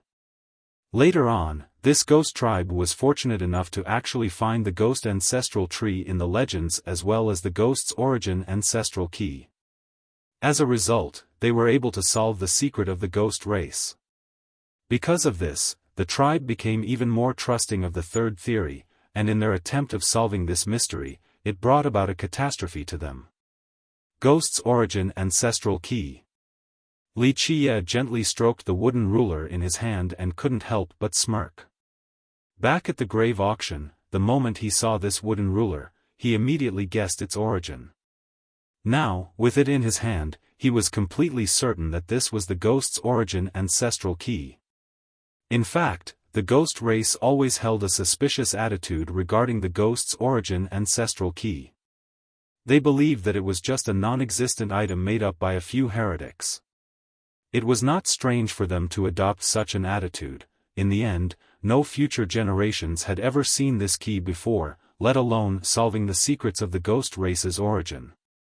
However, Wuxia knew more than the ghost race and others when it came to the ghost race's corpse and the ghost ancestral tree in the legends. He knew that there was indeed such an ancient corpse, but whether it was the progenitor of the ghost race or not, it was still worthy of further deliberation. 99 Little Ghosts. Wuxia gently stroked the wooden ruler and murmured, just like the legends. I also want to see what secrets and harvests you will bring me. You absolutely must not let me down. Above the wooden ruler were 99 little ghosts with different expressions. In fact, Li Qiye knew that these 99 ghosts were not carved on it. Although the ruler was in his grasp, Li Qiye still needed time to research it. It was not such an easy matter to understand the mysterious profundity of the ghost's origin ancestral key. However, 20,000 virtuous paragon refined jades to buy this key was absolutely worth it. This was an item that was desired by him. As the saying goes, being unable to find the destination after wearing out iron soles, then inadvertently finding it without any effort. Once Qi Xiaodao prepared the materials, Li Qiye was ready to change his fate. The elders that were not in secluded meditation wanted to observe Li Qiye's fate changing to determine whether it was true or false. However, Li Qiye rejected this. Li Qiye only allowed Qi Xiaodai to observe from afar. The truth was that Qi Xiaodai was worried as well. In the end, fate changing was not a trivial matter. Qi Xiaodao would become a cripple if there was a mistake. Before they began, Qi Xiaodai was still quite restless as she couldn't help but ask, "Isn't this too difficult? Fate changing, this is defying the heavens and it will bring about the heavens' wrath." Qi Xiaodia's fear was not unjustified. Even a legendary alchemist would not necessarily have the ability to change one's fate. Fate changing was an extremely mystical matter. Some legendary alchemists spent their whole life yet they were not able to understand its mystery. Li Qiye glanced at her and answered, "Don't worry, this is a trivial matter. To be more exact, this is not fate changing but fate advancement. Xiaodao is of a turtle fate, and your Qi clan are all natural-born turtle fates with a great chance of passing on this characteristic. Your progenitor was of the heavenly turtle fate, so this is only advancing his true fate back to its original level, nothing more. True fate changing is another story. For example, if you had an ordinary fate type and you want to change it to a saint fate, that would truly be fate changing. Such a heaven-defying matter would bring about the heavens' extermination. The high heavens would never allow for such a thing to happen." Li Qiye said dismissively. Li Qiye was 100% certain regarding this type of fate advancement. During an older era, he and the alchemist god had actually performed true fate changing. They even worked on what was called the immortal fate in the legends. Later on, he had performed true fate changing a few times. No one in the present times knew more about fate changing and life extension compared to him.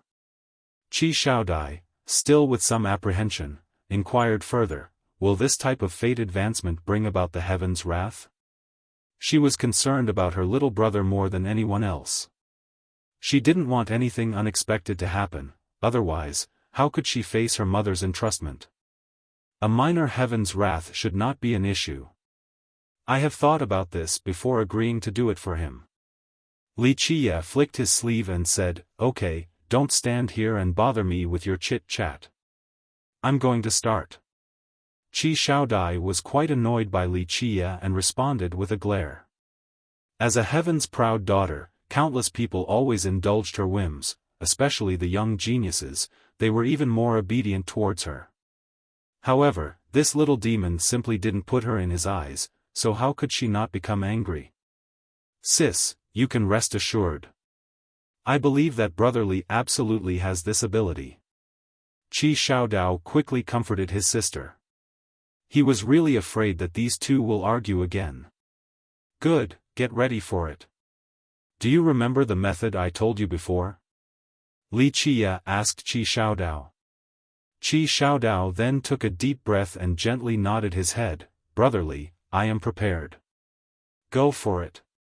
Li Qiye summoned the myriad heavenly cauldron and slightly shouted, "Open." As his words rang down, the myriad heavenly cauldron fell to the ground and turned into a gigantic cauldron with its frog mouth shut tight. The inside became its own vast heaven and earth. At this time, Li Qiye's left hand touched the cauldron's body and channeled his alchemy Dao. The myriad heavenly cauldron's origin flame blazingly appeared. One flame contraption immediately formed and transformed as an ancient medicinal fragrance arose. Inside the transforming flames were faint divine trees with magical arts, mysterious and inscrutable. Seeing the transformations of the flame caused the Qi duo to become shocked. They had seen the alchemists in the sect refining Dan, but they had never seen such a level of flame control or contraption creation. As the fire continuously changed its form, the flame contraption finally turned into an ancient-style medicinal contraption. With roars of tigers and lions resonating from within, it was extremely huge and could contain 3 to 5 people. Put in the materials. At this time, Li Qiye gazed at the transformation of the medicinal contraption and commanded. Qi Xiaodai didn't dare to hesitate and immediately placed the prepared materials in order. The intervals in between were all according to Li Qiye's command. Li Qiye used his alchemy Dao to control the contraption to refine all the medicinal materials. In a flash, these materials became part of the contraption.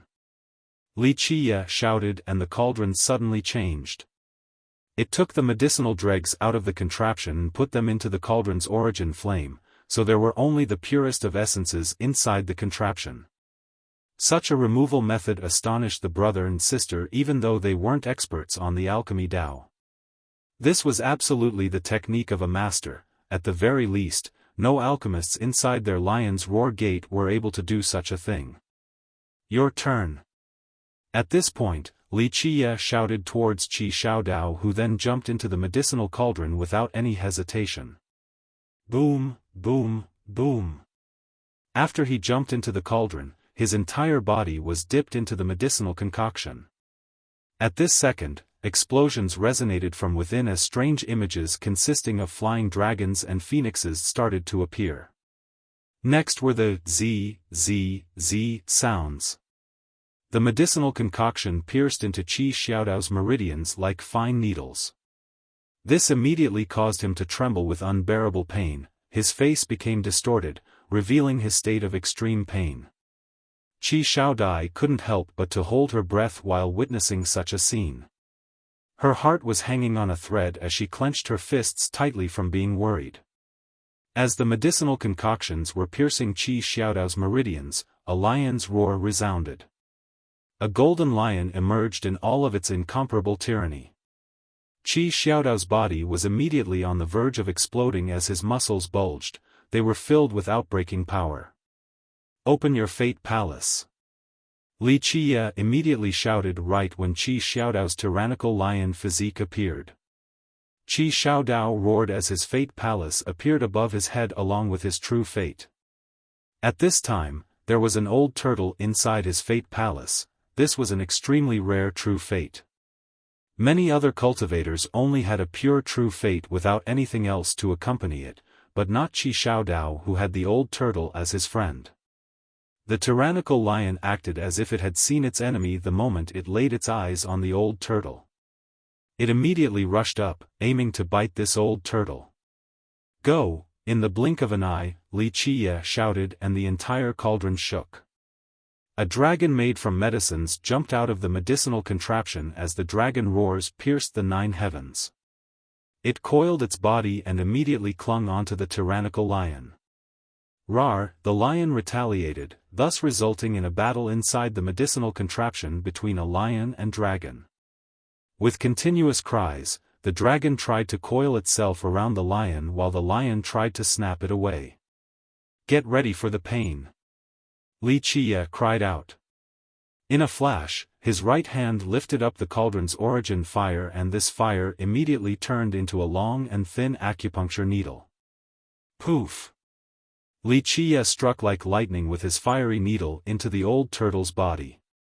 In a split second, the old turtle was writhing around in pain.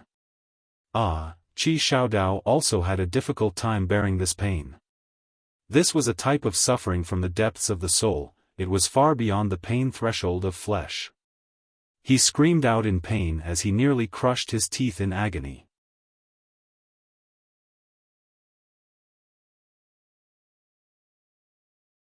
Chapter 270, Tyrannical Lion Physique, Heavenly Turtle Fate, Settle down, Li Qiye cried out. His voice was like a morning bell, waking the suffering Qi Xiaodao and enlightening him with perfect wisdom. Qi Xiaodao immediately mustered all that he could to calm his mind. Despite doing so, his body was still shaking in extreme agony. At this time, Qi Xiaodai was still clenching her fists tightly and was nervous to the point where she almost forgot to breathe. Li Qiye's right hand was magical as it controlled the fiery needles piercing into the old turtle. It moved and wove inside Qi Xiaodai's body and, in just a flash, it created profound mystical patterns that became engraved in the deepest parts of the old turtle's soul, exuding all of its dazzle. Right when these profound mystical patterns were completely woven, Li Qiye's left hand that was placed on the cauldron activated the medicinal contraption. Immediately, a phoenix hymn resounded as the contraption turned into a phoenix that carried the entire medicinal concoction. It then flew up and rushed towards the old turtle. In this instant, the fiery needles that were weaving these magical outlines suddenly exploded with an unstoppable blinding force. These magical outlines then swallowed the approaching phoenix along with the whole medicinal concoction and used an unbelievable speed to absorb its medicinal effects. Poof! These outlines suddenly grew bigger after absorbing the essence of the medicinal concoction, and then it took root in the old turtle's body. Go! At this time, Li Qiye commanded the dragon. The dragon then roared once and let go of the tyrannical lion. In the blink of an eye, it flew towards the rooted magical outlines inside the old turtle's body and was completely absorbed in an instant. Once it devoured all the essence of the medicinal concoction, these magical runes acted just like an outbursting root. It turned into a gigantic tree that was capable of covering the sky. In just a second, the magical outlines and the old turtle suddenly integrated into one. At this point, the tyrannical lion lost its opponent. It then crazily roared and aimed straight towards the old turtle, intending to give it a bite. At this second, the old turtle suddenly opened its eyes that were burning like divine torches. Bang! The old turtle swiftly flicked out its giant claw. Boom! This one claw was able to pin the tyrannical lion down. The lion struggled to get up, but under the suppression of the turtle's claw, it simply couldn't do so. At this time, divine brilliance flowed on the old turtle's body and aggregated above its shell before turning into a blue sky. The majestic old turtle, at this time, shouldered this blue sky as if it had turned into a god turtle capable of shouldering the 9 heavens. Boom! At this time, the old turtle slammed down its claw and struck the tyrannical lion, flying away. The shivering lion wanted to rush in again, but it paused in the end while staring at the old turtle with some hesitation in its eyes. The old turtle emanating its heaven-shouldering momentum frightened the lion, so the lion went back to hiding inside the inner physique. Success! Li Qiye slightly nodded in approval after seeing such a scene, while the unbearably suffering Qi Xiaodao also began to gradually recover. At this moment, the old turtle accompanied his true fate as he carried the blue sky on his back in all of its splendor, just like a true god turtle. Qi Xiaodai was both happy and nervous, for she didn't think that this impossible matter was actually successful. Boom, boom. Right when Qi Xiaodai breathed a sigh of relief, a thunderous lightning, as thick as a water-containing jar, descended from the sky and went straight for Qi Xiaodao with the intention to kill. Heaven's wrath. Qi Xiaodai became greatly alarmed the moment she saw this thick lightning striking down, as she exclaimed in horror. Go! In this moment, Li Qiye cried loudly as the myriad heavenly cauldron immediately opened its mouth wide. An origin flame from its deepest depths rushed out and turned into a gigantic, unfathomable mouth that was capable of devouring all existences. Before the Qi duo could react, the origin flame had already completely devoured the lightning without a trace remaining. This origin flame acted as if it didn't eat enough after absorbing all the lightning from the sky. At this time, it slowly went back inside the cauldron. Only a minor tribulation, yet you still dared to strike down. Li Qiye said without a care in the world after the origin flame devoured the lightning. Good heavenly cauldrons all have experienced lightning tribulations from the heaven and earth. As for the myriad heavenly cauldron, needless to say, it had undergone an uncountable amount of lightning tribulations, even far stronger ones. To this divine cauldron, such a minor lightning tribulation like this one was only an unfilling breakfast. It is done. Li Qiye withdrew his cauldron contraption and released Qi Xiaodao, then he calmly said while the Qi duo was still in shock. Qi Xiaodai was absent-mindedly standing there in a daze. It took her a long time to regain her wits, for this scene was simply too shocking. Fate-changing was such a profound alchemy art and was something that countless alchemists aspired towards throughout their whole life, yet they still were unable to reach its boundary. Even legendary alchemists would have an extremely difficult time to perform such a task. Even though her little brother's case was only fate advancement and couldn't be considered a true fate change, it was still layered with arduous challenges. It required an extremely powerful alchemy Dao and a strong grasp on a profound fate-changing technique. There could not be a single mistake during the process. This was a chance that only appeared like a shooting star. Once the opportunity was lost, it would delay the fate-changing process and could even result in death. A matter such as this was extremely difficult for even legendary alchemists, yet it was nothing in the hands of Li Qiye. At this point, Qi Xiaodao's entire body was shaking like soybeans being roasted. The moment he opened his eyes, it revealed a pair of bright and spirited pupils. His blood energy became even more formidable and others could even hear the sound of it flowing like a storm. This is amazing. I can feel my blood energy flowing like 10,000 stampeding horses. Qi Xiaodao was ecstatic. Before, his blood energy came to a halt and his cultivation was stuck in the soul creation realm. But at this moment, he felt the magnificence and vastness in his tyrannical blood energy. This is the advantage of the tyrannical lion physique. Your blood energy is great, and at this moment, your true fate can control your physique. It is not a problem to reach the royal noble realm. Li Qiye looked at Qi Xiaodao's current state and approvingly nodded his head. The finally composed Qi Xiaodao took a deep breath and then bowed down with much gratitude. I will never forget Brother Li's life-altering favor.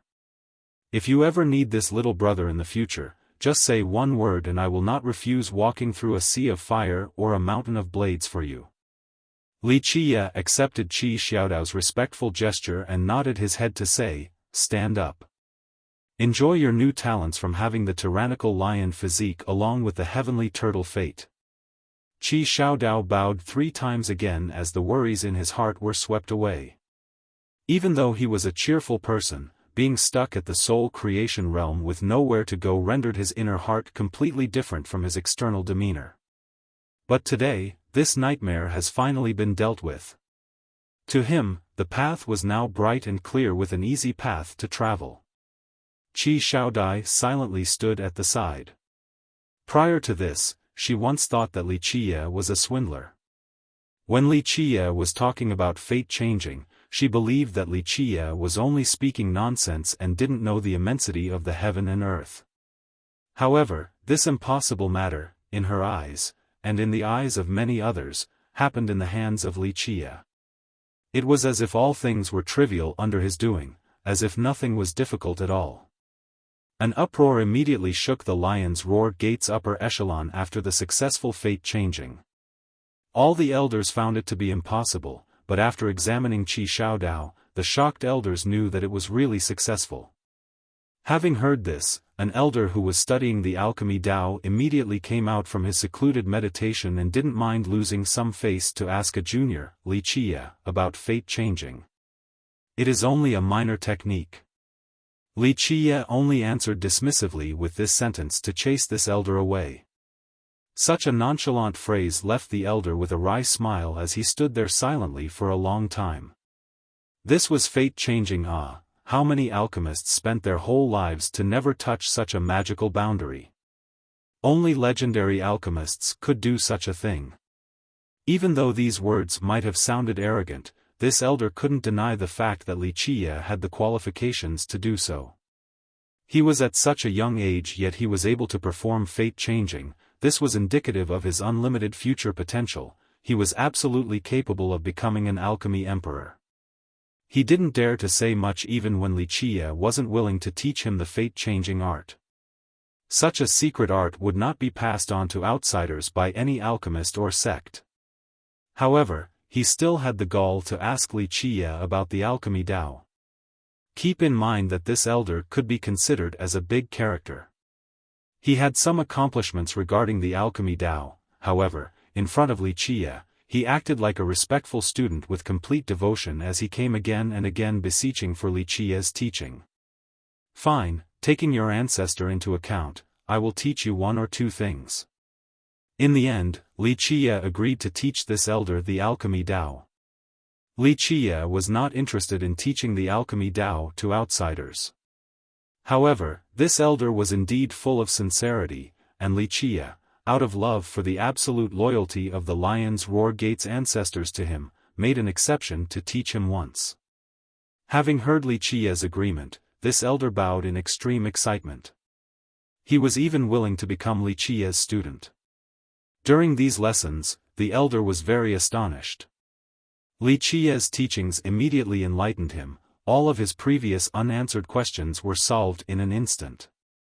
What stunned him even further was that Wuxia continuously taught him an alchemy Dao that brought him to the true orthodox path.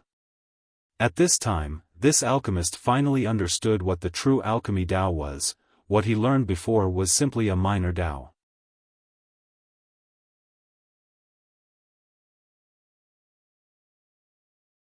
Chapter 271, Qi Xiaodao's secret crush. Wuxia stayed at the Lion's Roar Gate for a short period of time. During this time period, outside of teaching this elder about the alchemy Dao and cultivation, he was contemplating about the ghost's origin and ancestral key. As a result of his contemplation, he began to see some clues and found out a few secrets of the key along with some of its profundity. The Lion's Roar Gate treated him as the most esteemed of guests during his stay. If Wuxia didn't already have a sect, then the gate would have tried to recruit him. They would even let him enjoy the benefits of an elder. Brotherly, there will be a Dao lecture party later inside the imperial city, do you want to go? Qi Xiaodao, who had disappeared for several days, rushed in and told Wuxia. He was clearly unable to hide his excitement. Wuxia noticed this excitement, so he immediately looked at him and said, "Your excitement, don't tell me your spring is coming? It is only a Dao lecture, do you need to be so excited for something so ordinary?" This, Qi Xiaodao was quite embarrassed after being seen through by Wuxia and gave a mirthless smile. At this time, a voice rang from the door as Qi Xiaodao was standing right there. She looked at her little brother and said, "Princess Bao Yun is coming. Today, his matter was taken care of and he could cultivate normally again." This was his renewed hope as his will to fight surged once more. "So? You don't even have the courage to chase after a girl?" Wuxia smilingly said after being met by Qi Xiaodao's hesitation. Qi Xiaodao clenched his fists and said, "Good, even Brotherly will support me. If I don't try my best, then it would be a shame to your goodwill. Don't worry, Brotherly, I will not back down. If she doesn't like me, then so be it. However, if she is willing, then no matter what, I will battle to the end." At this point, his blood was boiling as his fighting intent surged high. Wuxia laughed and patted his shoulder before saying, "Now you sound more like a man." Qi Xiaodao was quite bold at the moment. At this time, his feelings were out of control and he wished that he could see Princess Bao Yun right away. Wuxia couldn't help but smile after seeing Qi Xiaodao's current appearance. Young love was quite a sight, worthy of remembrance. After traversing the eras, there might not be a woman capable of causing his heart to burn brightly like this anymore. "So your sister will marry that little pretty boy, Sima Longyun?" Wuxia asked about a different matter. Qi Xiaodao was worried about this matter. He shook his head and said, "Not marry, but the furious immortal saint country had come to propose even as early as 2 years ago.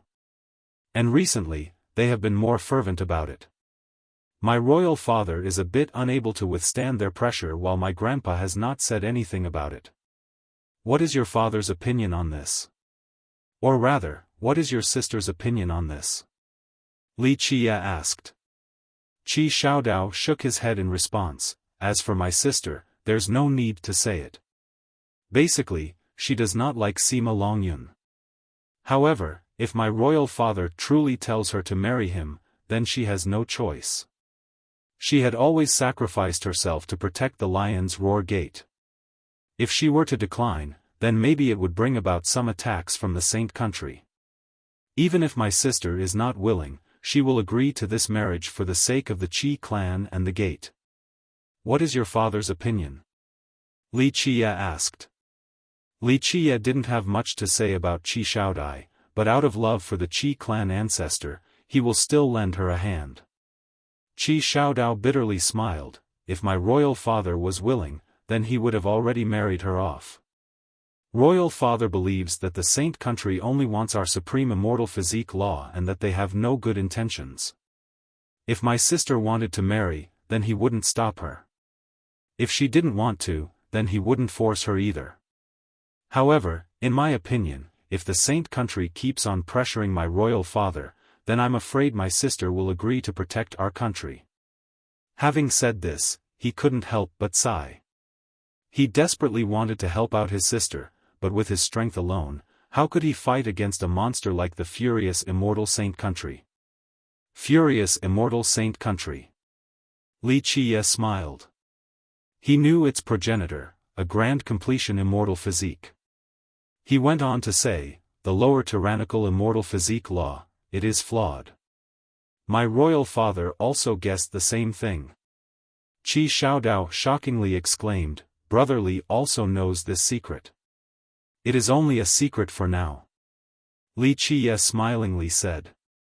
The furious immortal ancestor cultivated the furious immortal tyrannical physique, one of the 12 immortal physiques. After he reached grand completion, he swept through the 8 Desolaces. This matter was quite shocking at that time. There used to be a saying in that era, unless an immortal emperor came out, no one would be able to defeat him. In fact, Li Qie, as the Dark Crow, had seen his physique in that era. The truth was that his physique was flawed, even though people said that he created a supreme law for the furious immortal tyrannical physique. Unfortunately, he was missing just one part. Logically speaking, he had no chance of reaching the grand completion stage of the immortal physique, but he obtained a miracle that allowed him to survive the powerful physique tribulation. If it wasn't so, then he surely would have died under the terrifying tribulation. Qi Xiaodao emotionally said, My royal father also thought the same. He speculated that they only want our immortal physique law. After their progenitor, they no longer produced another grand completion immortal physique, so my royal father guessed that there is a problem with their law. They want to start with our immortal physique law in order to find a solution.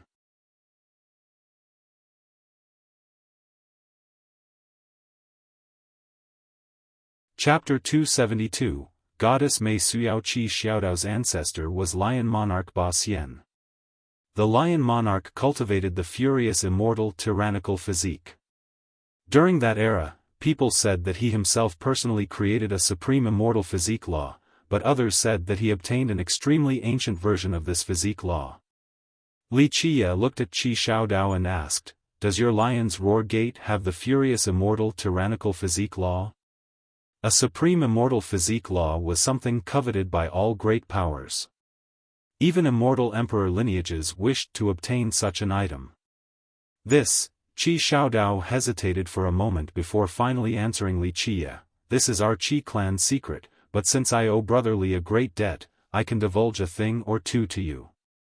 The truth is, I don't know the exact details.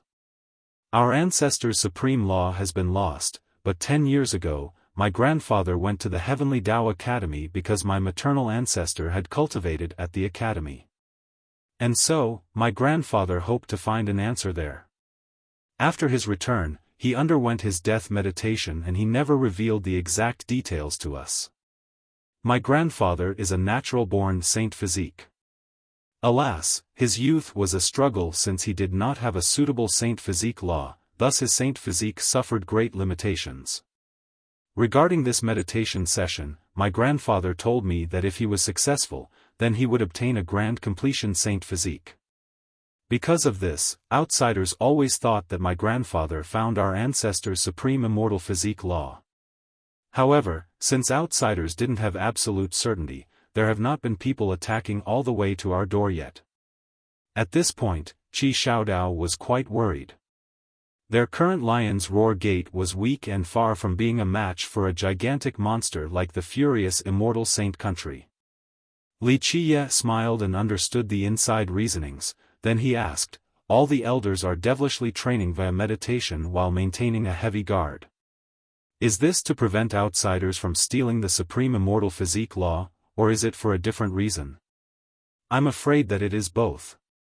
Qi Xiaodao wryly smiled and said, at the same time, it might be out of fear of an attack from the Saint Country, so they made good preparations. Ever since the Saint Country came to propose to my sister, my royal father ordered for us to be on guard. My royal father himself does not dare to leave the Lion's Roar Gate and had always been residing inside the imperial city, lest he risks internal unrest. Li Qiye stroked his chin and asked, when is your grandfather coming out? I want to meet him for a bit. He still had the treasure box of Lion Monarch Ba Xian in his possession. This was meant to be passed down to his descendant. The Lion's Roar Heavenly King, Qi Xiaodao's grandfather, was the descendant of Lion Monarch Ba Xian. It's hard to say, and I also don't know. Royal Father said that if grandfather was successful, then it could be within 3 to 5 years. If not, then it would not be any time in the foreseeable future. Qi Xiaodao said. Li Qiye pondered for a moment after hearing such an answer. His karma with the Lion's Roar Gate was not shallow.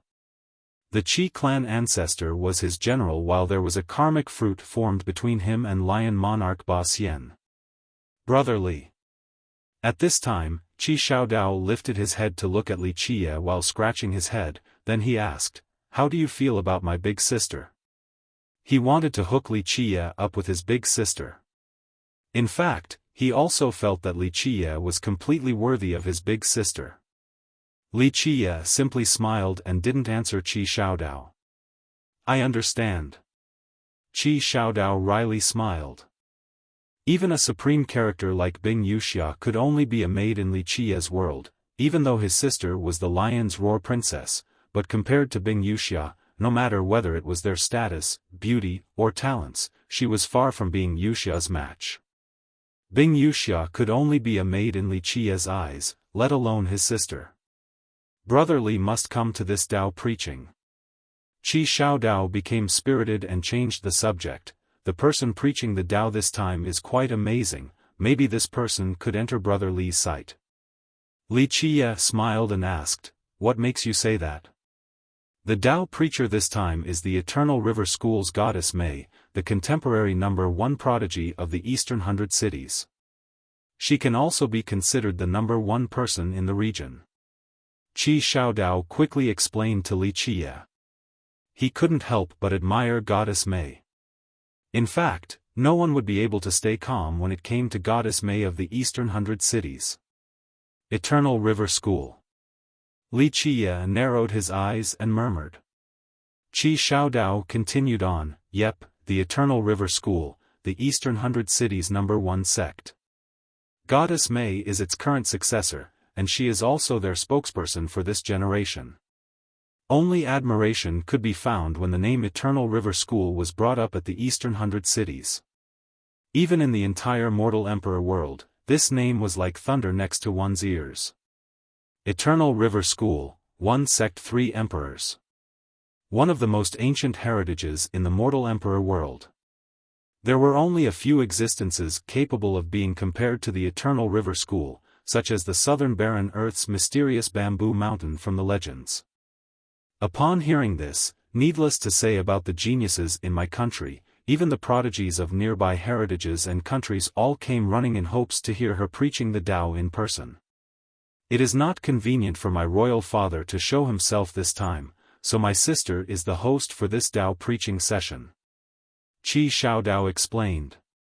Li Qiye let a smile bloom and looked at Qi Xiaodao before saying, is your father using this Tao preaching opportunity for your sister to meet some men, or is he using this opportunity to climb up the Eternal River School?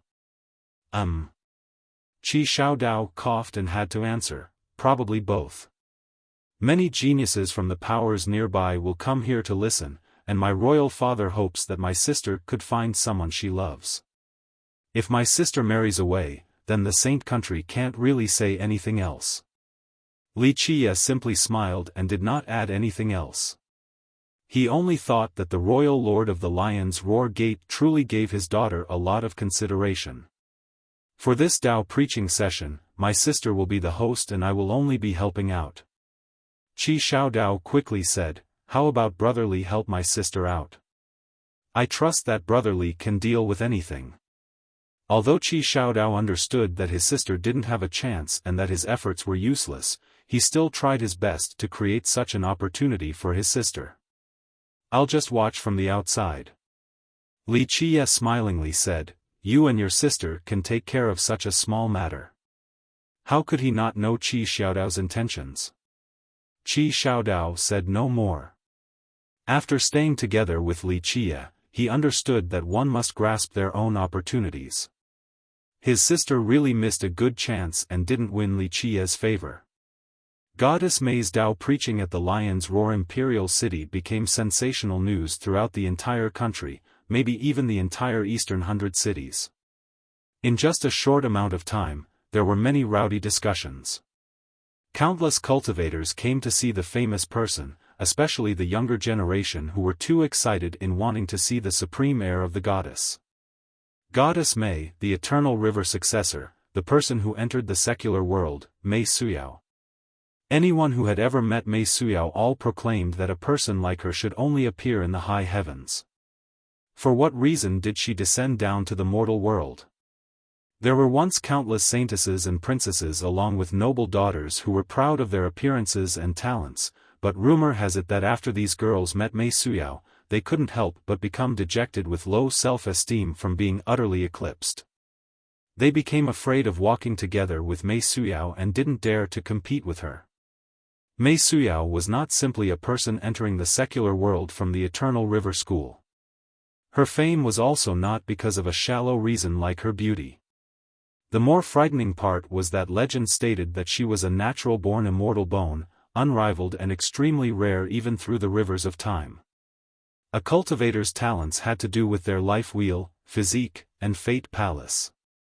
Outside of these three things, other things rarely had a direct effect on cultivation, but an immortal bone was one of these rare things. Moreover, an immortal bone was extremely unique and rare. Rumor has it that a person with the Tao bone would be invincible in their era. There was even a rumor stating that a person with the Tao bone was comparable to having an immortal physique.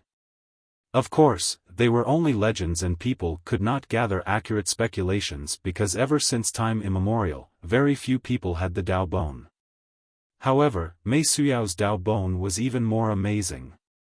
Legend has it that her Tao bone was located between her eyebrows. This was the soul bone, so it was called the immortal soul bone. Hearsay stated that the immortal soul bone was the #1 immortal bone. Whether this was true or not, people did not have a way of finding out. However, Mei Suyao possessing an immortal soul bone was extremely frightening. The immortal soul bone could turn complexity into simplicity. This meant that no matter the merit law, even if they were emperor laws or heaven's will secret laws, as long as Mei Suyao took a glance, she would immediately be able to grasp their profundities. She could learn anything in an instant. This was still not the most terrifying matter. Rumor has it that Mei Suyao's immortal soul bone far exceeded people's imaginations. She could drain the heavenly Tao and surpass the true gods. She was completely unique in this world. As the successor of the Eternal River School and someone who had entered the secular world, Mei Suyao's natural-born immortal soul bone was unfathomable. Not to mention the younger generation, even predecessors were wary of her.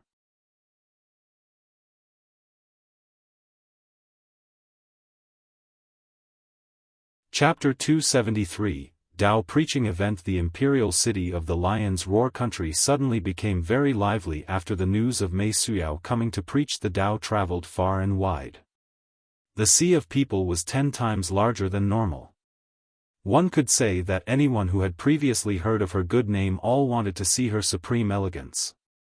Even if they had no way of getting close to the goddess, catching just a glimpse of her from the distance was more than enough. Rumor has it that she also wanted to go to the southern barren earth before this. I didn't expect her to return so soon. In just a short period of time, the entire bustling imperial city, no, the entire country was talking about Mei Suyao. Yeah, I did hear that Goddess Mei went to the southern barren earth to visit the mysterious bamboo mountain. An informed cultivator immediately spread the word. After hearing this news, there were some enlightened beings and ancient saints who were not too surprised. One ancient saint couldn't help but say, Eastern Eternal River, Southern Mysterious Bamboo, the two strongest contemporary forces of the mortal emperor world. Both of these grand heritages are one sect, 3 emperors.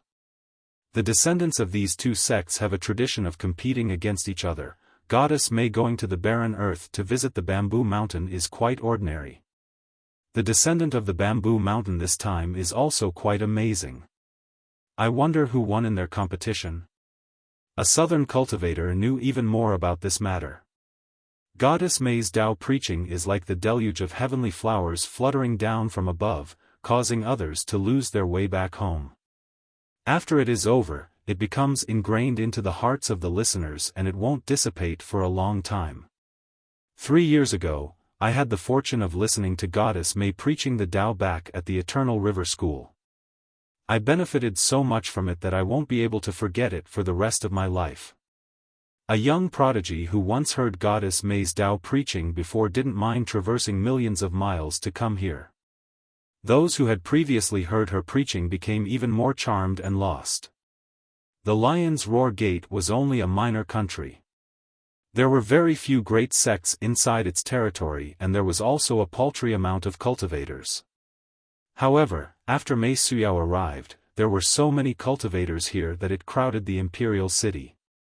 The Lion's Roar disciples mustered all of their strength in order to maintain order within the imperial city. The entire gate expended quite a bit of effort regarding this matter. In fact, the royal lord of the Lion's Roar Gate spent a great deal of time contemplating in order to successfully convince Mei Suyao to have her preach the Tao at their imperial city. The charming spirit race were the high heaven's favored child, and it could be considered the most gifted race out of the myriad of races. Immortal Emperor Xiao Shui came from the charming spirit race and finally became an invincible immortal emperor with the heaven's will. Her life could be considered to be the most brilliant during the desolate era. Even though many eras passed, even today, many people still relished in her old tales. Immortal Emperor that year, Li Qiye couldn't help but lament after recalling the old matters from a long time ago. Goddess Mei has arrived. Right when Li Qiye was in a daze while recalling his past, the imperial city suddenly went into an uproar as waves of people like primordial wild beasts rushed out. As Li Qiye was just standing there, he was pushed around until he arrived at the side of the monstrous crowd. Goddess Mei is here, hurry and come watch. Suddenly, deafening cries resounded everywhere. Both men and women were excited, especially the younger males who were extremely obsessed. Li Qiye could only smile while shaking his head at the sight of these obsessed male cultivators. He had witnessed this familiar scene countless times throughout the ages. Gallop, gallop, gallop, a horse carriage approached on a winding path that had faint green smoke, just like a rainbow in the sky. Anywhere this horse carriage passed seemed to turn into a paradise. It was as if there were hundreds of flowers showing off their beauty amongst the lush vegetation and flowing springs. One could feel the immortal rhythm even before the person appeared. The loud imperial city fell silent in an instant. It was quite frustrating being at this scene as countless cultivators in the imperial city were constantly pushing each other.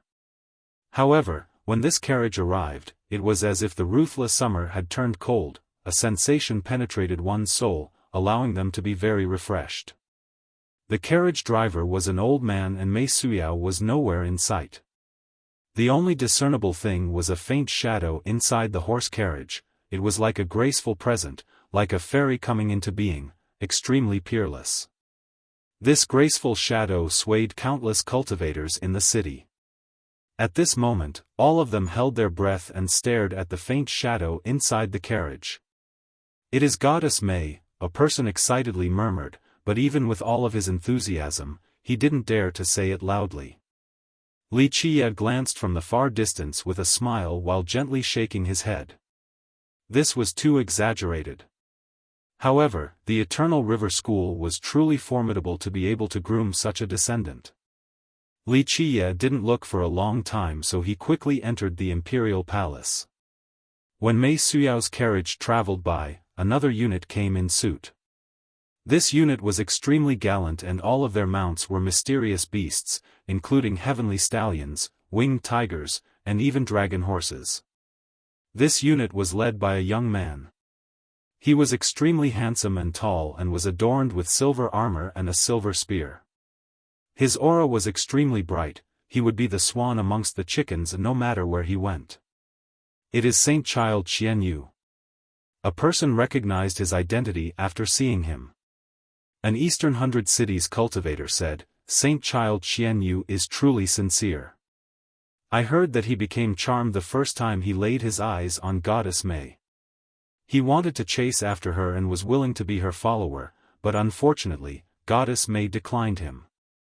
"Yeah, I heard that when Goddess May went to the southern barren earth to preach the Tao, Saint Child Xianyu also followed." Another cultivator added. Saint Child Xianyu was someone loved by all in the Eastern Hundred Cities. How many girls have fallen for him? But who would have thought that he was willing to lose it all just to follow Goddess May? He's even willing to become her servant. A girl said with regret. An ancient saint predecessor shook his head to say, "It is easier said than done regarding being accepted into the Eternal River School, especially its first branch. Being admitted into the first branch is harder than reaching the sky." The first branch, in the secular world, represents the Eternal River School. Only amazing geniuses throughout the eras were able to join this branch. I heard that Immortal Emperor Nuzhan and Immortal Emperor Guanfeng all came from this branch. Saint Child Xianyu is indeed a dragon and phoenix amongst men within the Eastern Hundred Cities, but it is impossible for him to enter the first branch. Otherwise, countless young prodigies of the cities would be willing to follow Goddess May. No matter what, we have to enter the imperial palace this time to listen to Goddess May. A young prodigy clenched his fists tightly and set his goal. Even watching Mei Suyao from afar or just a glimpse of her beautiful shadow was enough to make people swoon and cause them to go crazy.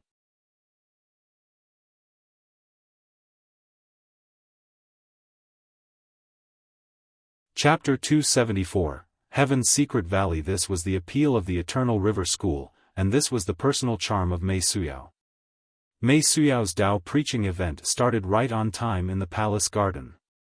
The garden of the imperial palace was quite aesthetically pleasing as there were ancient trees and vines filled with the fragrances of grasses and treasure medicines along with pretty blooming flowers. There were also flood dragons swimming in the pond along with old turtles and spirit cranes. Although the lion's roar gate was no longer the same as it used to be and was far less powerful than the great powers, as the descendants of the Qi clan, it still had a certain strength that was apparent from witnessing the palace garden. Many young prodigies who qualified to be inside had entered a long time before the start of the event to not miss such a rare opportunity. It was as if a waterfall made of people was entering the imperial palace. Some prodigies were riding their ancient chariots, signaling the pride of their clans. Others rode rare and precious beasts while some soared with their flying swords. Then, there were those who were sitting on their treasure mountains and came from above. In a short amount of time, the palace garden became very bustling and crowded. Most of these young prodigies all had exceedingly high statuses. There were princesses and saint childs as well as descendants from the great powers or giants from different countries. As the organizers, the Qi duo were quite busy. They quickly greeted the guests that came from everywhere without any breaks. The young prodigies all came in groups of 3 or 5. They were all dragons and phoenixes amongst men. It was quite a beautiful spectacle to behold when all the men were extraordinarily handsome and all the women were pretty enough to cause fishes to drown and the birds to fall down from the sky. These groups were talking about all the important matters inside the Eastern 100 cities and other geniuses of the great powers. I heard Wuxia was in the vicinity. I wonder if he will run here for this event or not. A young saint child said. Many of them were quite wary of Wuxia. A royal prince shook his head and said, I hope he doesn't come here. That guy is too crazy and will always cause trouble wherever he goes. He has been even more insane recently. Some people said that his furious immortal tyrannical physique made some progress. I wonder if he had surpassed his minor physique tribulation or not. A different friend said. Wuxia, the descendant of the furious immortal saint country, was the oldest royal prince. This was an amazing character, and he cultivated the country's defining treasure, the furious immortal tyrannical physique. A descendant from an ancient sect smiled and said, Don't worry, Wuxia will definitely not come. Just recently, he was chasing a fierce beast and entered an ancient ridge. I'm afraid he won't be able to come back so soon. Wuxia might not come, but his martial junior brother, Sima Longyun, will definitely come. The royal prince said. A saint child sneered and said, What is so special about Sima Longyun? He is only one of the 48 Xiantian physiques. He simply relied on the prestige of his older brother, Wuxia. He himself is very unlikely to be more powerful than me. Places with people will have Jianhu, even the people of the younger generation of the Eastern 100 cities were not always friendly to each other. There was jealousy and revenge amongst many other things. A person comparable to Mei Suyao was definitely not just with hollow prestige. Li Qiye also came. He silently sat in an ordinary obscure corner of the garden and poured his own drink. Even though there were countless saint childs and princesses in the garden, Li Qiye didn't want to start a conversation with any of them. He simply sat there in silence in a forgettable corner. Li Qiye also didn't want to go bother Qi Xiaodao, who was very busy at this moment. Big brother is sure enjoying yourself. After Li Qiye finished drinking a cup, a person immediately poured him another. With a tan skin color, this young man carried a heroic presence. His body was the embodiment of natural sunlight, especially his little smirk hanging above his slightly dark face, it gave him quite a different style. This person sat down and immediately poured a cup for Li Qiye while revealing a big smile. Li Qiye glanced at him and said, Do you not feel itchy after changing your face every day? Isn't it a great thing to just be yourself? Having said that, he started drinking along. He didn't hand another cup to the young man either. The young man dryly smiled and said, Big brother is messing with me. I am not as confident as Big brother, heh. I have many enemies at the Eastern 100 cities, so I have to hide from the wind. This guy was not a new person, it was Sikong Taotian who escaped some time ago. At the moment, Sikong Taotian returned once again and actually penetrated the royal palace. This brat was truly skilled, however, he had completely changed his appearance at the moment, and outsiders did not know that he was Sikong Taotian. Of course, he couldn't escape from Li Qiye's eyes. Big brother, the Space Trample Mountains deity also came. Sikong Taotian passed a message to Li Qiye. So what if the people from the Space Trample Mountain came? What does it have to do with me? Finished speaking, he drank another cup. Sikong Taotian hurriedly poured another cup for him and said, I heard Big brother killed Jikong Jian back at ancient Sky City. I'm thinking that Jikong Wudi will find you to get even. Sikong Taotian himself was quite amazing. However, in front of Li Qiye, he didn't dare to bluster and actually went as far as acting like a little brother. You really have some abilities, you actually ran over to the Grand Middle Territory in such a short amount of time and found out about this matter so clearly. Li Qiye glanced at him and said, Are you scheming against me? Sikong Taotian's expression immediately changed as he pointed his finger towards the sky and said, Big brother, your joke is too much.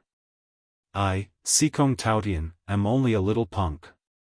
Big brother, you are a god from the 9 firmaments. Even if I am 100 times more courageous, I still wouldn't dare to have the slightest shred of disrespect towards Big Brother. Big Brother slays true gods in the 9 heavens and massacres demon kings in hell. As for such a lowly character like me, I am too busy being respectful and in awe of Big Brother, so how could I have time to even dare be disrespectful towards Big Brother? Fine, stop your flattering. Wuxia continued on, if someone who comes out of the Heaven's Secret Valley was a punk, then there are too many punks in this world. Having said that, he placed his cup in front of Sikong Taotian. With a shiver in his heart, Sikong Taotian immediately turned pale after hearing Wuxia's words. Ever since he came into being, no one had ever been able to see through his origin because it had always been a mystery. He had met countless powerful characters, including mortal kings of ancient kingdoms, but they were not able to recognize his origin. Yet today, Wuxia easily revealed his secret. Sikong Taotian's heart fluttered for a moment before taking a deep breath. Then, he poured more wine for Wuxia and immediately smiled. Big Brother's vision is as bright as a torch, nothing can hide from you. Don't worry, if you don't annoy me, I won't go to the Heaven's Secret Valley and flip over your mortal king palace. Wuxia nonchalantly said as he looked at Sikong Taotian. The hands that Sikong Taotian was using to hold the wine gourd couldn't help but shake. He had met countless great characters, but no one was able to make him so fearful like Wuxia. How is the old mortal doing? Wuxia instilled even more fear into the dazed Sikong Taotian. Sikong Taotian took another breath to compose himself, then he forced a smile to say, I won't lie to Big Brother. In fact, I have never seen mortal ancestor in all of my years. I heard the other ancestors say that mortal ancestor had been cultivating for a long time. Since he was able to withstand the heavens, there is still a chance. Wuxia leisurely said. It was very likely that no one in the contemporary times knew of a heritage like the Heaven's Secret Valley. People who were privy to this were all extremely ancient old undyings and could be considered legendary characters. If these characters were alive in this world, then they were all halting their blood force.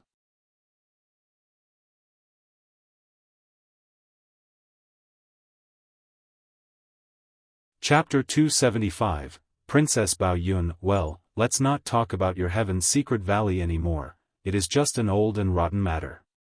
Wuxia noticed the fear in Sikong Taotian and didn't want to make it hard for him. Sikong Taotian sighed in relief. He had always been very mysterious and he always hid his identity. However, he felt naked in front of Wuxia as if nothing could escape his eyes. It is still better if Big Brother is more cautious about Jikong Wudi. Sikong Taotian regained his composure and whispered to Wuxia, Jikong Wudi is definitely a demon. He is a natural-born Saint Fate, Saint Wheel, and Saint Physique. 3 Saint aptitudes, number 1 in the contemporary times, even Goddess May's natural-born immortal bone might not be more devilish than him. Anyone who heard about the 3 Saint aptitudes would faint from fear. From the ancient ages till now, not many people actually had 3 Saint aptitudes. He is only a 3 Saint aptitudes. Wuxia smiled and said, as long as he doesn't provoke me, I won't care for his 3 Saint aptitudes. But if he does, then even if he had 3 immortal aptitudes, would still personally destroy his bones. Even if immortal Emperor Takong was still alive, I would still find him to take care of business. He said as his eyes narrowed. He knew who committed the deeds back at the evil-infested ridge.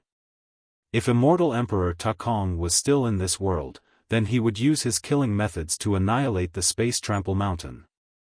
However, if immortal Emperor Takong was not in this world, then he was too lazy to find his descendants and destroy the Space Trample Mountain just because of immortal Emperor Takong's actions. Of course, if its disciples dared to come bother him, he would be happy to kill all of them. Sikong Taotian felt a dreadful sensation in his heart after hearing these words as a cold chill surged. He absolutely didn't think that Li Qiye was just blustering, he was definitely capable of carrying out this task. "Oh, Brother Li is right here. Don't be offended at my lack of hospitality." Qi Xiaodao finally had a chance to take a break from his busy schedule. He noticed that Li Qiye was drinking in the corner, so he quickly came to see him. Li Qiye smiled and said, "Don't be so overly cordial with me, you are still busy. Look at your sister over there. Even though she is overloaded, she must be very excited." "Ah, do you want me to tell my sister to give you a tour of the royal palace?" Qi Xiaodao immediately smiled while looking at his sister.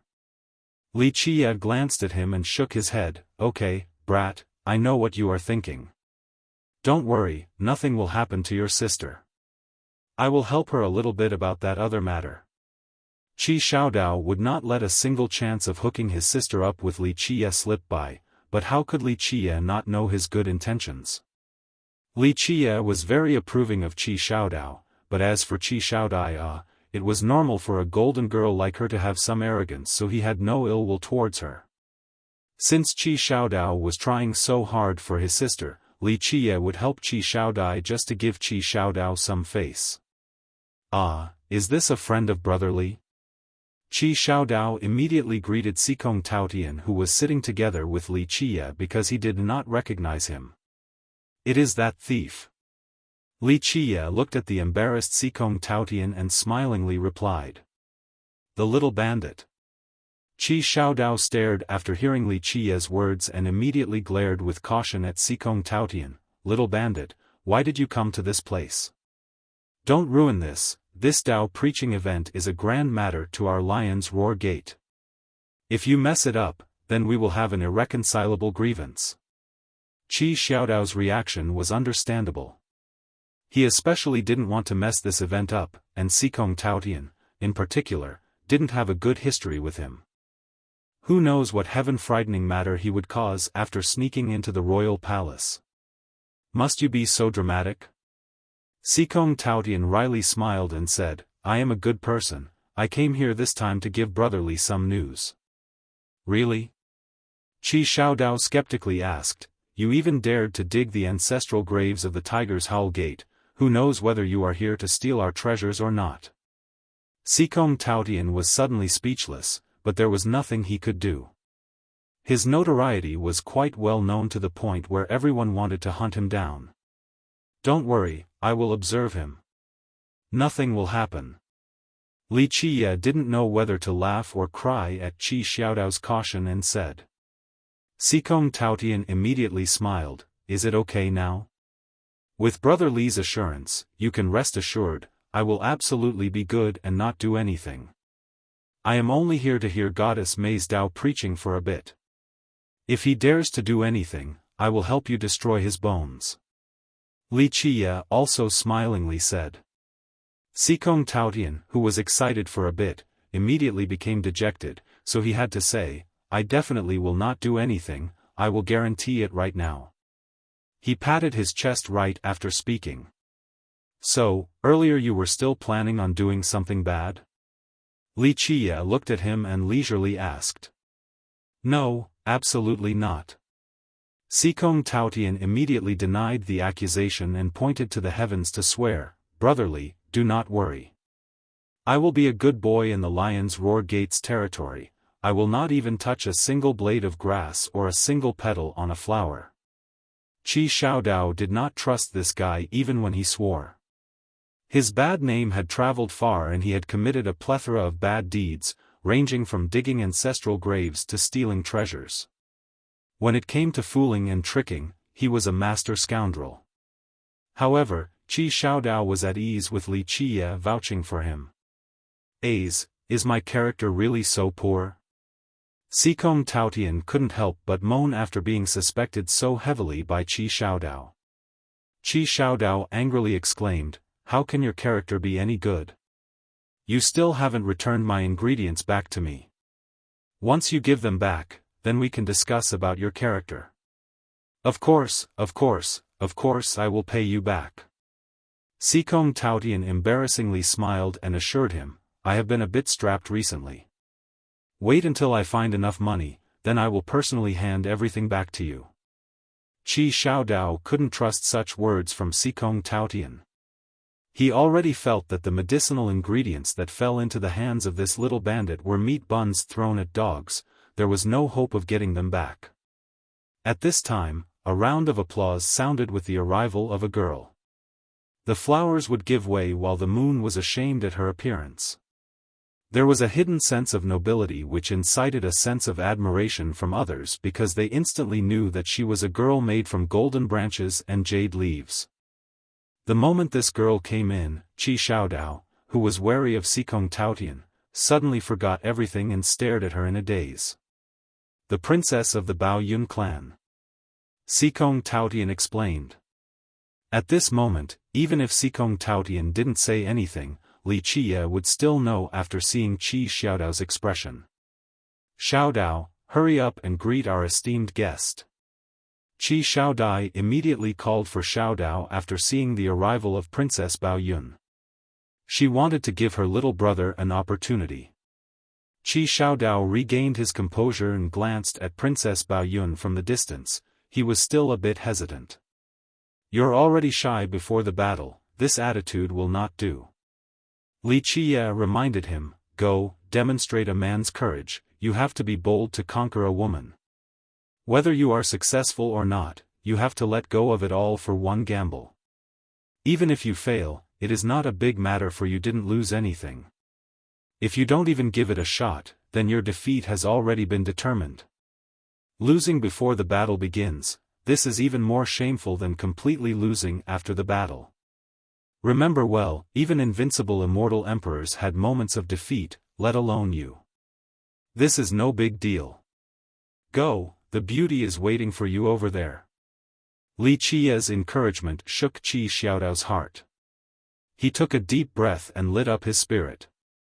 His eyes became bright and his aura changed, just like a gladiator inside an area. He walked towards Princess Bao Yun with an impressive demeanor. This brat's spring is coming. Sikong Taotian couldn't help but murmur after seeing Qi Xiaodao's refreshed air. I apologize for our poor hospitality when Miss Bao Yun came from so far away to visit. Qi Xiaodao was glowing with confidence as he went to greet Princess Bao Yun. He was already a handsome man, so when he exuded so much confidence, it was indeed quite charming. Princess Bao Yun also revealed a slight smile after seeing Qi Xiaodao and gently nodded her head. Brother Qi, long time no see. Qi Xiaodai tried to create a chance for her brother, so she immediately told Princess Bao Yun, little sister Bao Yun, I can't accompany you at the moment, so my little brother will be your guide. If he does anything that lacks manners, then just give him a good beating. Princess Bao Yun immediately laughed at Qi Xiaodie's words. Qi Xiaodao also used this opportunity to take the princess to another quiet place away from the people so that they could be alone together. Qi Xiaodao was a cheerful and talkative person, so, in just a short moment, voices of laughter came from that place. Without a doubt, he was getting along very well with Princess Bao Yun. I didn't think that this brat would be so good at courting girls. Sikong Taotian stared at Qi Xiaodao and Princess Bao Yun having fun in the distance and said with some surprise. Li Qiye gave a faint smile and said, there are no cowards amongst the Qi clan's disciples. Back in the grand era of the Qi clan, even during the most dangerous of times, they had always moved forward with their heads held high. Although millions of years have passed and the Qi clan has fallen, how could the Qi descendants throw away the glory of their ancestors? Having said that, he couldn't help but feel a bit emotional. Sikong Taotian was touched and didn't say anything. He had also heard of the Qi clan's ancestors, a generation of supreme fighters who fought in the Immortal Massacre War and were renowned in the historical annals. Sima Longyun came. Someone announced this and many young prodigies stood up. Sima Longyun came in with quite a personable and extraordinary bearing. His haughty air from his powerful background was apparent from just a glance. Many young prodigies stood up to greet him as he was quite popular. Both Sima Longyun himself and his upbringing from the furious immortal saint country decided that he would be high above in status and well received everywhere.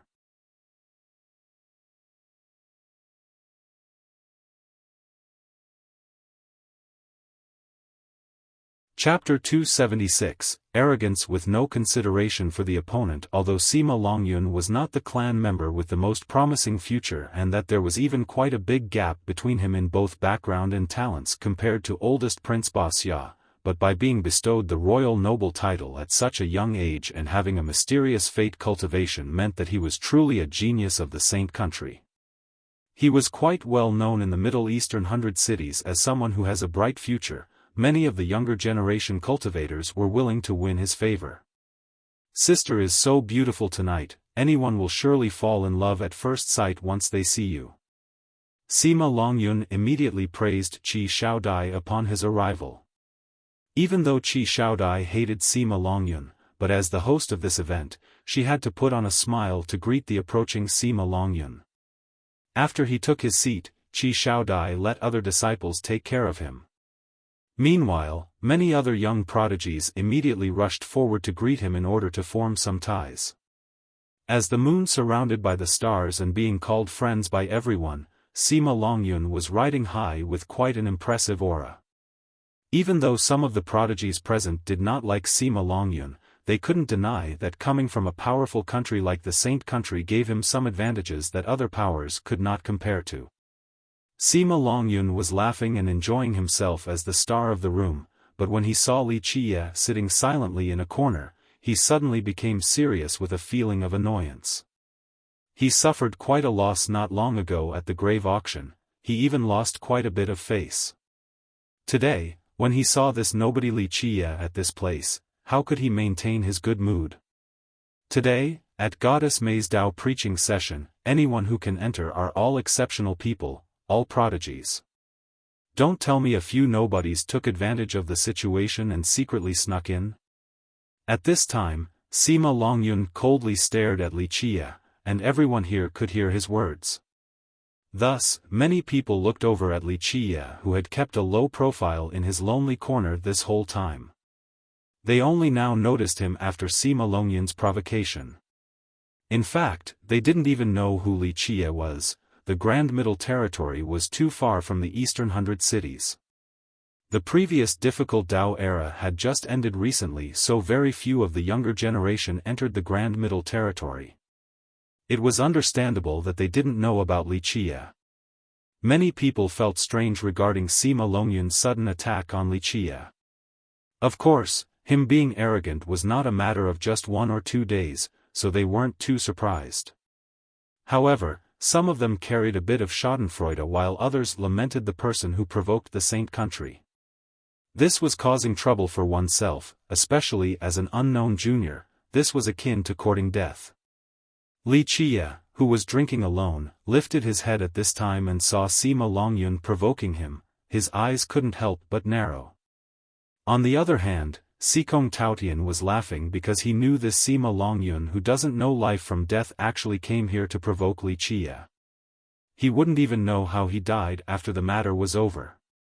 Only contemporary heroes can come to this Dao preaching today. You're just a nobody yet you still dare to come here. Will you even be able to understand the mysteries of the Grand Dao?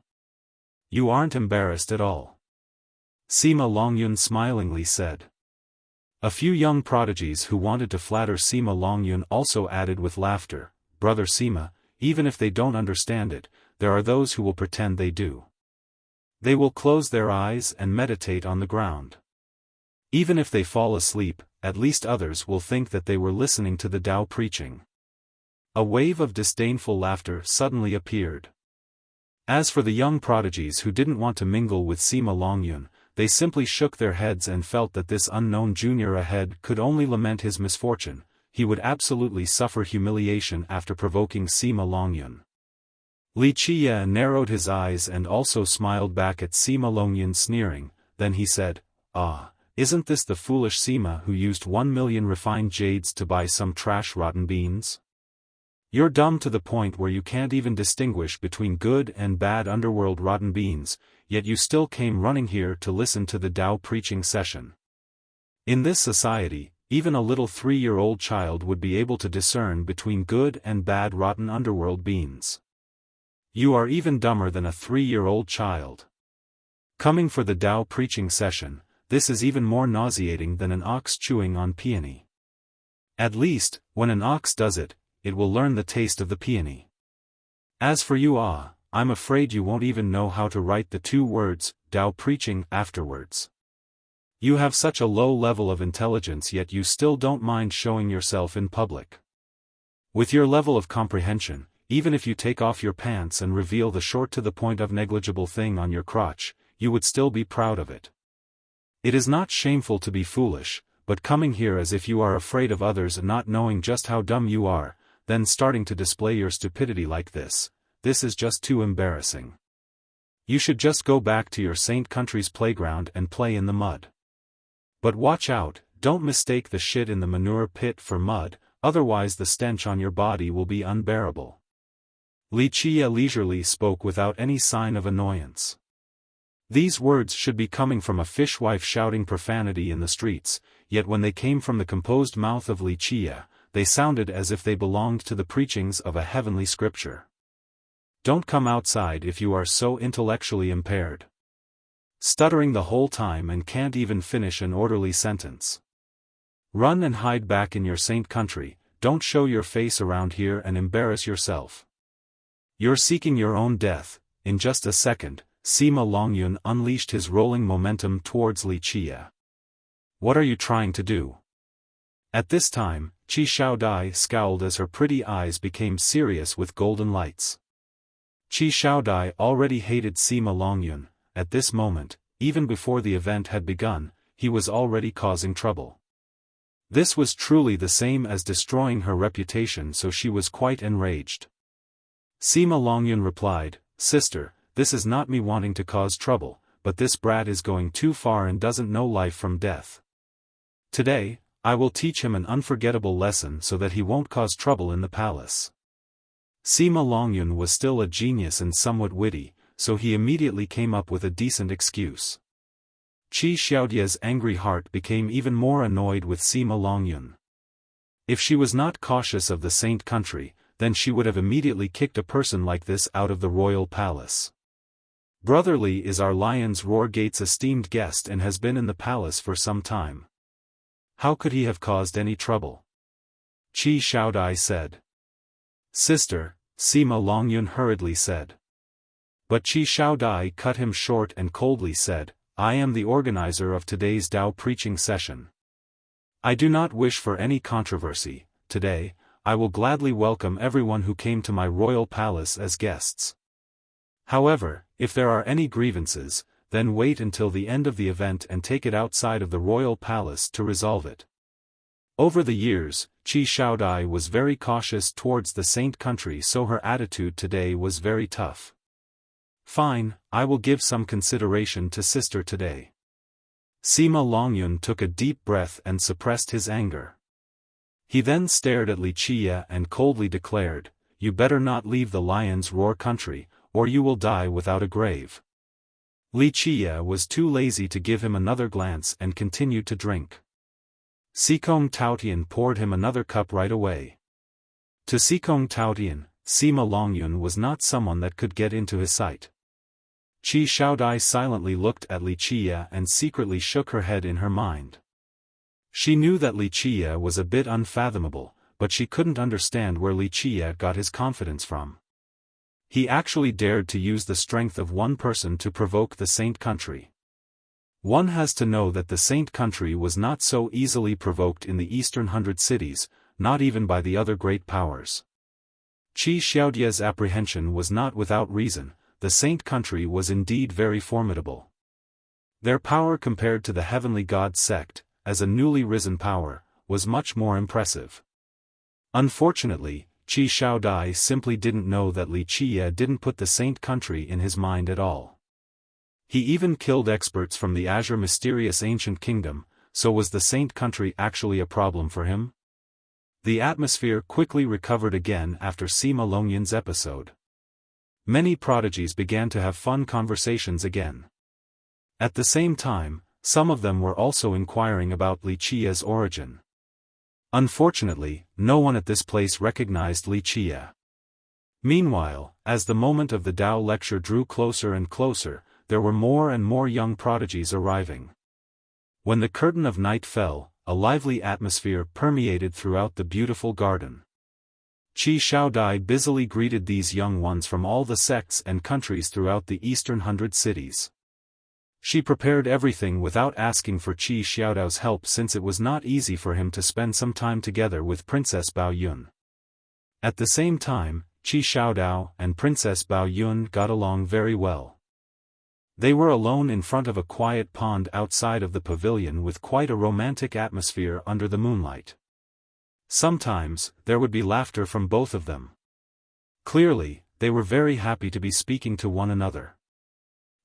Big brother Li, to be honest, the little girl from the Qi clan is not bad. Sikong Taotian poured more wine for Li Qia and said. Li Qia glanced at him and asked, "How old are you?" "Around 500, but in front of big brother, I am still the little brother." Sikong Taotian smiled as he replied. Li Qia flicked his sleeve and said, "Fine, stop the flattering, what do you want?"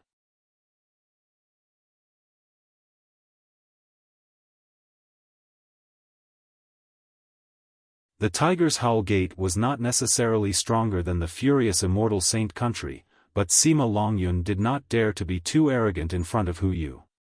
At the eastern 100 cities, Hu Yu was a top-ranked youth. Someone actually listed the top young geniuses in the city, and Hu Yu was among the top 5. One could even say that Hu Yu was not much worse compared to Sima Longyun's martial brother and the oldest prince, Wuxia.